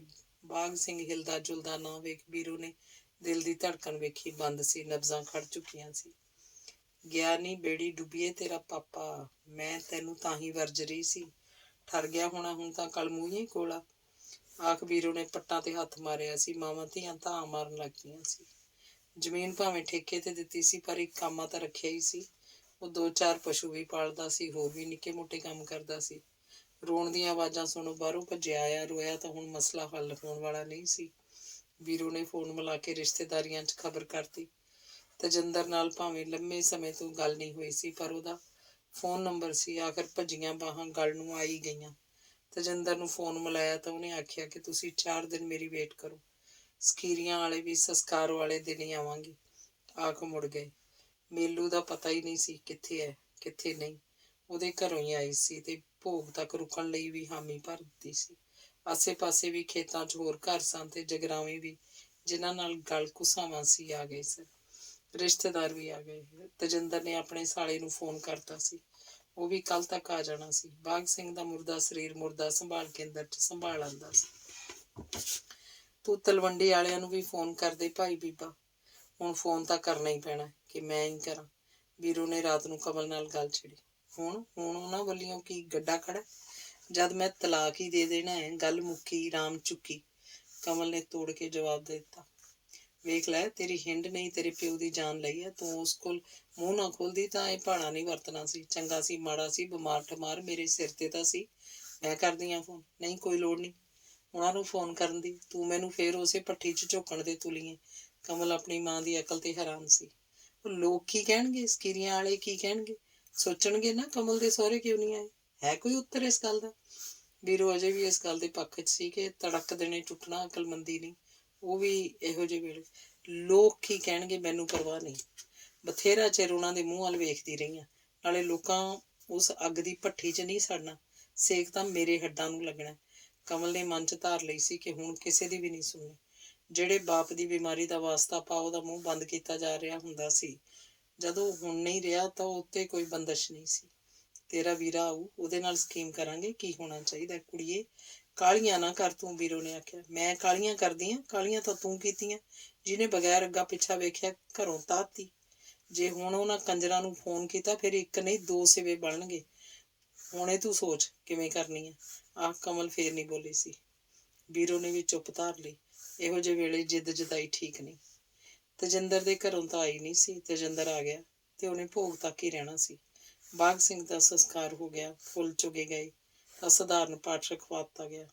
ਇਹਨਾਂ 3 ਦਿਨਾਂ ਵਿੱਚ ਹੀ ਤੇਜਿੰਦਰ ਦੀ ਨਾ ਤਾਂ ਆਪਣੀ ਮਾਂ ਨਾਲ ਕੋਈ ਖਾਸ ਗੱਲ ਹੋਈ ਤੇ ਨਾ ਹੀ ਕਮਲ ਨਾਲ। ਉਹਨੇ ਤਾਂ ਇਹ ਵੀ ਨਹੀਂ ਪੁੱਛਿਆ ਕਿ ਸੰਸਕਾਰ ਤੇ ਕਮਲ ਦੇ ਸਹੁਰੇ ਕਿਉਂ ਨਹੀਂ ਸੀ ਆਏ। ਉਹ ਤਾਂ ਆਪਣੇ ਸਾਲੇ ਲੈਂਬਰ ਨਾਲ ਹੀ ਗੁਟਰਗੂ ਕਰਦਾ ਰਿਹਾ। ਉਹਦਾ ਸਾਲਾ ਉਹਨੂੰ ਲੋਹੇ ਵਾਂਗ ਚਿੰਬੜਿਆ ਫਿਰਦਾ ਸੀ। ਲੈਂਬਰ ਆਪਣੀ ਬੰਨੀ ਦਾੜੀ ਪੁੱਠੇ ਹੱਥ ਨਾਲ ਠੋਕਰ ਦਾ ਮੁੱਛਾਂ ਨੂੰ ਗੇੜਾ ਦਿੰਦਾ। ਤੇਜਿੰਦਰ ਦੇ ਮਗਰ ਹੀ ਰਹਿੰਦਾ ਸੀ। ਸ਼ਾਮ ਨੂੰ ਦਿਨ ਛਿਪੇ ਤੋਂ ਬਾਅਦ ਦੋਵੇਂ ਜਗਰਾਵਾਂ ਨੂੰ ਨਿਕਲ ਜਾਂਦੇ। ਤਕੜੀ ਰਾਤ ਗਈ ਤੋਂ ਘਰ ਆਉਂਦੇ। ਦੋਹਾਂ ਦੀ ਸ਼ਰਾਬ ਪੀਤੀ ਹੁੰਦੀ। ਕਾਕਾ ਤੇਰਾ ਪਿਓ ਅਜੇ ਰਾਹ ਪਿਆ ਜਾਂਦਾ ਹੈ। ਘਰ ਬਾਬਾ ਪ੍ਰਕਾਸ਼ ਆ, ਸ਼ਰਾਬਾਂ ਤੈਨੂੰ ਸੋਭਾ ਦਿੰਦੀਆਂ, ਬੀਬੀ ਨੇ ਤੇਜਿੰਦਰ ਨੂੰ ਆਖਿਆ। ਪਰ ਤੇਜਿੰਦਰ ਨਹੀਂ ਬੋਲਿਆ ਸੀ। ਦੜ ਜੀ ਵੱਟ ਗਿਆ। ਬੀਰੀ ਨੂੰ ਉਹਦੀ ਚੁੱਪ ਰੜਕੀ, ਪਰ ਫਿਰ ਵੀ ਅਸਲੀ ਮੁੱਦੇ ਵੱਲ ਆਈ। ਭੋਗ ਤੋਂ ਬਾਅਦ ਸ਼ੇਰਾ ਤੈਨੂੰ ਜਾਣ ਦੀ ਕਾਹਲੀ ਬਣ ਜਾਣੀ ਆ। ਮਾੜਾ ਮੋਟ ਘਰ ਵੱਲ ਵੀ ਝਾਕ, ਕੌਣ ਸੰਭਾਲੂ ਘਰ ਨੂੰ। ਇਹ ਮੈਂ ਲੈਬਰ ਨਾਲ ਗੱਲ ਕਰ ਲਈ ਆ, ਇਹ ਇੱਥੇ ਰਹੀ ਜਾਊ, ਨਾਲੇ ਤੈਨੂੰ ਆਸਰਾ ਬਣਿਆ ਰਹੂ। ਤੇਜਿੰਦਰ ਨੇ ਆਖਿਆ ਤਾਂ ਬੀਰੀ ਹੌਕਾ ਜਿਹਾ ਲੈ ਬੋਲੀ। ਉਹ ਤਾਂ ਤੇਰੀ ਗੱਲ ਠੀਕ ਆ ਕਾਕਾ, ਪਰ ਤਲਵੰਡੀ ਵਾਲਿਆਂ ਨਾਲ ਵੀ ਤਾਂ ਨਿਬੇੜਨਾ। ਨਾ ਹੀ ਤੂੰ ਪੁੱਛਿਆ, ਨਾ ਹੀ ਸਾਥੋਂ ਦੱਸਿਆ ਗਿਆ। ਆਪਾਂ ਇਸ ਵਿਸ਼ੇ ਤੇ ਅਜੇ ਗੱਲ ਹੀ ਨਹੀਂ ਕੀਤੀ। ਕਮਲ ਉੱਥੋਂ ਝਗੜ ਕੇ ਆਈ ਆ। ਅਸਲ 'ਚ ਬੰਦੇ ਹੀ ਨਕੰਮੇ ਟੱਕਰ ਗਏ। ਕਮਲ ਹੁਣ ਜਾਣ ਨੂੰ ਤਿਆਰ ਨਹੀਂ ਤਿਆਰ ਤਾਂ ਨਾ ਜਾਵੇ। ਨਾਲੇ ਇਹਦਾ ਵਿਆਹ ਤਾਂ ਤੁਹਾਡੀ ਮਰਜ਼ੀ ਨਾਲ ਹੀ ਹੋਇਆ ਸੀ। ਤੇਜਿੰਦਰ ਬੋਲਿਆ। ਜੀ ਤਾਂ ਕਰਦਾ ਸੀ ਆਖ ਦੇਵੇ ਹੁਣ ਆਪਣੀਆਂ ਬਣੀਆਂ ਆਪ ਨਿਬੇੜੋ, ਪਰ ਆਖ ਨਾ ਸਕਿਆ। ਸੋਚਿਆ ਇਸ 'ਚ ਕਮਲ ਵਿਚਾਰੀ ਦਾ ਕੀ ਦੋਸ਼। ਬੇਟਾ ਅਸੀਂ ਤੀਵੀਆਂ ਮਾਨੀਆਂ ਕੀ ਕਰਾਂਗੇ? ਇਹ ਬੰਦਿਆਂ ਦੇ ਕਰਨ ਵਾਲੀਆਂ ਗੱਲਾਂ ਹੁੰਦੀਆਂ। ਕੰਮ ਵਾਹਵਾ ਖਰਾਬ ਆ ਉਹਨਾਂ ਦੇ, ਤੂੰ ਮੱਥੇ ਤਾਂ ਲੱਗ, ਬੀਰੀ ਨੇ ਆਖਿਆ। ਬੀਬੀ ਉਹਨਾਂ ਨੂੰ ਭੋਗ ਤੇ ਸੱਦ ਲਓ। ਮੇਰੇ ਕੋਲ ਭੋਗ ਤੋਂ ਬਾਅਦ ਦਿਨ ਥੋੜ੍ਹੇ ਹੀ ਆ, 2-4। ਮੈਨੂੰ ਤਾਂ ਜਾਣਾ ਹੀ ਪੈਣਾ। ਅਸਲ 'ਚ ਗੱਲ ਹੋਈ ਕੀ ਆ? ਕਮਲ ਤੂੰ ਦੱਸ ਖਾਂ, ਤੇਜਿੰਦਰ ਨੇ ਆਖਿਆ ਤਾਂ ਕਮਲ ਅੱਖਾਂ ਭਰ ਆਈ ਤੇ ਠੰਡਾ ਜਿਹਾ ਹੌਕਾ ਲੈ ਕੇ ਬੋਲੀ। ਗੱਲਾਂ ਕਰਨ ਵਾਲੀਆਂ ਹੀ ਨਹੀਂ ਵੀਰੇ। ਕਿਹੜੀਆਂ ਛੱਡਾਂ ਕਿਹੜੀਆਂ ਦੱਸਾਂ। ਸਿਰੇ ਦਾ ਨਸ਼ਾ ਹੀ ਆ। ਨਸ਼ਾ ਵੀ ਉਹ ਜਿਹੜਾ ਸਿੱਧਾ ਹੀ ਮੌਤ ਵੱਲ ਧਕੇਲਦਾ। ਰੁਪਈਆਂ ਦੇ ਖੂਹ ਭਰੇ ਵੀ ਧਾਰ ਨਹੀਂ ਧਰਦੇ। ਕਬੀਲਦਾਰਾਂ ਵਾਲੀ ਕੋਈ ਗੱਲ ਹੀ ਨਹੀਂ ਉਸ ਘਰੇ। ਮੇਰੀ ਸੱਸ ਨੂੰ ਵੀ ਅਧੀਆ ਪੀਤੇ ਬਿਨਾਂ ਨੀਂਦ ਨਹੀਂ ਆਉਂਦੀ। ਜ਼ਮੀਨ ਸਾਰੀ ਕਾਕੂ ਮੇਰਾ ਵਿਚੋਲਾ ਆਪਣੇ ਨਾਂ ਕਰਵਾਈ ਫਿਰਦਾ। ਤੂੰ ਇਹੀ ਸੋਚ ਲੈ, ਜਦ ਮਾਂ ਪੀਂਦੀ ਆ ਪੁੱਤ ਕਿਹੋ ਜਿਹਾ ਹੋਊ। ਦੋਵੇਂ ਮਾਂ ਪੁੱਤ ਮੇਰੀ ਇੱਜ਼ਤ ਦਾ ਖਿਲਵਾੜ ਕਰਾਉਣ ਤੇ ਤੁਲੇ ਆ। ਜਦ ਰਾਖਾ ਹੀ ਮੱਕੀ 'ਚ ਗਿੱਦੜ ਕਾਂ ਵਾੜੂ ਤਾਂ ਬੂਰ ਪਈ ਮੱਕੀ ਦੁੱਧਾ ਪੈਣ ਤੋਂ ਪਹਿਲਾਂ ਹੀ ਚੁੰਡੀ ਜਾਣੀ। ਕੁਦਰਤੀ ਆ ਵੀਰ ਮੇਰਿਆ। ਤੇ ਪੱਕਣ ਤੋਂ ਪਹਿਲਾਂ ਖੇਤ ਉਜਾੜ ਹੋਣਾ ਤੈਅ ਆ। ਇਹੀ ਹਾਲਤ ਆ ਮੇਰੀ। ਮੈਂ ਆਪਣਾ ਦੁੱਖ ਰੋਵਾਂ ਤਾਂ ਰੋਵਾਂ ਕਿਸ ਕੋਲ? ਆਹ ਕਮਲ ਨੇ ਉਂਗਲੀ ਤੋਂ ਲੈ ਕੇ ਡਾੜੇ ਤੱਕ ਦੀ ਸਾਰੀ ਕਹਾਣੀ ਸੁਣਾਤੀ। ਭੋਰਾ ਭਰ ਲੁਕੋ ਨਾ ਰੱਖਿਆ। ਮੈਨੂੰ ਫੋਨ ਨੰਬਰ ਦੇ ਉਹਨਾਂ ਦੇ, ਭੋਗ ਤੇ ਸੱਦਦੇ ਆ। ਇੱਥੋਂ ਆਇਆ ਨਾਲ ਕਰਾਂਗੇ ਗੱਲ। ਤਲਾਕ ਹੀ ਹੋਣਗੇ ਲੱਗਦਾ, ਹੋਰ ਤਾਂ ਹੱਲ ਹੀ ਕੋਈ ਨਹੀਂ। ਕਿਉਂ ਲੈਂਬਰ? ਤੇਜਿੰਦਰ ਨੇ ਆਖਿਆ। ਲੈਂਬਰ ਵੀ ਕੋਲ ਹੀ ਬੈਠਾ ਸੀ। ਦੇਖ ਲਓ ਤੁਸੀਂ ਸਿਆਣੇ ਹੋ। ਕਮਲ ਦੀਆਂ ਸੁਣ ਕੇ ਤਾਂ ਤਲਾਕ ਹੀ ਹੱਲ ਆ ਲੱਗੀ ਸਮਝ। ਲੈਂਬਰ ਬੋਲਿਆ। ਉਹਦੇ ਮਨ 'ਚ ਬਹੁਤ ਕੁਝ ਪੱਕ ਰਿਹਾ ਸੀ। ਉਹ ਸਾਊ ਬਣਿਆ ਰਹਿਣਾ ਚਾਹੁੰਦਾ ਸੀ। ਜੋ ਉਹਦੇ ਮਨ 'ਚ ਖਿਚੜੀ ਪੱਕ ਰਹੀ ਸੀ ਉਸ 'ਚ ਮਿਠਾਸ ਸਾਊਪੁਣਾ ਹੀ ਲਿਆ ਸਕਦਾ ਸੀ। ਤੁਸੀਂ ਤਲਾਕ ਹੀ ਕਰੀ ਜਾਂਦੇ ਆ। ਗੱਲ ਤਾਂ ਕਰਕੇ ਵੇਖੀਏ ਪਹਿਲਾਂ ਉਹਨਾਂ ਨਾਲ। ਖਬਰੇ ਕੋਈ ਸਮਝਾਇਆ ਬੁਝਾਇਆ ਕਹਾਣੀ ਤੈ ਸਿਰ ਬਹਿ ਹੀ ਜਾਵੇ। ਵੀਰਾ ਬੋਲੀ।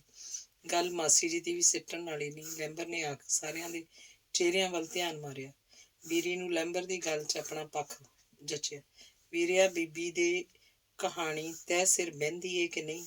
ਉਡੀਕਦਿਆਂ ਮੈਨੂੰ ਕੋਈ ਉਹ ਕਦਮ ਨਾ ਚੱਕਣ ਲਈ ਮਜਬੂਰ ਹੋ ਜਾਣਾ ਪਵੇ ਜੋ ਸਿੱਧੇ ਮੌਤ ਦੇ ਮੂੰਹ ਵੱਲ ਧਕੇਲਦੇ ਹੋਣ। ਮੈਨੂੰ ਕਿਹੜਾ ਉਹਨਾਂ ਦੇ ਮੱਥੇ ਲੱਗਣ ਦੇ, ਫੇਰ ਕਰਦੇ ਆਂ ਗੱਲ। ਫੋਨ ਨੰਬਰ ਦੇ ਮੈਨੂੰ, ਤੇਜਿੰਦਰ ਨੇ ਆਖਿਆ ਤੇ ਫਿਰ ਉਹਨੇ ਗੱਲ ਦਾ ਟੌਪਿਕ ਹੀ ਬਦਲਤਾ। ਲੈਂਬਰ ਇੱਥੇ ਰਹਿ ਕੇ ਖੇਤੀ ਕਰੀ ਜਾਓ। ਮੈਂ ਮਨਾ ਲਿਆ ਇਹਨੂੰ। ਇਹਦਾ ਜੋ ਆਪਣਾ ਕਾਰੋਬਾਰ ਆ ਉੱਥੇ ਬੰਦ ਕਰ ਆਓ। ਇਹ ਵੀ ਪਿੰਡ ਚੋਂ ਜਾ ਕੇ ਚੰਡੀਗੜ੍ਹ ਵਸੇ ਆ। ਖੇਤੀ ਕਰਨੀ ਇਸ ਲਈ ਕੋਈ ਔਖਾ ਕੰਮ ਨਹੀਂ। ਅੱਧ ਫਸਲ ਦਾ ਲਈ ਜਾਊ। ਇਹਨੂੰ ਵੀ ਮਾੜਾ ਨਹੀਂ, ਆਪਾਂ ਨੂੰ ਵੀ ਮਾੜਾ ਨਹੀਂ। ਠੀਕ ਆ ਸ਼ੇਰਾ, ਜਿਵੇਂ ਚੰਗਾ ਲੱਗਦਾ। ਬੀਰੀ ਨੇ ਆਖ ਹੌਕਾ ਜਿਹਾ ਲਿਆ। ਉਹਨੂੰ ਆਸਰੇ ਦੀ ਲੋੜ ਵੀ ਸੀ ਤੇ ਆਪਣੇ ਘਰ ਨੂੰ ਬਗਾਨੇ ਦੀ ਹੋਣਾ ਵੀ ਰੜਕ ਪਾ ਗਿਆ ਸੀ। ਮੈਂ ਤਾਂ ਕਹਿੰਦਾ ਤੁਸੀਂ ਮੇਰਾ ਕਾਰੋਬਾਰ ਜੀਜਾ ਜੀ ਜੰਮਿਆ ਜਮਾਇਆ ਨਾ ਬੰਦ ਕਰਾਓ। ਮਾਸੀ ਜੀ ਇਕੱਲੀ ਨੂੰ ਕੀ ਹੁੰਦਾ, ਲੱਗੀ ਸਮਝ?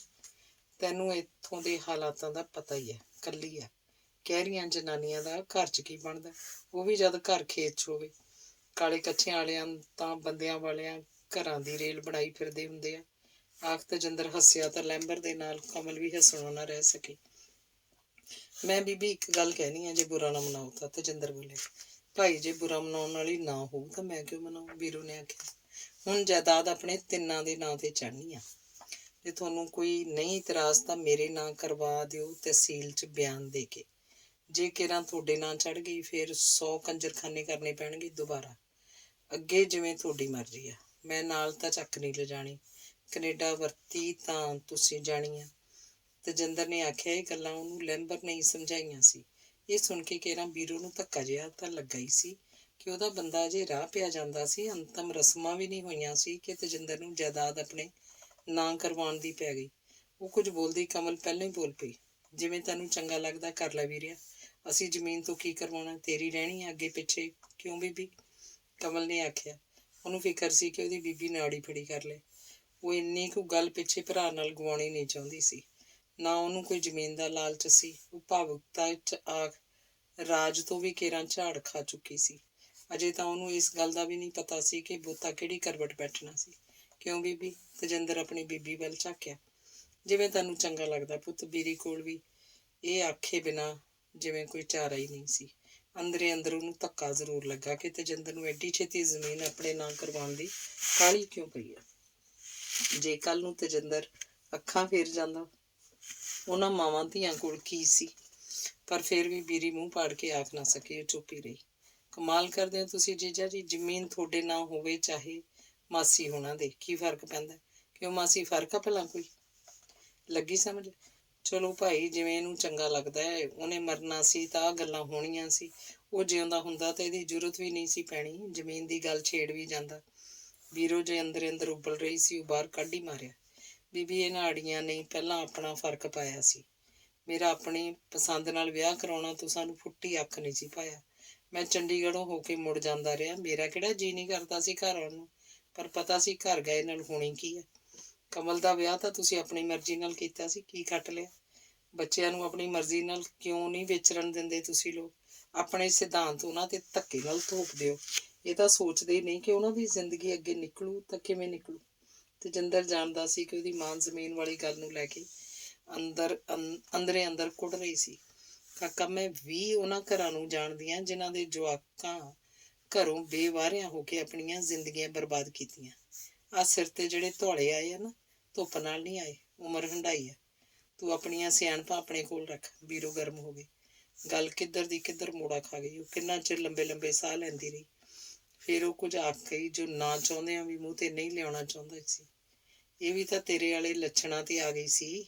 ਘਰੇ ਡਰਾਈਵਰ ਰੱਖਿਆ ਸੀ, ਸਾਰਾ ਘਰ ਸੰਭਾਲੀ ਫਿਰਦਾ ਸੀ, ਪਰ ਇਹ ਆਸ਼ਕੀਆਂ ਕਰਨ ਲੱਗ ਪਈ ਬਿਨਾਂ ਅੱਗਾ ਪਿੱਛਾ ਜਾਣਿਆ। ਅਜੇ ਤਾਂ ਮੁੰਡਾ ਚੰਗਾ ਸੀ, ਮੇਰੇ ਸਮਝਾਇਆ ਸਮਝ ਗਿਆ, ਤੇ ਮੂੰਹ ਕਾਲਾ ਇਹ ਵੀ ਕਰ ਗਈ ਹੁੰਦੀ। ਇਹ ਕਿਹੜਾ ਚੰਗੀ ਸੀ।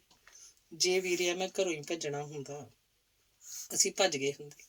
ਮੈਂ ਲੇਲੜੀਆਂ ਨਹੀਂ ਕੱਢਦੀ ਸੀ ਇਹਦੀਆਂ, ਪਰ ਇਹਨੇ ਤਾਂ ਮੇਰੀ ਸੁਣੀ ਨਾ ਉਹਦੀ। ਨਾਲੇ ਹੁਣ ਤਾਂ ਇਹ ਗੰਜ ਪਰਖਣ ਦੀ ਲੋੜ ਹੀ ਨਹੀਂ। ਵੀਰਿਆ ਬੜਾ ਚੰਗਾ ਮੁੰਡਾ ਸੀ, ਪਰ ਇਹਨਾਂ ਦੇ ਦਿਮਾਗ ਨੂੰ ਤਾਂ ਸਰਦਾਰੀ ਚੜ੍ਹੀ ਸੀ। ਕਮਲ ਨੇ ਗੁੱਬ ਗਵਾਟ ਕੱਢਿਆ। ਉਹ ਸੀ ਕਿੱਥੋਂ? ਪੁੱਛ ਤੇਜਿੰਦਰ ਨੇ ਹੌਕਾ ਜਿਹਾ ਲਿਆ। ਫਰੀਦਕੋਟ ਕੋਲ ਪਿੰਡ ਆ ਚਹਿਲ, ਬਸ ਇੰਨਾ ਹੀ ਜਾਣਦੀ ਆ। ਨਾਲੇ ਹੁਣ ਇਹਨਾਂ ਗੱਲਾਂ 'ਚ ਹੈ ਵੀ ਕੀ। ਕਮਲ ਨੇ ਆਖਿਆ ਸੀ ਤਾਂ ਤੇਜਿੰਦਰ ਨਹੀਂ ਬੋਲਿਆ ਸੀ। ਬੋਲਦਾ ਵੀ ਤਾਂ ਕੀ ਬੋਲਦਾ, ਪਰ ਉਹਨੇ ਤਲਵੰਡੀ ਵਾਲਿਆਂ ਨੂੰ ਫੋਨ ਕਰਤਾ ਸੀ। ਜ਼ਮੀਨ ਨਾਮ ਕਰਾਉਣ ਦੀ ਗੱਲ ਭਾਵੇਂ ਲੈਂਬਰ ਨਹੀਂ ਤੇਜਿੰਦਰ ਦੇ ਕੰਨੀ ਪਾਈ ਸੀ, ਪਰ ਫਿਰ ਵੀ ਉਹ ਗਿਰਗਟ ਵਾਂਗ ਰੰਗ ਬਦਲਦਾ ਵੀਰੋ ਤੇ ਕਮਲ ਨੂੰ ਸੁਣਾ ਕੇ ਤੇਜਿੰਦਰ ਨੂੰ ਆਖ ਰਿਹਾ ਸੀ, ਜੀਜਾ ਜੀ ਤੁਸੀਂ ਵੀ ਕਮਾਲ ਦੇ ਆਦਮੀ ਹੋ। ਲੱਗੀ ਸਮਝ। ਮਾਸੀ ਜੀ ਤੇ ਕਮਲ ਦੇ ਨਾਂ ਜ਼ਮੀਨ ਚੜ੍ਹ ਵੀ ਜਾਊ ਤਾਂ ਤੁਹਾਨੂੰ ਕੀ ਹਰਜ ਆ। ਇਸ ਗੱਲ ਨੂੰ ਲੈ ਕੇ ਤੁਹਾਡਾ ਬੈਸਣਾ ਮੈਨੂੰ ਤਾਂ ਜਚਿਆ ਨਹੀਂ, ਉਹ ਵੀ ਮਾਸੜ ਜੀ ਦੇ ਭੋਗ ਤੋਂ ਪਹਿਲਾਂ। ਉਹਦੀ ਸੁਣ ਤੇਜਿੰਦਰ ਮਨ 'ਚ ਹੈਰਾਨ ਸੀ। ਇਹ ਗੱਲ ਪਹਿਲਾਂ ਕੰਨੀ ਪਾਉਣ ਵਾਲਾ ਬੰਦਾ ਹੀ ਆਪਣੀ ਆਖੀ ਤੋਂ ਕਿਵੇਂ ਭਗੌੜਾ ਹੋ ਰਿਹਾ ਸੀ। ਪਰ ਤੇਜਿੰਦਰ ਇਸ ਗੱਲ ਨੂੰ ਅਣਗੌਲਿਆ ਕਰ ਬੋਲਿਆ, ਤੂੰ ਨਹੀਂ ਜਾਣਦਾ ਲੈਂਬਰ, ਇਹੋ ਜ਼ਮੀਨ ਕਮਲ ਲਈ ਮੁਸੀਬਤ ਬਣ ਸਕਦੀ ਹੈ। ਤਲਵੰਡੀ ਜਾਵੇ ਜਾਂ ਹੋਰ ਕਿਤੇ, ਇਹਦੇ ਸਹੁਰੇ ਤੰਗ ਕਰਨਗੇ ਇਹਨੂੰ, ਹੋਰ ਕੋਈ ਗੱਲ ਨਹੀਂ। ਕੁਝ ਵੀ ਹੁੰਦਾ ਫਿਰ ਇਹ, ਪਰ ਮੈਂ ਨਹੀਂ ਚਾਹੁੰਦਾ ਕਿ ਤੁਹਾਡੇ ਰਿਸ਼ਤਿਆਂ 'ਚ ਤੇ ਰੇੜ ਆਏ। ਮੈਂ ਨਹੀਂ ਇੱਥੇ ਰਹਿਣਾ, ਸਿੱਧੀ ਗੱਲ ਆ। ਲੱਗੀ ਸਮਝ। ਮੈਨੂੰ ਇੱਥੇ ਰਹਿਣ ਨੂੰ ਤੁਸੀਂ ਆਖਤਾ, ਮੈਂ ਹੁਕਮ ਮੰਨ ਲਿਆ, ਹਾਮੀ ਭਰਤੀ। ਇਹ ਗੱਲਾਂ ਕਮਰੇ 'ਚ ਹੋ ਰਹੀਆਂ ਸੀ। ਲੈਂਬਰ ਚੰਗੀ ਤਰ੍ਹਾਂ ਜਾਣਦਾ ਸੀ। ਉਹਦੀ ਆਵਾਜ਼ ਕਮਲ ਤੇ ਵੀਰੋ ਦੇ ਕੰਨੀ ਵੀ ਪੈ ਰਹੀ ਸੀ, ਤੇ ਉਹ ਇਹੋ ਕੁਝ ਚਾਹੁੰਦਾ ਸੀ। ਪਾਗਲ ਨਾ ਬਣ, ਤੇਰਾ ਇੱਥੇ ਰਹਿਣਾ ਬਹੁਤ ਜ਼ਰੂਰੀ ਆ। ਖੇਤ 'ਚ ਘਰ ਆ, ਤੇਜਿੰਦਰ ਨੇ ਆਖਿਆ ਸੀ ਤਾਂ ਫੇਰ ਲੈਂਬਰ ਨਹੀਂ ਬੋਲਿਆ। ਭੋਗ ਤੇ ਕਾਫੀ ਇਕੱਠ ਹੋ ਗਿਆ ਸੀ। ਵਿਹੜੇ 'ਚ ਹੀ ਟੈਂਟ ਲਾਇਆ ਗਿਆ ਸੀ। ਖਾਣ ਪੀਣ ਦੀ ਕੋਈ ਪਰਵਾਹ ਨਹੀਂ ਸੀ। ਤੇਜਿੰਦਰ ਨੇ ਖੁੱਲ੍ਹ ਕੇ ਖਰਚ ਕੀਤਾ ਸੀ। ਮੇਲੂ ਦੇ ਘਰੋਂ ਇੱਥੇ ਹੀ ਸੀ ਤੇ 2-4 ਬੰਦੇ ਬੁੜੀਆਂ ਹੋਰ ਵੀ ਉਹਦੇ ਸਕੇ ਸੋਦਰੀਆਂ 'ਚੋਂ ਆ ਗਏ ਸੀ। ਪਰ ਮੇਲੂ ਨਹੀਂ ਆਇਆ ਸੀ। ਉਹ ਕਿੱਥੇ ਸੀ, ਇਸ ਗੱਲ ਦਾ ਕਿਸੇ ਨੂੰ ਪਤਾ ਨਹੀਂ ਸੀ। ਹੋਰ ਵੀ ਅਗਲੀਆਂ ਪਿਛਲੀਆਂ ਰਿਸ਼ਤੇਦਾਰੀਆਂ ਵੱਲੋਂ ਆਏ ਸੀ। ਨਿੰਦੋ ਤੇ ਬਿੰਦਰ ਵੀ 2-4 ਬੁੜੀਆਂ ਬੰਦਿਆਂ ਨਾਲ ਆਏ ਸੀ। ਸਰਦਾਰਾ ਸੀ, ਉਹਨੂੰ ਕਿਹਨੇ ਲੈ ਕੇ ਆਉਣਾ ਸੀ? ਉਹ ਤਾਂ ਉਹਨਾਂ ਲਈ ਜਿਵੇਂ ਫਾਲਤੂ ਜਿਹੀ ਚੀਜ਼ ਸੀ। ਭੋਗ ਤੋਂ ਬਾਅਦ ਆਇਆ ਗਿਆ ਤੁਰਨ ਲੱਗਿਆ ਤਾਂ ਬੀਰੋ ਨੇ ਬਿੰਦਰ ਤੇ ਮਿੰਦਰ ਨੂੰ ਆਖਿਆ, ਤੁਸੀਂ ਅਜੇ ਜਾਣਾ ਨਹੀਂ, ਰੁਕਣਾ ਪੈਣਾ ਤੁਹਾਨੂੰ। ਰੁਕ ਜਾਂਦੇ ਆ ਜੇ ਤੁਸੀਂ ਆਖੋ ਤਾਂ ਭੈਣ ਜੀ। ਤੁਸੀਂ ਸੰਸਕਾਰ ਤੇ ਫੋਨ ਤਾਂ ਕਰਨਾ ਹੀ ਸੀ, ਇਹ ਵੀ ਕੋਈ ਗੱਲ ਸੀ ਨਾ ਕਰਨ ਵਾਲੀ? ਨਿੰਦੋ ਇਤਰਾਜ਼ ਠਾ ਗਈ। ਉਹ ਜਾਣਦੀ ਸੀ ਗੱਲਾਂ ਤਾਂ ਹੋਣਗੀਆਂ ਹੀ, ਇਸ ਲਈ ਉਹ ਆਪਣੇ ਆਪ ਨੂੰ ਤਿਆਰ ਕਰਕੇ ਲਿਆਈ ਸੀ। ਵੱਡੀ ਰਾਤ ਤੱਕ ਬਿੰਦਰੀ ਨਾਲ ਮੱਥਾ ਮਾਰਦੀ ਰਹੀ ਸੀ। ਹੁਣ ਬਿੰਦਰ ਕਾਕਾ, ਵੇਲਾ ਸੰਭਾਲਣ ਦੀ ਲੋੜ ਆ। ਤੂੰ ਮਿੱਠਾ ਪਿਆਰਾ ਹੋ, ਇਹਨਾਂ ਨਾਲ ਨਸ਼ਿਆਂ ਦੀ ਮਾੜ ਮੋੜ ਪਾਸਾ ਵੱਟ। ਤੇਰੇ ਸਹੁਰਾ ਸਾਹਿਬ ਤਾਂ ਖੇਡ ਖੁੱਲੀ ਕਰ ਗਏ ਆ। ਤੀਵੀਆਂ ਮਾਣੀਆਂ ਦਾ ਕੀ ਹੁੰਦਾ? ਤੇਰਾ ਸਾਲਾ ਬਾਹਰ ਆ, ਆਪਣਾ ਹੀ ਆ ਸਾਰਾ ਕੁਛ, ਮੌਕਾ ਸੰਭਾਲਣ ਦੀ ਕਰ। ਉਹ ਹਰਾਮਜ਼ਾਦੀ ਆਉਣ ਲਈ ਤਿਆਰ ਹੋਊ ਤਾਂ ਹੀ ਨਾ। ਤੂੰ ਢਾਲ ਆਪਣੇ ਆਪ ਨੂੰ, ਸਾਰਾ ਕੁਛ ਹੋ ਜਾਊ। ਕੀੜੇ ਪੈਣੇ ਕਾਕੂ ਨੇ ਬੇੜੀਆਂ 'ਚ ਵੱਟੇ ਪਾਏ ਆ, ਨਹੀਂ ਉਹ ਤਾਂ ਟਿਕੀ ਆਉਂਦੀ ਸੀ। ਨਿੰਦੋ ਨੇ ਆਖਿਆ, ਆਪਣੇ ਆਪ ਨੂੰ ਮਨ 'ਚ ਲਾਹਣਤ ਵੀ ਪਾਈ। ਅਕਸਰ ਕਾਕੂ ਨੂੰ ਢਿੱਲ ਵੀ ਤਾਂ ਉਹੀ ਦੇ ਕੇ ਗਈ ਸੀ। ਜੋ ਹੋਇਆ ਸੀ ਉਹਦੇ ਆਪਣੇ ਪੈਰੋਂ ਹੀ ਹੋਇਆ ਸੀ। ਪਰ ਮਨਾ ਮੈਂ ਵੀ ਕੀ ਕਰਦੀ? ਕੰਜਰ ਨੇ ਮੈਨੂੰ ਮਜਬੂਰ ਹੀ ਇੰਨਾ ਕੀਤਾ। ਜੇ ਨਹੀਂ ਕਾਕੂ ਦੇ ਆਖੇ ਲੱਗਦੀ ਤਾਂ ਲੋੜਿਆਂ ਦੀ ਰਕਮ ਆ ਕਿੱਥੋਂ ਦਿੰਦੀ ਐਡੀ ਛੇਤੀ? ਉਹ ਤਾਂ ਅੱਗ ਮਚਾਈ ਆਉਂਦਾ ਸੀ। ਨਿੰਦੋ ਆਪਣੇ ਆਪ ਨਾਲ ਗੁੱਥਮ ਗੁੱਥਾ ਜੀ ਹੁੰਦੀ ਰਹੀ। ਜਦ ਸਾਰੇ ਸਕੀਰੀਆਂ ਵਾਲੇ ਤੁਰ ਗਏ ਤਾਂ ਬੀਰੋ, ਤੇਜਿੰਦਰ, ਲੈਂਬਰ, ਨਿੰਦੋ ਤੇ ਬਿੰਦਰ ਨੂੰ ਲੈ ਕੇ ਕਮਰੇ 'ਚ ਵੜ ਗਏ। ਨਿੰਦੋ ਹੋਣਾ ਨਾਲ ਆਏ ਬੰਦੇ ਬੁੜੀਆਂ ਬਾਹਰ ਗੇਟ ਕੋਲ ਖੜੀਆਂ ਗੱਡੀਆਂ ਕੋਲ ਆ ਖੜੇ। ਮਾਸੀ ਜੀ, ਮੈਨੂੰ ਸਮਝ ਨਹੀਂ ਆਉਂਦੀ, ਗੱਲ ਕਿੱਥੋਂ ਛੇੜਾਂ? ਕਮਲ ਨੂੰ ਜਿਹੜੀ ਹਾਲਾਤਾਂ 'ਚ ਆਉਣਾ ਪਿਆ, ਬੜੀ ਸ਼ਰਮਨਾਕ ਗੱਲ ਆ। ਤੇਜਿੰਦਰ ਨੇ ਗੱਲ ਛੇੜੀ। ਕਮਲ ਵੀ ਇੱਕ ਪਾਸੇ ਆ ਬੈਠੀ। ਭਾਈ, ਘਰੇ ਮੈਂ ਤਾਂ ਹੈ ਹੀ ਨਹੀਂ ਸੀ, ਨਾ ਹੀ ਬਿੰਦਰ ਸੀ। ਕਾਕੂ ਨੇ ਹੀ ਦੱਸਿਆ ਸੀ ਕਿ ਕਮਲ ਮੇਰੇ ਗਲ ਪੈ ਗਈ। ਚੱਲ, ਜੇ ਉਹਦੇ ਨਾਲ ਝਗੜ ਵੀ ਪਈ ਸੀ, ਘਰ ਛੱਡ ਕੇ ਭੱਜਣ ਦੀ ਕੀ ਲੋੜ ਸੀ? ਭੈਣ ਜੀ, ਕਮਲ ਕਿਉਂ ਭੱਜੀ ਸੀ? ਭੁੱਲ ਤਾਂ ਤੈਥੋਂ ਵੀ ਨਹੀਂ ਹੋਣੀ। ਹੁਣ ਤਾਂ ਐਵੇਂ ਪੋਚੇ ਮਾਰਦੀ ਐ, ਮਾਰੀ ਜਾ। ਚੱਲ, ਜੇ ਹਾਈ ਗੱਲ ਸੀ, ਤੁਸੀਂ ਮਗਰ ਨਹੀਂ ਆਉਣਾ ਸੀ। ਇੱਕ ਫੋਨ ਤੱਕ ਨਹੀਂ ਕੀਤਾ ਤੁਸੀਂ। ਬੀਰੋ ਨੇ ਗੱਲ ਆਪਣੇ ਹੱਥ ਲੈ ਲਈ। ਕਿਉਂ ਵੇ? ਤੂੰ ਤਾਂ ਮੈਨੂੰ ਕਹਿੰਦਾ ਸੀ ਮੈਂ ਫੋਨ ਕੀਤਾ, ਅਖੇ ਕਮਲ ਦਾ ਪਿਓ ਢਿੱਲਾ ਹੈ। ਕਮਲ 4 ਦਿਨ ਠਹਿਰ ਕੇ ਆਊ। ਜੇ ਛੋਰਾਂ ਵਾਲੀ ਗੱਲ ਹੀ ਕਰਨੀ ਸੀ ਤਾਂ ਮੈਨੂੰ ਆਖਦਾ, ਮੈਂ ਆਪ ਗੱਲ ਕਰ ਲਈ। ਨਿੰਦੋ ਅਸਮਾਨ ਨੂੰ ਟਾਕੀਆਂ ਲਾ ਰਹੀ ਸੀ।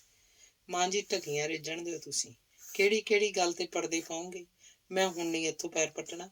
ਇਹ ਦੱਸੋ, ਤੁਸੀਂ ਕਦ ਲਿਖ ਕੇ ਦਿਓਗੇ? ਮੈਥੋਂ ਭਾਵੇਂ ਅੱਜ ਲਿਖਵਾ ਲਓ। ਚੁੱਪ ਕਰ ਕੁੜੀਏ, ਜਦੋਂ ਅਸੀਂ ਕਰਦੇ ਆਂ ਗੱਲ। ਕਿਉਂ ਭੈਣ ਜੀ, ਕੀ ਸਕੀਮ ਆ ਤੁਹਾਡੀ ਫਿਰ? ਇਹ ਨਸ਼ੇ ਪੱਤੇ ਛੱਡੂ ਕਿ ਐਂ ਚੱਲੂ? ਬੀਰੋ ਨੇ ਆਖਿਆ। ਭੈਣ ਜੀ, ਮੈਨੂੰ ਤਾਂ ਡੇਰੇ ਵਾਲੇ ਦੀ ਸਹੁੰ, ਜੇ ਜਿਉਂ ਕਮਲ ਆਈ ਆ ਇੱਕ ਭੋਰਾ ਭਰ ਵੀ ਨਸ਼ਾ ਕੀਤਾ ਹੋਵੇ। ਹੁਣ ਤੁਹਾਡੇ ਕੋਲ ਬੈਠਾ ਚੰਗਾ ਭਲਾ ਮਜਾਲ ਆ ਕਿ ਨਸ਼ੇ ਵੱਲ ਝਾਕ ਵੀ ਜਾਵੇ।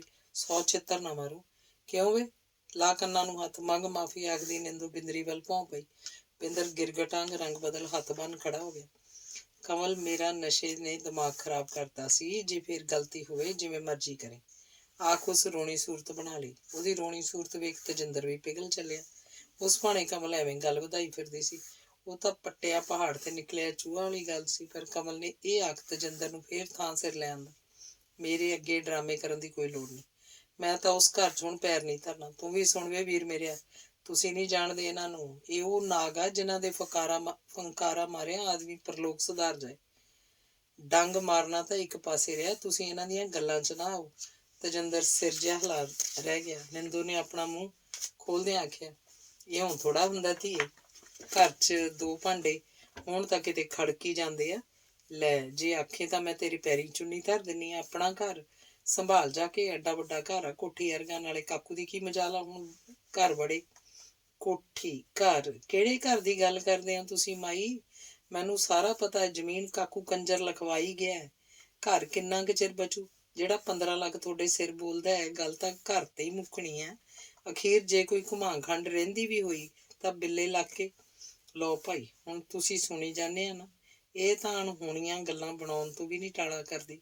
ਆਵੇ ਮੁੰਡਿਆ, ਸਾਥੋਂ ਨਹੀਂ ਲੇਲੇ ਪੇਪੇ ਹੁੰਦੇ। ਆਖ ਨਿੰਦੋ ਉੱਠ ਖੜੀ ਤੇ ਮਗਰੀ ਬਿੰਦਰ ਉੱਠ ਖੜਿਆ। ਗੱਲ ਕਿਸੇ ਵੀ ਤਣ ਪੱਤਣ ਨਹੀਂ ਲੱਗੀ ਸੀ। ਤੇਜਿੰਦਰ ਨੂੰ 2 ਦਿਨ ਚੰਡੀਗੜ੍ਹ ਗਿਆ ਵੀ ਲੱਗ ਗਏ। ਉਹ ਚੰਡੀਗੜ੍ਹੋਂ ਆਇਆ ਤਾਂ ਲੈਂਬਰ, ਤੇ ਲੈਂਬਰ ਦੇ ਘਰੋਂ ਵੀ ਨਾਲ ਸੀ। ਲੈਂਬਰ ਦੇ ਜਵਾਕ ਚੰਡੀਗੜ੍ਹ ਪੜ੍ਹਦੇ ਕਰਕੇ ਉਹਨਾਂ ਨੂੰ ਤਾਂ ਕਾਹਦਾ ਲੈ ਕੇ ਆਉਣਾ ਸੀ। ਉਹਨਾਂ ਤੇਜਿੰਦਰ ਨਾਲ ਇਹ ਸਕੀਮ ਬਣਾਈ ਸੀ ਕਿ ਲੈਂਬਰ ਦੇ ਘਰ ਵਾਲੀ ਮਹੀਨਾ 20 ਦਿਨ ਚੰਡੀਗੜ੍ਹ ਲਾ ਆਇਆ ਕਰੂ, ਮਹੀਨਾ 20 ਦਿਨ ਲੈਂਬਰ ਕੋਲ ਲਾ ਜਾਇਆ ਕਰੂ। ਲੈਂਬਰ ਨੂੰ ਉੱਪਰ ਚੁਬਾਰੇ ਸੰਭਾਲਤੇ। ਪਟਵਾਰੀ ਨਾਲ ਲੈਣ ਦੇਣ ਕਰਕੇ ਕਵਲ ਤੇ ਬੀਰੋ ਮਾਵਾਂ ਧੀਆਂ ਨੂੰ ਹੀ ਤਹਿਸੀਲਦਾਰ ਦੇ ਲਿਜਾ ਕੇ ਬਿਆਨ ਕਰਵਾ ਲਏ ਕਿ ਉਹ ਆਪਣਾ ਹੱਕ ਤੇਜਿੰਦਰ ਨੂੰ ਦੇਣਾ ਚਾਹੁੰਦੀਆਂ। ਤਹਿਸੀਲਦਾਰ ਨਾਲ ਵੀ ਸੌਦੇਬਾਜ਼ੀ ਹੋ ਗਈ ਸੀ। ਉੱਥੇ ਪਟਵਾਰੀ ਦੇ ਕੰਨ ਫੂਕ ਮਾਰਤੀ ਸੀ। ਪਹਿਲਾਂ ਤਿੰਨਾਂ ਦੇ ਨਾਮ ਇੰਤਕਾਲ ਕਰਵਾਇਆ, ਫਿਰ ਕਮਲ ਤੇ ਬੀਰੀ ਤੋਂ ਜ਼ਮੀਨ ਦੀ ਰਜਿਸਟਰੀ ਕਰਵਾਈ ਗਈ ਤੇ ਕੁਝ ਦਿਨਾਂ ਬਾਅਦ ਪੂਰੀ ਜਾਇਦਾਦ ਤੇਜਿੰਦਰ ਦੇ ਨਾਂ ਚੜ੍ਹ ਗਈ। ਤਾਂ ਲੱਗਦੇ ਹਾਥੀ ਤੇਜਿੰਦਰ ਨੂੰ ਲੈਂਬਰ ਨੇ ਆਖਿਆ, ਵੇਖੋ ਜੀਜਾ ਜੀ, ਖੇਤੀ ਤਾਂ ਮੈਂ ਇੱਥੇ ਕਰ ਲੂੰ, ਤੁਸੀਂ ਸਾਰੇ ਸੰਦ ਬਲੇਵੇਂ ਵੇਚੀ ਬੈਠੇ ਹੋ। ਪਹਿਲਾਂ ਹੀ ਹੇਰਾ ਰੱਪੇ ਸਪਰੇਆਂ ਬਥੇਰਾ ਕੁਝ ਆਉਂਦਾ ਰਹਿੰਦਾ, ਹੁਣ ਤਾਂ ਖੇਤੀ ਵੀ ਤੁਹਾਨੂੰ ਪਤਾ ਇੱਕ ਵਪਾਰ ਹੀ ਬਣ ਕੇ ਰਹਿ ਗਈ ਹੈ। ਲੱਗੀ ਸਮਝ? ਤੁਸੀਂ ਮੈਨੂੰ ਜ਼ਮੀਨ ਦਾ ਮੁਖਤਿਆਰਨਾਮਾ ਦੇ ਜਾਓ, ਮੈਨੂੰ ਫੇਰ ਕੋਈ ਅੜਚਨ ਨਹੀਂ ਆਉਣ ਲੱਗੀ। ਸਮਝ ਲੱਗੀ ਸਮਝ? ਜਦੋਂ ਇੱਥੇ ਸਾਰਾ ਮੈਂ ਹੀ ਦੇਖਣਾ ਤਾਂ ਮੁਖਤਾਰਨਾਮੇ ਬਿਨਾਂ ਲੱਗੀ ਸਮਝ? ਸਾਲ ਕਰਾਮਾ, ਜਦੋਂ ਮੈਂ ਤੈਨੂੰ ਮੁਖਤਾਰਨਾਮਾ ਹੀ ਦੇ ਗਿਆ, ਵੇਖੀ ਕਿਤੇ ਫਿਰ ਜ਼ਮੀਨ ਛੱਡਣ ਦਾ ਨਾਮ ਹੀ ਨਾ ਲੈ। ਆਖ ਤੇਜਿੰਦਰ ਖਿੜਖਿੜ ਕਰਕੇ ਹੱਸ ਪਿਆ। ਲੈਂਬਰ ਦੇ ਦਿਲ 'ਚ ਵੀ ਉਥਲ ਪੁਥਲ ਜਿਹੀ ਹੋਈ। ਉਹਨੂੰ ਲੱਗਾ ਜਿਵੇਂ ਤੇਜਿੰਦਰ ਉਹਦੇ ਅੰਦਰਲੀਆਂ ਬੁੱਝ ਰਿਹਾ ਹੋਵੇ। ਲੈਂਬਰ ਨੇ ਤਾੜੀ ਮਾਰੀ ਜ਼ੋਰ ਜ਼ੋਰ ਦੀ। ਉਹ ਵੀ ਹੱਸਿਆ ਤੇ ਫਿਰ ਬੋਲਿਆ, ਜ਼ਮੀਨ ਤਾਂ ਫਿਰ ਕਾਹਦੀ ਛੱਡਣੀ ਆ, ਜਦ ਮੇਰੇ ਨਾਂ ਹੀ ਹੋ ਗਈ ਤਾਂ ਵੇਚਾਂ ਵੱਟਾਂ ਕੁਝ ਵੀ ਕਰਾਂ। ਹਾ ਹਾ ਹਾ, ਲੱਗੀ ਸਮਝ? ਚੰਗਾ ਭਾਈ, ਤੂੰ ਜਿਵੇਂ ਮਰਜ਼ੀ ਕਰੀ, ਪਰ ਰਹੀ ਇੱਥੇ। ਜੀਜਾ ਜੀ, ਖੇਤੀ ਹੁਣ ਬੈਂਕ ਸਿਰ ਤੇ ਹੀ ਚੱਲਦੀ ਆ, ਬੈਂਕ ਨਾਲ ਲੈਣ ਦੇਣ ਮੈਂ ਫੇਰ ਹੀ ਕਰੂੰ ਜੇ ਮੁਖਤਿਆਰਨਾਮਾ ਮੇਰੇ ਕੋਲ ਹੋਇਆ। ਬੈਂਕਾਂ ਦੇ ਵਿਆਜ ਬਹੁਤ ਘੱਟ ਨੇ। ਲੱਗੀ ਸਮਝ? ਟਰੈਕਟਰ ਟਰਾਲੀ ਲੱਲਾ ਪੱਲਾ ਜੋ ਵੀ ਲਿਆ ਬੈਂਕ ਰਾਹੀਂ ਲਵਾਂਗੇ ਕਿਸ਼ਤਾਂ ਤੇ। ਲੱਗੀ ਸਮਝ? ਉਹ ਜਿਵੇਂ ਤੇਰੀ ਖੁਸ਼ੀ ਕਰਦਾ ਰਹੀ, ਤੇਜਿੰਦਰ ਨੇ ਆਖਿਆ ਤੇ ਉਹਨੇ ਸਾਰੀ ਜਾਇਦਾਦ ਦਾ ਮੁਖਤਿਆਰਨਾਮਾ ਲੈਂਬਰ ਨੂੰ ਦੇ ਦਿੱਤਾ। ਕੁਝ ਦਿਨਾਂ ਬਾਅਦ ਹੀ ਸਾਰੇ ਘਰ ਦੀ ਜ਼ਿੰਮੇਵਾਰੀ ਲੈਂਬਰ ਨੂੰ ਸੌਂਪ ਤੇਜਿੰਦਰ ਜਹਾਜ਼ ਚੜ੍ਹ ਗਿਆ। ਮੁਖਤਿਆਰਨਾਮੇ ਦੀ ਭਿਣਕ ਬੀਰੀ ਤੇ ਕਮਲ ਦੇ ਕੰਨੀ ਨਹੀਂ ਪਈ। ਜੇ ਪੈ ਵੀ ਜਾਂਦੀ ਤਾਂ ਉਹਨਾਂ ਨੂੰ ਤਾਂ ਇਹ ਵੀ ਪਤਾ ਨਹੀਂ ਸੀ ਕਿ ਆਮ ਖਾਸ ਮੁਖਤਾਰਨਾਮਾ ਕੀ ਬਲਾ ਹੁੰਦਾ। ਲੈਂਬਰ ਸ਼ਰਾਬ ਰੋਜ਼ਾਨਾ ਪੀਣ ਦਾ ਆਦੀ ਸੀ, ਪਰ ਬੀਰੋ ਤੇ ਕਮਲ ਦੇ ਪੀ ਕੇ ਸਾਹਮਣੇ ਨਾ ਆਉਂਦਾ। ਬੀਰੇ ਨੂੰ ਮਾਸੀ ਜੀ ਕਰਦਾ ਰਹਿੰਦਾ। ਬੀਰੋ ਨੂੰ ਸਮਝ ਨਹੀਂ ਆ ਰਹੀ ਸੀ ਕਿ ਉਹ ਕਰੇ ਤਾਂ ਕੀ ਕਰੇ। ਕਮਲ ਵਾਲੇ ਮਸਲੇ ਨੂੰ ਕਿਵੇਂ ਨਜਿੱਠੇ? ਤਲਵੰਡੀਓਂ ਫੋਨ ਤੇ ਫੋਨ ਆ ਰਹੇ ਸੀ। ਬੀਰੋ ਦੀ ਗੱਲ ਨਿੰਦੋ ਨਾਲ ਹੀ ਹੁੰਦੀ ਸੀ। ਨਿੰਦੋ ਦੀ ਇੱਕੋ ਰੱਟ ਸੀ ਕਿ ਬਿੰਦਰ ਮਸਾ ਬੰਦਾ ਬਣਿਆ ਸੀ। ਜੇ ਕਮਲ ਨਾ ਆਈ ਤਾਂ ਉਹਨੇ ਫੇਰ ਉਸੇ ਲਈ ਤੇ ਚੱਲ ਪੈਣਾ ਸੀ। ਬੀਰੋ ਨੇ ਜਕਾ ਤੱਕਾ ਕਰਦਿਆਂ ਕਮਲ ਨਾਲ ਗੱਲ ਛਿੜੀ। ਕਮਲ, ਤਲਵੰਡੀ ਵਾਲਿਆਂ ਦੇ ਕਿੰਨੇ ਫੋਨ ਆ ਗਏ ਆ, ਤੈਨੂੰ ਹੁਣ ਜਾਣਾ ਤਾਂ ਪਊ ਧੀਏ। ਜੇ ਆਖੇ ਤਾਂ ਲੈਂਬਰ ਛੱਡ ਆਊ, ਬੀਰੋ ਨੇ ਇੱਕ ਦਿਨ ਆਖਿਆ ਤਾਂ ਕਮਲ ਬੋਲੀ ਨਹੀਂ। ਇੱਕ ਠੰਡਾ ਜਿਹਾ ਹੌਕਾ ਖਿੱਚ ਗਈ। ਬੋਲੀ ਨਹੀਂ ਤੂੰ ਕੁੜੀਏ, ਐਂ ਕਿਵੇਂ ਸਰੂ ਇੱਥੇ ਬੈਠਾ? ਤੂੰ ਕਿਹੜੇ ਜ਼ਮਾਨੇ 'ਚ ਫਿਰਦੀ ਹੈ ਮਾਂ ਮੇਰੀਏ? ਕਿਹੜੇ ਜ਼ਮਾਨੇ 'ਚ? ਜੋ ਮੈਂ ਉਸ ਘਰ ਭੋਗ ਚੁੱਕੀ ਹਾਂ, ਰੱਬ ਕਰਕੇ ਕਿਸੇ ਨੂੰ ਸੁਪਨੇ 'ਚ ਨਾ ਭੋਗਣਾ ਪਵੇ। ਤੂੰ ਕੀ ਸਮਝਦੀ ਹੈ ਉਹ ਸੁਧਰ ਜਾਊ? ਨਹੀਂ ਮਾਂ ਮੇਰੀਏ, ਇਹ ਤਾਂ ਤੂੰ ਦਿਲੋਂ ਹੀ ਭੁਲਾ ਦੇ। ਅਸਲ 'ਚ ਉਹਨਾਂ ਦੀ ਸੋਚ ਆਪਣੀ ਜਾਇਦਾਦ ਤੇ ਅਟ ਗਈ ਹੈ। ਬਹੁਤ ਕਮੀਨੇ ਆ ਉਹ ਮਾਂ ਪੁੱਤ। ਨਾਲੇ ਉੱਥੇ ਮੈਂ ਰੰਡੇਪੇ ਵਰਗੀ ਉਮਰ ਕਿੰਨਾ ਕੁ ਚਿਰ ਕੱਢੂ, ਇਹ ਵੀ ਸੋਚਿਆ ਕਦੀ? ਕਮਲ ਨੇ ਨੰਨਾ ਸਿਰ ਫੇਰਤਾ ਤਾਂ ਬੀਰੋ ਕਿੰਨਾ ਚਿਰ ਚੁੱਪ ਕਰਕੇ ਬੈਠੀ ਰਹੀ, ਜਿਵੇਂ ਆਪਣੇ ਆਪ ਨੂੰ ਕਿਸੇ ਫੈਸਲੇ ਤੇ ਲੈ ਕੇ ਆ ਰਹੀ ਹੋ। ਆਖਰ ਬੋਲਣਾ ਤਾਂ ਪੈਣਾ ਹੀ ਸੀ। ਕਿਸੇ ਤਨ ਪੱਤਨ ਤਾਂ ਗੱਲ ਲਾਉਣੀ ਪਊ। ਚਾਰ ਬੰਦੇ ਇਕੱਠੇ ਕਰਕੇ ਇੱਕ ਪਾਸਾ ਕਰੀਏ, ਫਿਰ ਹੱਥ 'ਚ ਹੱਥ ਧਰ ਕੇ ਬੈਠਿਆਂ ਤਾਂ ਨਿਭਾ ਹੋਣਾ ਨਹੀਂ। ਬੀਰੂ ਨੇ ਆਖਿਆ। ਨਦੀ 'ਚ ਰੁੜਦਿਆਂ ਤਿਣਕੇ ਦੇ ਸਹਾਰਿਆਂ ਵਾਂਗ ਹੁਣ ਉਹਨਾਂ ਦੀ ਇੱਕ ਓਟ ਲੈਂਬਰ ਹੀ ਸੀ। ਬੀਰੂ ਨੇ ਇਸ ਵਿਸ਼ੇ ਤੇ ਲੈਂਬਰ ਤੇ ਉਹਦੀ ਵਹੁਟੀ ਨਾਲ ਗੱਲ ਕੀਤੀ ਤਾਂ ਲੈਂਬਰ ਨੇ ਆਖਿਆ ਕਿ ਉਹ ਕਿਸੇ ਵਕੀਲ ਨਾਲ ਗੱਲ ਕਰਕੇ ਵੇਖੂ, ਪਰ ਕੁਦਰਤ ਨੂੰ ਤਾਂ ਕੁਝ ਹੋਰ ਹੀ ਮਨਜ਼ੂਰ ਸੀ। ਇੱਕ ਦਿਨ ਫੋਨ ਦੀ ਘੰਟੀ ਖੜਕੀ। ਫੋਨ ਨਿੰਦੋ ਦਾ ਸੀ। ਹੈਲੋ, ਕੌਣ? ਫੋਨ ਕਮਲ ਨੇ ਚੱਕਿਆ। ਮੈਂ ਨਿੰਦੂ ਬੋਲਦੀ ਹਾਂ। ਬਿੰਦਰ ਅੱਗੋਂ ਆਵਾਜ਼ ਹਿਚਕੀਆਂ 'ਚ ਬਦਲ ਗਈ। ਕਿਉਂ, ਕੀ ਸੱਪ ਲੜ ਗਿਆ ਬਿੰਦਰ ਨੂੰ? ਸੰਗ ਟੱਡਣ ਡਈ ਹੈ? ਕਮਲ ਨੇ ਸਹਿਜ ਹੀ ਮੂੰਹ 'ਚੋਂ ਨਿਕਲ ਗਿਆ। ਬਿੰਦਰ ਮਰ ਗਿਆ ਬਾਬੇ ਸਰਦਾਰੇ ਤੋਂ। ਅੱਗੇ ਕੁਝ ਨਹੀਂ ਬੋਲਿਆ ਗਿਆ ਸੀ ਸਿਵਾਏ ਹਟਕੋਰਿਆਂ। ਬਾਪੂ ਜੀ ਤੋਂ? ਕਿਵੇਂ? ਸੁਣ ਕਮਲ ਨੂੰ ਅਚੰਭਾ ਲੱਗਿਆ। ਜ਼ੁਬਾਨ ਥਿੜਕੀ। ਤੁਸੀਂ ਆ ਜਾਓ ਬਸ, ਜਿੰਨੀ ਛੇਤੀ ਹੁੰਦਾ। ਨਿੰਦੋ ਅੱਗੇ ਪਤਾ ਨਹੀਂ ਕੀ ਬੋਲੀ ਗਈ, ਪਰ ਕਮਲ ਨੇ ਫੜਾਕ ਦੇਣੇ ਰਿਸੀਵਰ ਰੱਖ ਦਿੱਤਾ ਤੇ ਅਸਮਾਨ ਵੱਲ ਹੱਥ ਕਰ ਰੱਬ ਦਾ ਸ਼ੁਕਰ ਕੀਤਾ। ਪਰ ਬਾਪੂ ਸਰਦਾਰੇ ਬਾਰੇ ਸੋਚ ਧੁਰ ਅੰਦਰ ਤੱਕ ਝੰਜੋੜੀ ਵੀ ਗਈ। ਬੀਰੂ ਘਰ ਨਹੀਂ ਸੀ, ਮੰਡੀ ਕਿਸੇ ਕੰਮ ਗਈ ਸੀ। ਲੈਂਬਰ ਵੀ ਹੈ ਨਹੀਂ ਸੀ, ਉਹ ਖੇਤੀ ਦੇ ਸੰਦਾਂ ਦੀ ਮੁਰੰਮਤ ਕਰਾਉਂਦਾ ਫਿਰਦਾ ਸੀ। ਵਾਹੀ ਉਹਨੇ ਆਪ ਕਰਨੀ ਸੀ, ਪਰ ਮਨ 'ਚ ਖਿਚੜੀ ਹੋਰ ਪੱਕ ਰਹੀ ਸੀ। ਕਮਲ ਚੁਬਾਰੇ ਦੀਆਂ ਪੌੜੀਆਂ ਚੜ੍ਹ ਉੱਪਰ ਆਈ ਤਾਂ ਲੈਂਬਰ ਦੇ ਘਰੋਂ ਸਵੈਟਰ ਤੇ ਸਿਲਾਈਆਂ ਚਲਾ ਰਹੀ ਸੀ। ਜਿਸ ਦਿਨ ਦੀ ਲੈਂਬਰ ਦੇ ਘਰੋਂ ਆਈ ਸੀ, ਉਹ ਘੰਟਾ ਘੜੀ ਰਲ ਬੈਠ ਹੀ ਜਾਂਦੀਆਂ ਸਨ। ਆਈਫੋਨ ਬਾਰੇ ਕਮਲ ਨੇ ਦੱਸਿਆ ਤਾਂ ਉਹ ਕਮਲ ਦੀ ਮੂੰਹ ਵੱਲ ਝਾਕੀ, ਪਰ ਕਮਲ ਦੇ ਮੂੰਹ ਤੇ ਸ਼ਿਕਨ ਤੱਕ ਨਹੀਂ ਸੀ। ਇਹੋ ਜਿਹਾ ਮਜ਼ਾਕ ਨਹੀਂ ਕਰੀਦਾ, ਫਿਰ ਵੀ ਤੇਰੇ ਸਿਰ ਦਾ ਸਾਈਂ ਹੈ। ਲੈਂਬਰ ਦੇ ਘਰ ਵਾਲੀ ਨੇ ਸੱਚ ਨਹੀਂ ਮੰਨਿਆ ਸੀ। ਮੈਨੂੰ ਤਾਂ ਵੀਰ ਦੀ ਸਹੁੰ ਫੋਨ ਆਇਆ ਸੀ ਉਹਦੀ ਮਾਂ ਦਾ, ਉਹਦੇ ਦਾਦੇ ਨੇ ਹੀ ਮਾਰਤਾ। ਕਮਲ ਐਂ ਦੱਸ ਰਹੀ ਸੀ ਜਿਵੇਂ ਦੁਨੀਆ ਭਰ ਦੀ ਖੁਸ਼ੀ ਉਹਦੀ ਝੋਲੀ ਪੈ ਗਈ ਹੋਵੇ।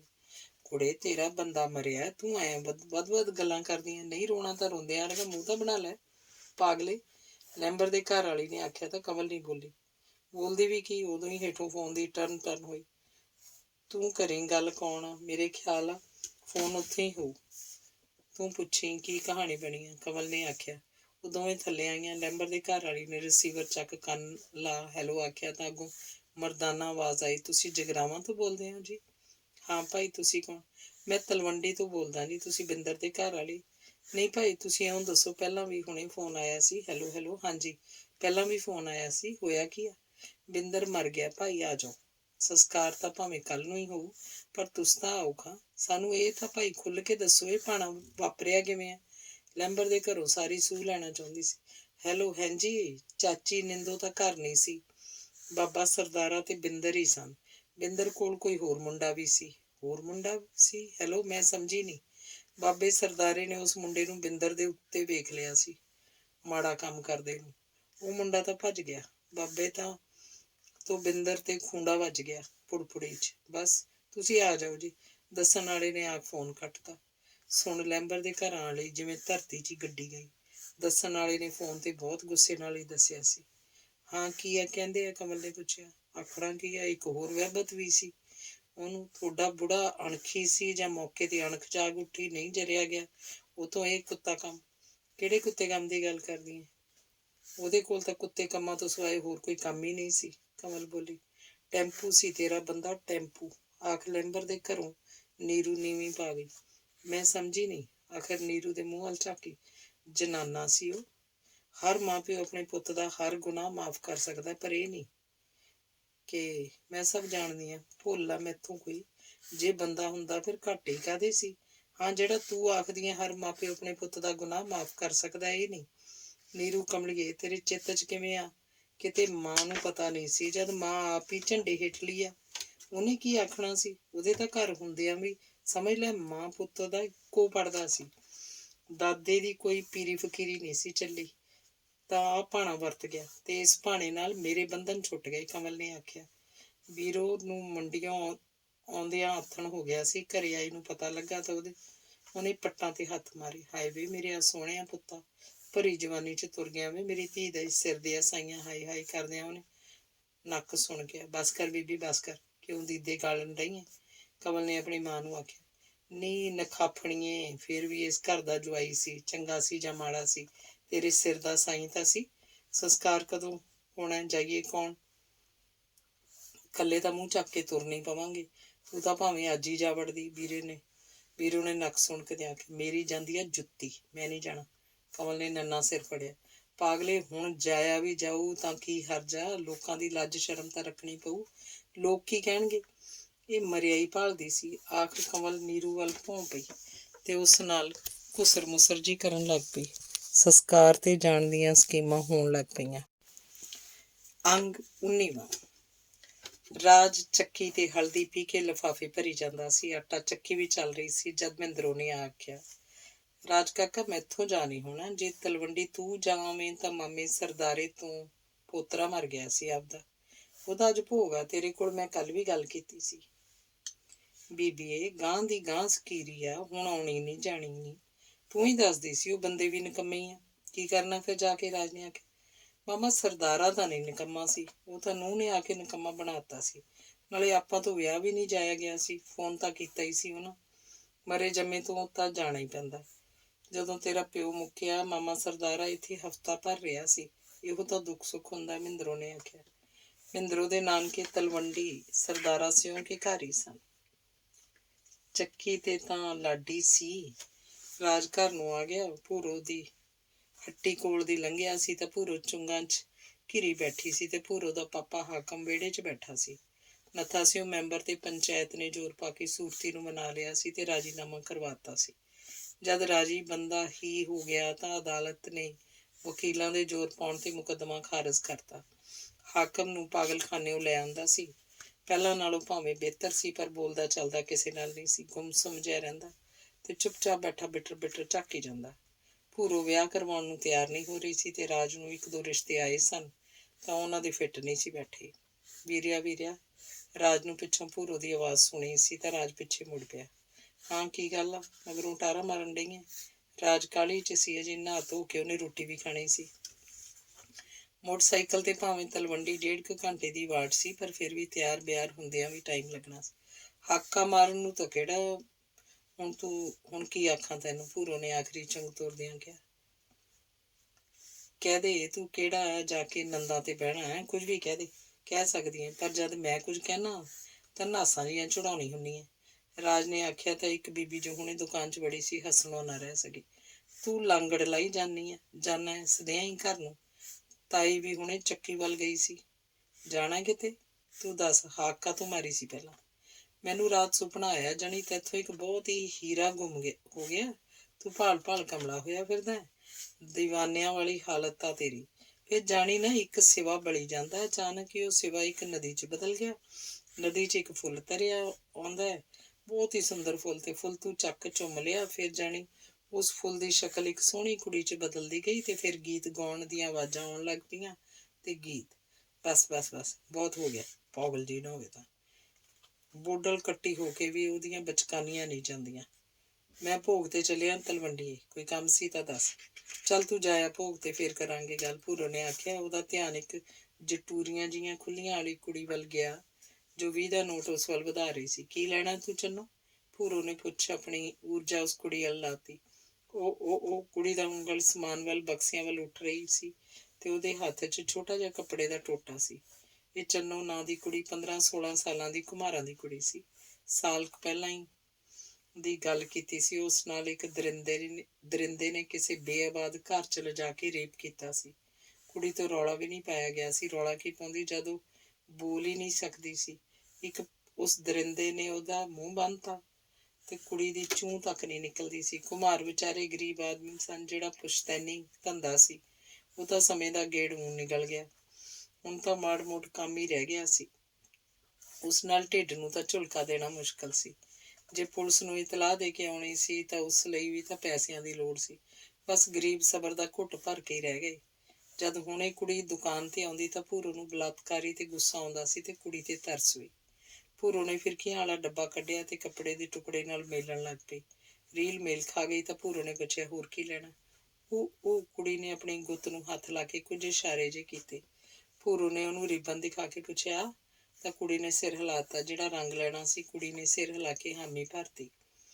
ਕੁੜੀ ਸਮਾਨ ਲੈ ਮੁੜ ਗਈ ਤਾਂ ਭੂਰੋ ਕਿੰਨਾ ਚਿਰ ਬੈਠੀ ਸੋਚਦੀ ਰਹੀ ਕਿ ਮਨੁੱਖ ਕਿਉਂ ਨਹੀਂ ਰਿਹਾ। ਇਸ ਭੋਲੀ ਭਾਲੀ ਕੁੜੀ ਤੇ ਤਾਂ ਕੁਦਰਤ ਪਹਿਲਾਂ ਹੀ ਕਰੂਪ ਸੀ। ਸ਼ਰਮ ਨਹੀਂ ਆਈ ਉਸ ਦਰਿੰਦੇ ਨੂੰ ਜਿਹਨੇ ਇਸ ਨਾਲ ਮੂੰਹ ਕਾਲਾ ਕੀਤਾ। ਭੂਰੋ ਨੇ ਕਦੇ ਕਦੇ ਆਪਣੇ ਮਨ 'ਚ ਆਉਂਦਾ ਸੀ, ਇਹ ਕੁੜੀ ਗੂੰਗੀ ਹੈ, ਦੱਸ ਨਹੀਂ ਸਕਦੀ, ਪਰ ਜੇ ਕਿਤੇ ਇਸ ਨਾਲ ਮਗਜ਼ਪੱਚੀ ਕਰਨੀ ਹੋਵੇ ਤਾਂ ਇਸ਼ਾਰਿਆਂ ਨਾਲ ਕੁਝ ਨਾ ਕੁਝ ਦੱਸ ਹੀ ਸਕਦੀ ਹੈ। ਭੂਰੋ ਨੇ ਮਨ 'ਚ ਫੈਸਲਾ ਕੀਤਾ ਕਿ ਕਦੀ ਨਾ ਕਦੀ ਜ਼ਰੂਰ ਘਰੇਦੂ। ਰਾਜ ਨੇ ਘਰੇ ਆ ਕੇ ਪਿੰਡੇ ਤੇ ਪਾਣੀ ਪਾਇਆ, ਰੋਟੀ ਖਾ ਮੋਟਰਸਾਈਕਲ ਬਾਹਰ ਕੱਢ ਲਿਆ। ਉਹਦੀ ਕੋਈ ਤਲਵੰਡੀ ਵਾਲਿਆਂ ਨਾਲ ਜ਼ਿਆਦਾ ਜਾਣ ਪਛਾਣ ਨਹੀਂ ਸੀ। ਬਿੰਦਰ ਨੂੰ ਉਹਨੇ ਕਈ ਸਾਲ ਪਹਿਲਾਂ ਆਪਣੇ ਨਾਨਕਿਆਂ ਦੇ ਪਿੰਡ ਹੀ ਵੇਖਿਆ ਸੀ। ਉਹ ਚਹਿਲੀਆਂ ਆਏ ਸਨ ਤਾਂ ਕਿਰਾਂ ਸਰਦਾਰਾਂ ਸਿਓ ਗੇੜਾ ਜ਼ਰੂਰ ਮਾਰ ਗਿਆ ਸੀ। ਉਹ ਵੀ ਜਿਹੜਾ ਘੰਟਾ ਘੜੀ ਠਹਿਰਿਆ ਸੀ ਉਹਦੀ ਮਾਂ ਨਾਲ ਆਪਣੇ ਘਰ ਦੇ ਰੋਣੇ ਰੋਂਦਾ ਰਿਹਾ ਸੀ। ਸੇਵਕ ਦੇ ਘਰੋਂ ਆਪ ਤਾਂ ਵਿਗਾੜੀ ਸੀ, ਸੇਵਕ ਦਾ ਮੁੰਡਾ ਵੀ ਅਲਾਥੀ ਨਿਕਲਿਆ ਸੀ। ਇਹ ਗੱਲਾਂ ਸਰਦਾਰਾ ਸੀ ਉਹਨੇ ਰਾਜ ਦੀ ਮਾਂ ਨਾਲ ਹੀ ਕੀਤੀਆਂ ਸੀ। ਰਾਜ ਨਾ ਸੇਵਕ ਦੇ ਘਰਾਂ ਵਾਲੀ ਨੂੰ ਚੰਗੀ ਤਰ੍ਹਾਂ ਜਾਣਦਾ ਸੀ ਤੇ ਨਾ ਹੀ ਬਿੰਦਰ ਨੂੰ। ਰਾਜ ਗੁਰਦੁਆਰਾ ਸਾਹਿਬ ਅੰਦਰ ਦਾਖਲ ਹੋਇਆ ਤਾਂ ਦਰਬਾਰ ਸਾਹਿਬ ਹਾਲ 'ਚ ਕੋਈ ਜ਼ਿਆਦਾ ਇਕੱਠ ਨਹੀਂ ਸੀ। ਉਹ ਮੱਥਾ ਟੇਕਿਆ ਭਾਵੇਂ ਆਈ ਸੀ ਤਾਂ ਧਿਆਨ ਸਹਿਜ ਹੀ ਬੈਠੇ ਬੰਦੇ ਬੁੜੀਆਂ ਲੱਗਿਆ। ਤੀਵੀਆਂ ਵਾਲੇ ਪਾਸੇ ਬੈਠੀ ਕਮਲ ਤੇ ਉਹਦੀ ਬੀਬੀ ਬੀਰੋ ਉਹਨੇ ਪਛਾਣ ਲਈਆਂ ਸਨ। ਮਨ 'ਚ ਇੱਕ ਸਵਾਲ ਉੱਠਿਆ ਸੀ ਕਿ ਇੱਥੇ ਕਿਵੇਂ? ਫਿਰ ਆਪਣੇ ਮਨ 'ਚ ਹੀ ਆਖਿਆ ਸੀ, ਹੋਊ ਕੋਈ ਸਕੀਰੀ। ਉਹਦੇ ਦਿਲ ਦੀ ਧੜਕਣ ਤੇਜ਼ ਹੋ ਗਈ ਸੀ। ਕਮਲ ਨੂੰ ਮਿਲਣ ਦੀ ਤਾਂਘ ਲਈ ਦਿਲ ਕਾਹਲੀ ਜਿਹੀ ਕਰਨ ਲੱਗ ਪਿਆ। ਅਰਦਾਸ ਹੋਈ। ਗ੍ਰੰਥੀ ਸਿੰਘ ਨੇ ਹੁਕਮਨਾਮਾ ਲੈ ਇੱਕ ਮੋਹਤਬਾਰ ਨੂੰ ਸਟੇਜ ਤੇ ਬੁਲਾਇਆ। ਮੋਹਤਬਾਰ ਨੂੰ ਬੋਲਣਾ ਨਹੀਂ ਸੀ ਆਉਂਦਾ, ਪਰ ਫਿਰ ਵੀ ਜਕਦੇ ਨੇ ਮਾਈਕ ਫੜ ਲਿਆ। ਵਾਹਿਗੁਰੂ ਜੀ ਕਾ ਖਾਲਸਾ, ਵਾਹਿਗੁਰੂ ਜੀ ਕੀ ਫਤਿਹ। ਮੈਨੂੰ ਬੋਲਣ ਲਈ ਆਖਿਆ ਗਿਆ, ਪਰ ਮੈਂ ਬੋਲਾਂ ਤਾਂ ਬੋਲਾਂ ਕੀ। ਜੋ ਵੀ ਹਾਦਸਾ ਹੋਇਆ ਮਾੜਾ ਹੋਇਆ, ਇਹ ਹੋਇਆ ਕਿਉਂ ਆ, ਇਹ ਸੋਚਣ ਦੀ ਲੋੜ ਆ। ਪਰਮਾਤਮਾ ਬੀਬਾ ਨਿੰਦਰ ਕੌਰ ਤੇ ਬੀਬੀ ਕਮਲ ਨੂੰ ਇਹ ਸਦਮਾ ਸਹਿਣ ਦੀ ਤਾਕਤ ਬਖਸ਼ੇ। ਸਰਦਾਰਾ ਸਿਉਂ ਨੂੰ ਜੋ ਧੱਕਾ ਲੱਗਾ ਹੈ ਉਹ ਬਿਆਨ ਨਹੀਂ ਕੀਤਾ ਜਾ ਸਕਦਾ। ਆਪਣੇ ਹੱਥੀਂ ਲਾਇਆ ਬੂਟਾ ਪੱਟਣਾ ਖੇਡ ਨਹੀਂ ਹੁੰਦਾ, ਪਰ ਕਾਰਨ ਵੀ ਆਪਾਂ ਤੋਂ ਭੁੱਲੇ ਨਹੀਂ। ਮੈਂ ਆਈ ਸੰਗਤ ਦਾ ਧੰਨਵਾਦ ਕਰਦਾ। ਸਾਰੇ ਮਾਈ ਭਾਈ ਰੋਟੀ ਪਾਣੀ ਛੱਕ ਕੇ ਜਾਇਓ। ਵਾਹਿਗੁਰੂ ਜੀ ਖਾਲਸਾ, ਵਾਹਿਗੁਰੂ ਜੀ ਕੀ ਫਤਿਹ। ਬੋਲਣ ਵਾਲੇ ਨੇ ਕਮਲ ਦਾ ਨਾਂ ਲਿਆ ਸੀ ਤਾਂ ਸੁਣ ਰਾਜ ਦਾ ਦਿਲ ਪੀਟਰ ਇੰਜਣ ਵਾਂਗ ਬੁੜਕਣ ਲੱਗ ਪਿਆ। ਸਮਝਦਿਆਂ ਦੇਰ ਨਹੀਂ ਲੱਗੀ ਸੀ ਕਿ ਕਮਲ ਦਾ ਇਸ ਘਰ ਨਾਲ ਕੀ ਰਿਸ਼ਤਾ ਸੀ। ਉਹਨੂੰ ਤਾਂ ਪਹਿਲਾਂ ਇਹ ਵੀ ਸਮਝ ਨਹੀਂ ਆ ਰਹੀ ਸੀ ਕਿ ਉਹ ਹਾਂ ਦਾ ਨਾਅਰਾ ਮਾਰੂ ਤਾਂ ਮਾਰੂ ਕਿਹਨੂੰ। ਉਹਦੀ ਬੀਬੀ ਆਈ ਹੁੰਦੀ ਤਾਂ ਉਹਨੇ ਇਹ ਫਰਜ਼ ਪੂਰਾ ਕਰ ਦੇਣਾ ਸੀ। ਮਰਨ ਵਾਲੇ ਦੀ ਮਾਂ ਉਹਦੀ ਪਛਾਣ 'ਚ ਨਹੀਂ ਆ ਰਹੀ ਸੀ, ਪਰ ਕਮਲ ਨਾਲ ਦੋ ਬੋਲ ਸਾਂਝੇ ਕੀਤੇ ਜਾ ਸਕਦੇ ਸੀ। ਲੋਕ ਦੇਗ ਲੈ ਕੇ ਬਾਹਰ ਜਾ ਰਹੇ ਸੀ, ਕੁਝ ਜਣੇ ਹੀ ਰਹਿ ਗਏ ਸੀ ਤੇ ਉਹਨਾਂ ਜਾਣਿਆਂ 'ਚ ਕਮਲ ਤੇ ਬੀਰੋ ਵੀ ਬੈਠੀਆਂ ਸਨ। ਰਾਜ ਉੱਠ ਕੇ ਉਹਨਾਂ ਕੋਲ ਗਿਆ, ਸਤਿ ਸ਼੍ਰੀ ਅਕਾਲ, ਹੱਥ ਜੋੜ ਉਹਨਾਂ ਕੋਲ ਬੈਠ ਗਿਆ। ਉਸ ਵੱਲ ਬੀਰੋ ਕੌੜ ਕੇ ਝਾਕੀ, ਨਿੰਦੋ ਵੀ ਉਹਨਾਂ ਵੱਲ ਰਿਸ਼ਕ ਆਈ। ਉਹਨੇ ਰਾਜ ਨੂੰ ਪਛਾਣ ਲਿਆ ਸੀ ਤਾਂ ਹੀ ਪੁੱਛਿਆ ਸੀ, ਮਾਂ ਨਹੀਂ ਆਈ ਤੇਰੀ? ਨਹੀਂ ਜੀ, ਮੈਂ ਹੀ ਆਇਆ। ਅੱਜ ਤੁਹਾਡੇ ਨਾਲ ਕੀ ਭਾਣਾ ਵਰਤ ਗਿਆ? ਆਖੋ ਕਮਲ ਵੱਲ ਝਾਕਿਆ। ਕਮਲ ਦੇ ਚਿਹਰੇ ਤੇ ਉਦਾਸੀ ਨਹੀਂ ਸੀ ਜੋ ਇਸ ਭਾਣੇ ਹੋਣੀ ਚਾਹੀਦੀ ਸੀ। ਜਿੰਨੀ ਲਿਖੀ ਸੀ ਬਹਾਨੇ ਬਣਾ ਦਿੰਦਾ ਰੱਬ, ਨਿੰਦੋ ਬੋਲੀ। ਫੇਰ ਵੀ ਗੱਲ ਕੀ ਬਣੀ? ਰਾਜ ਜਿਵੇਂ ਉੱਤਰ ਕਮਲ ਤੋਂ ਚਾਹੁੰਦਾ ਸੀ ਤੇ ਕਮਲ ਨੇ ਹੌਕਾ ਜਿਹਾ ਲੈ ਆਖਿਆ ਸੀ, ਜੋ ਇਹੋ ਜਿਹੇ ਲੋਕਾਂ ਨਾਲ ਬਣਦੀ ਹੈ ਉਹਦੇ ਨਾਲ ਬਣ ਗਈ। ਦੁੱਖ ਮੈਨੂੰ ਇਸ ਗੱਲ ਦਾ ਨਹੀਂ ਕਿ ਉਹ ਮਰ ਗਿਆ, ਦੁੱਖ ਇਸ ਗੱਲ ਦਾ ਜ਼ਰੂਰ ਹੈ ਕਿ ਬਾਪੂ ਸਰਦਾਰਾ ਸਿਉਂ ਇਸ ਉਮਰ 'ਚ ਜੇਲ੍ਹ ਕਿਵੇਂ ਕੱਟਣਗੇ।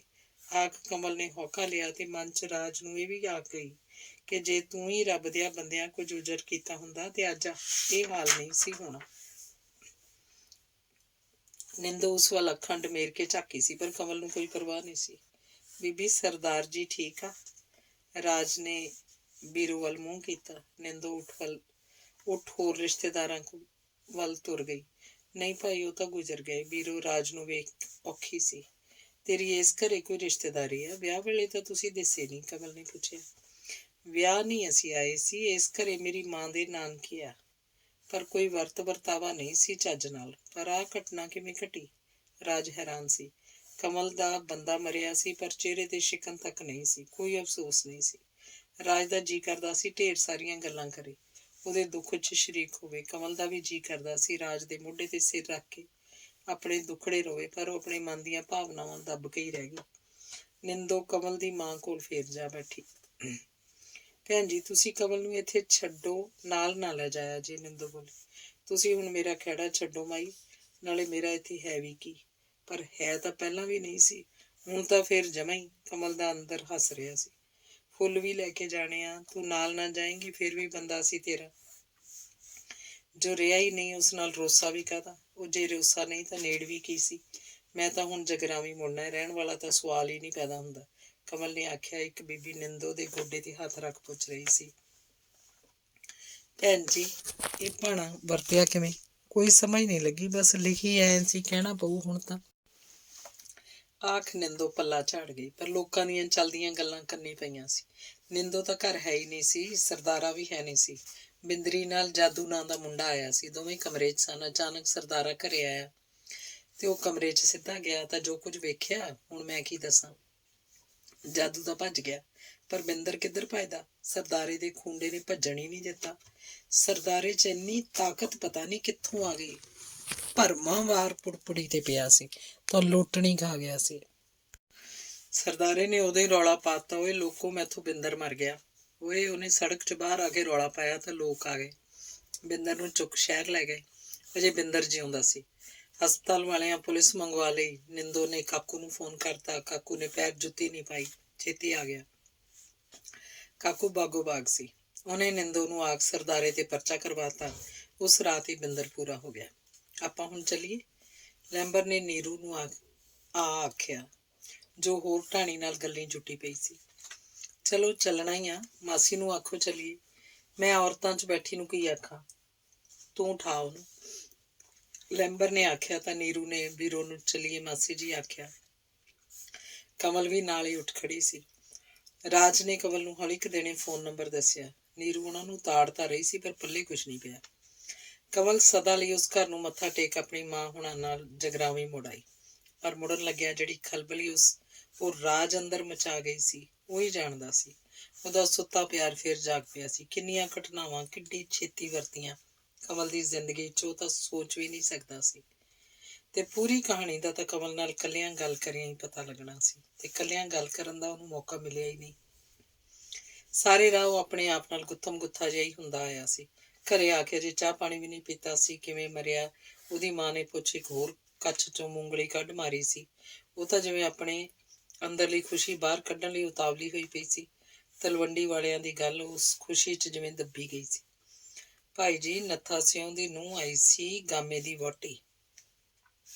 ਉਹਦੇ ਮਾਪੀ ਕੁੜੀ ਆ, ਉਹਦੇ ਸਕੇ ਸੋਦਰਿਆਂ ਦੀ, ਪੜ੍ਹੀ ਲਿਖੀ ਕੁੜੀ ਆ। ਵਹੁਟੀ ਰਿਸ਼ਤੇ ਦੀ ਗੱਲ ਕਰਦੀ ਤੇਰੇ ਬਾਰੇ, ਆਪਾਂ ਹੋਰ ਕੀ ਭਾਲਦੇ ਆ।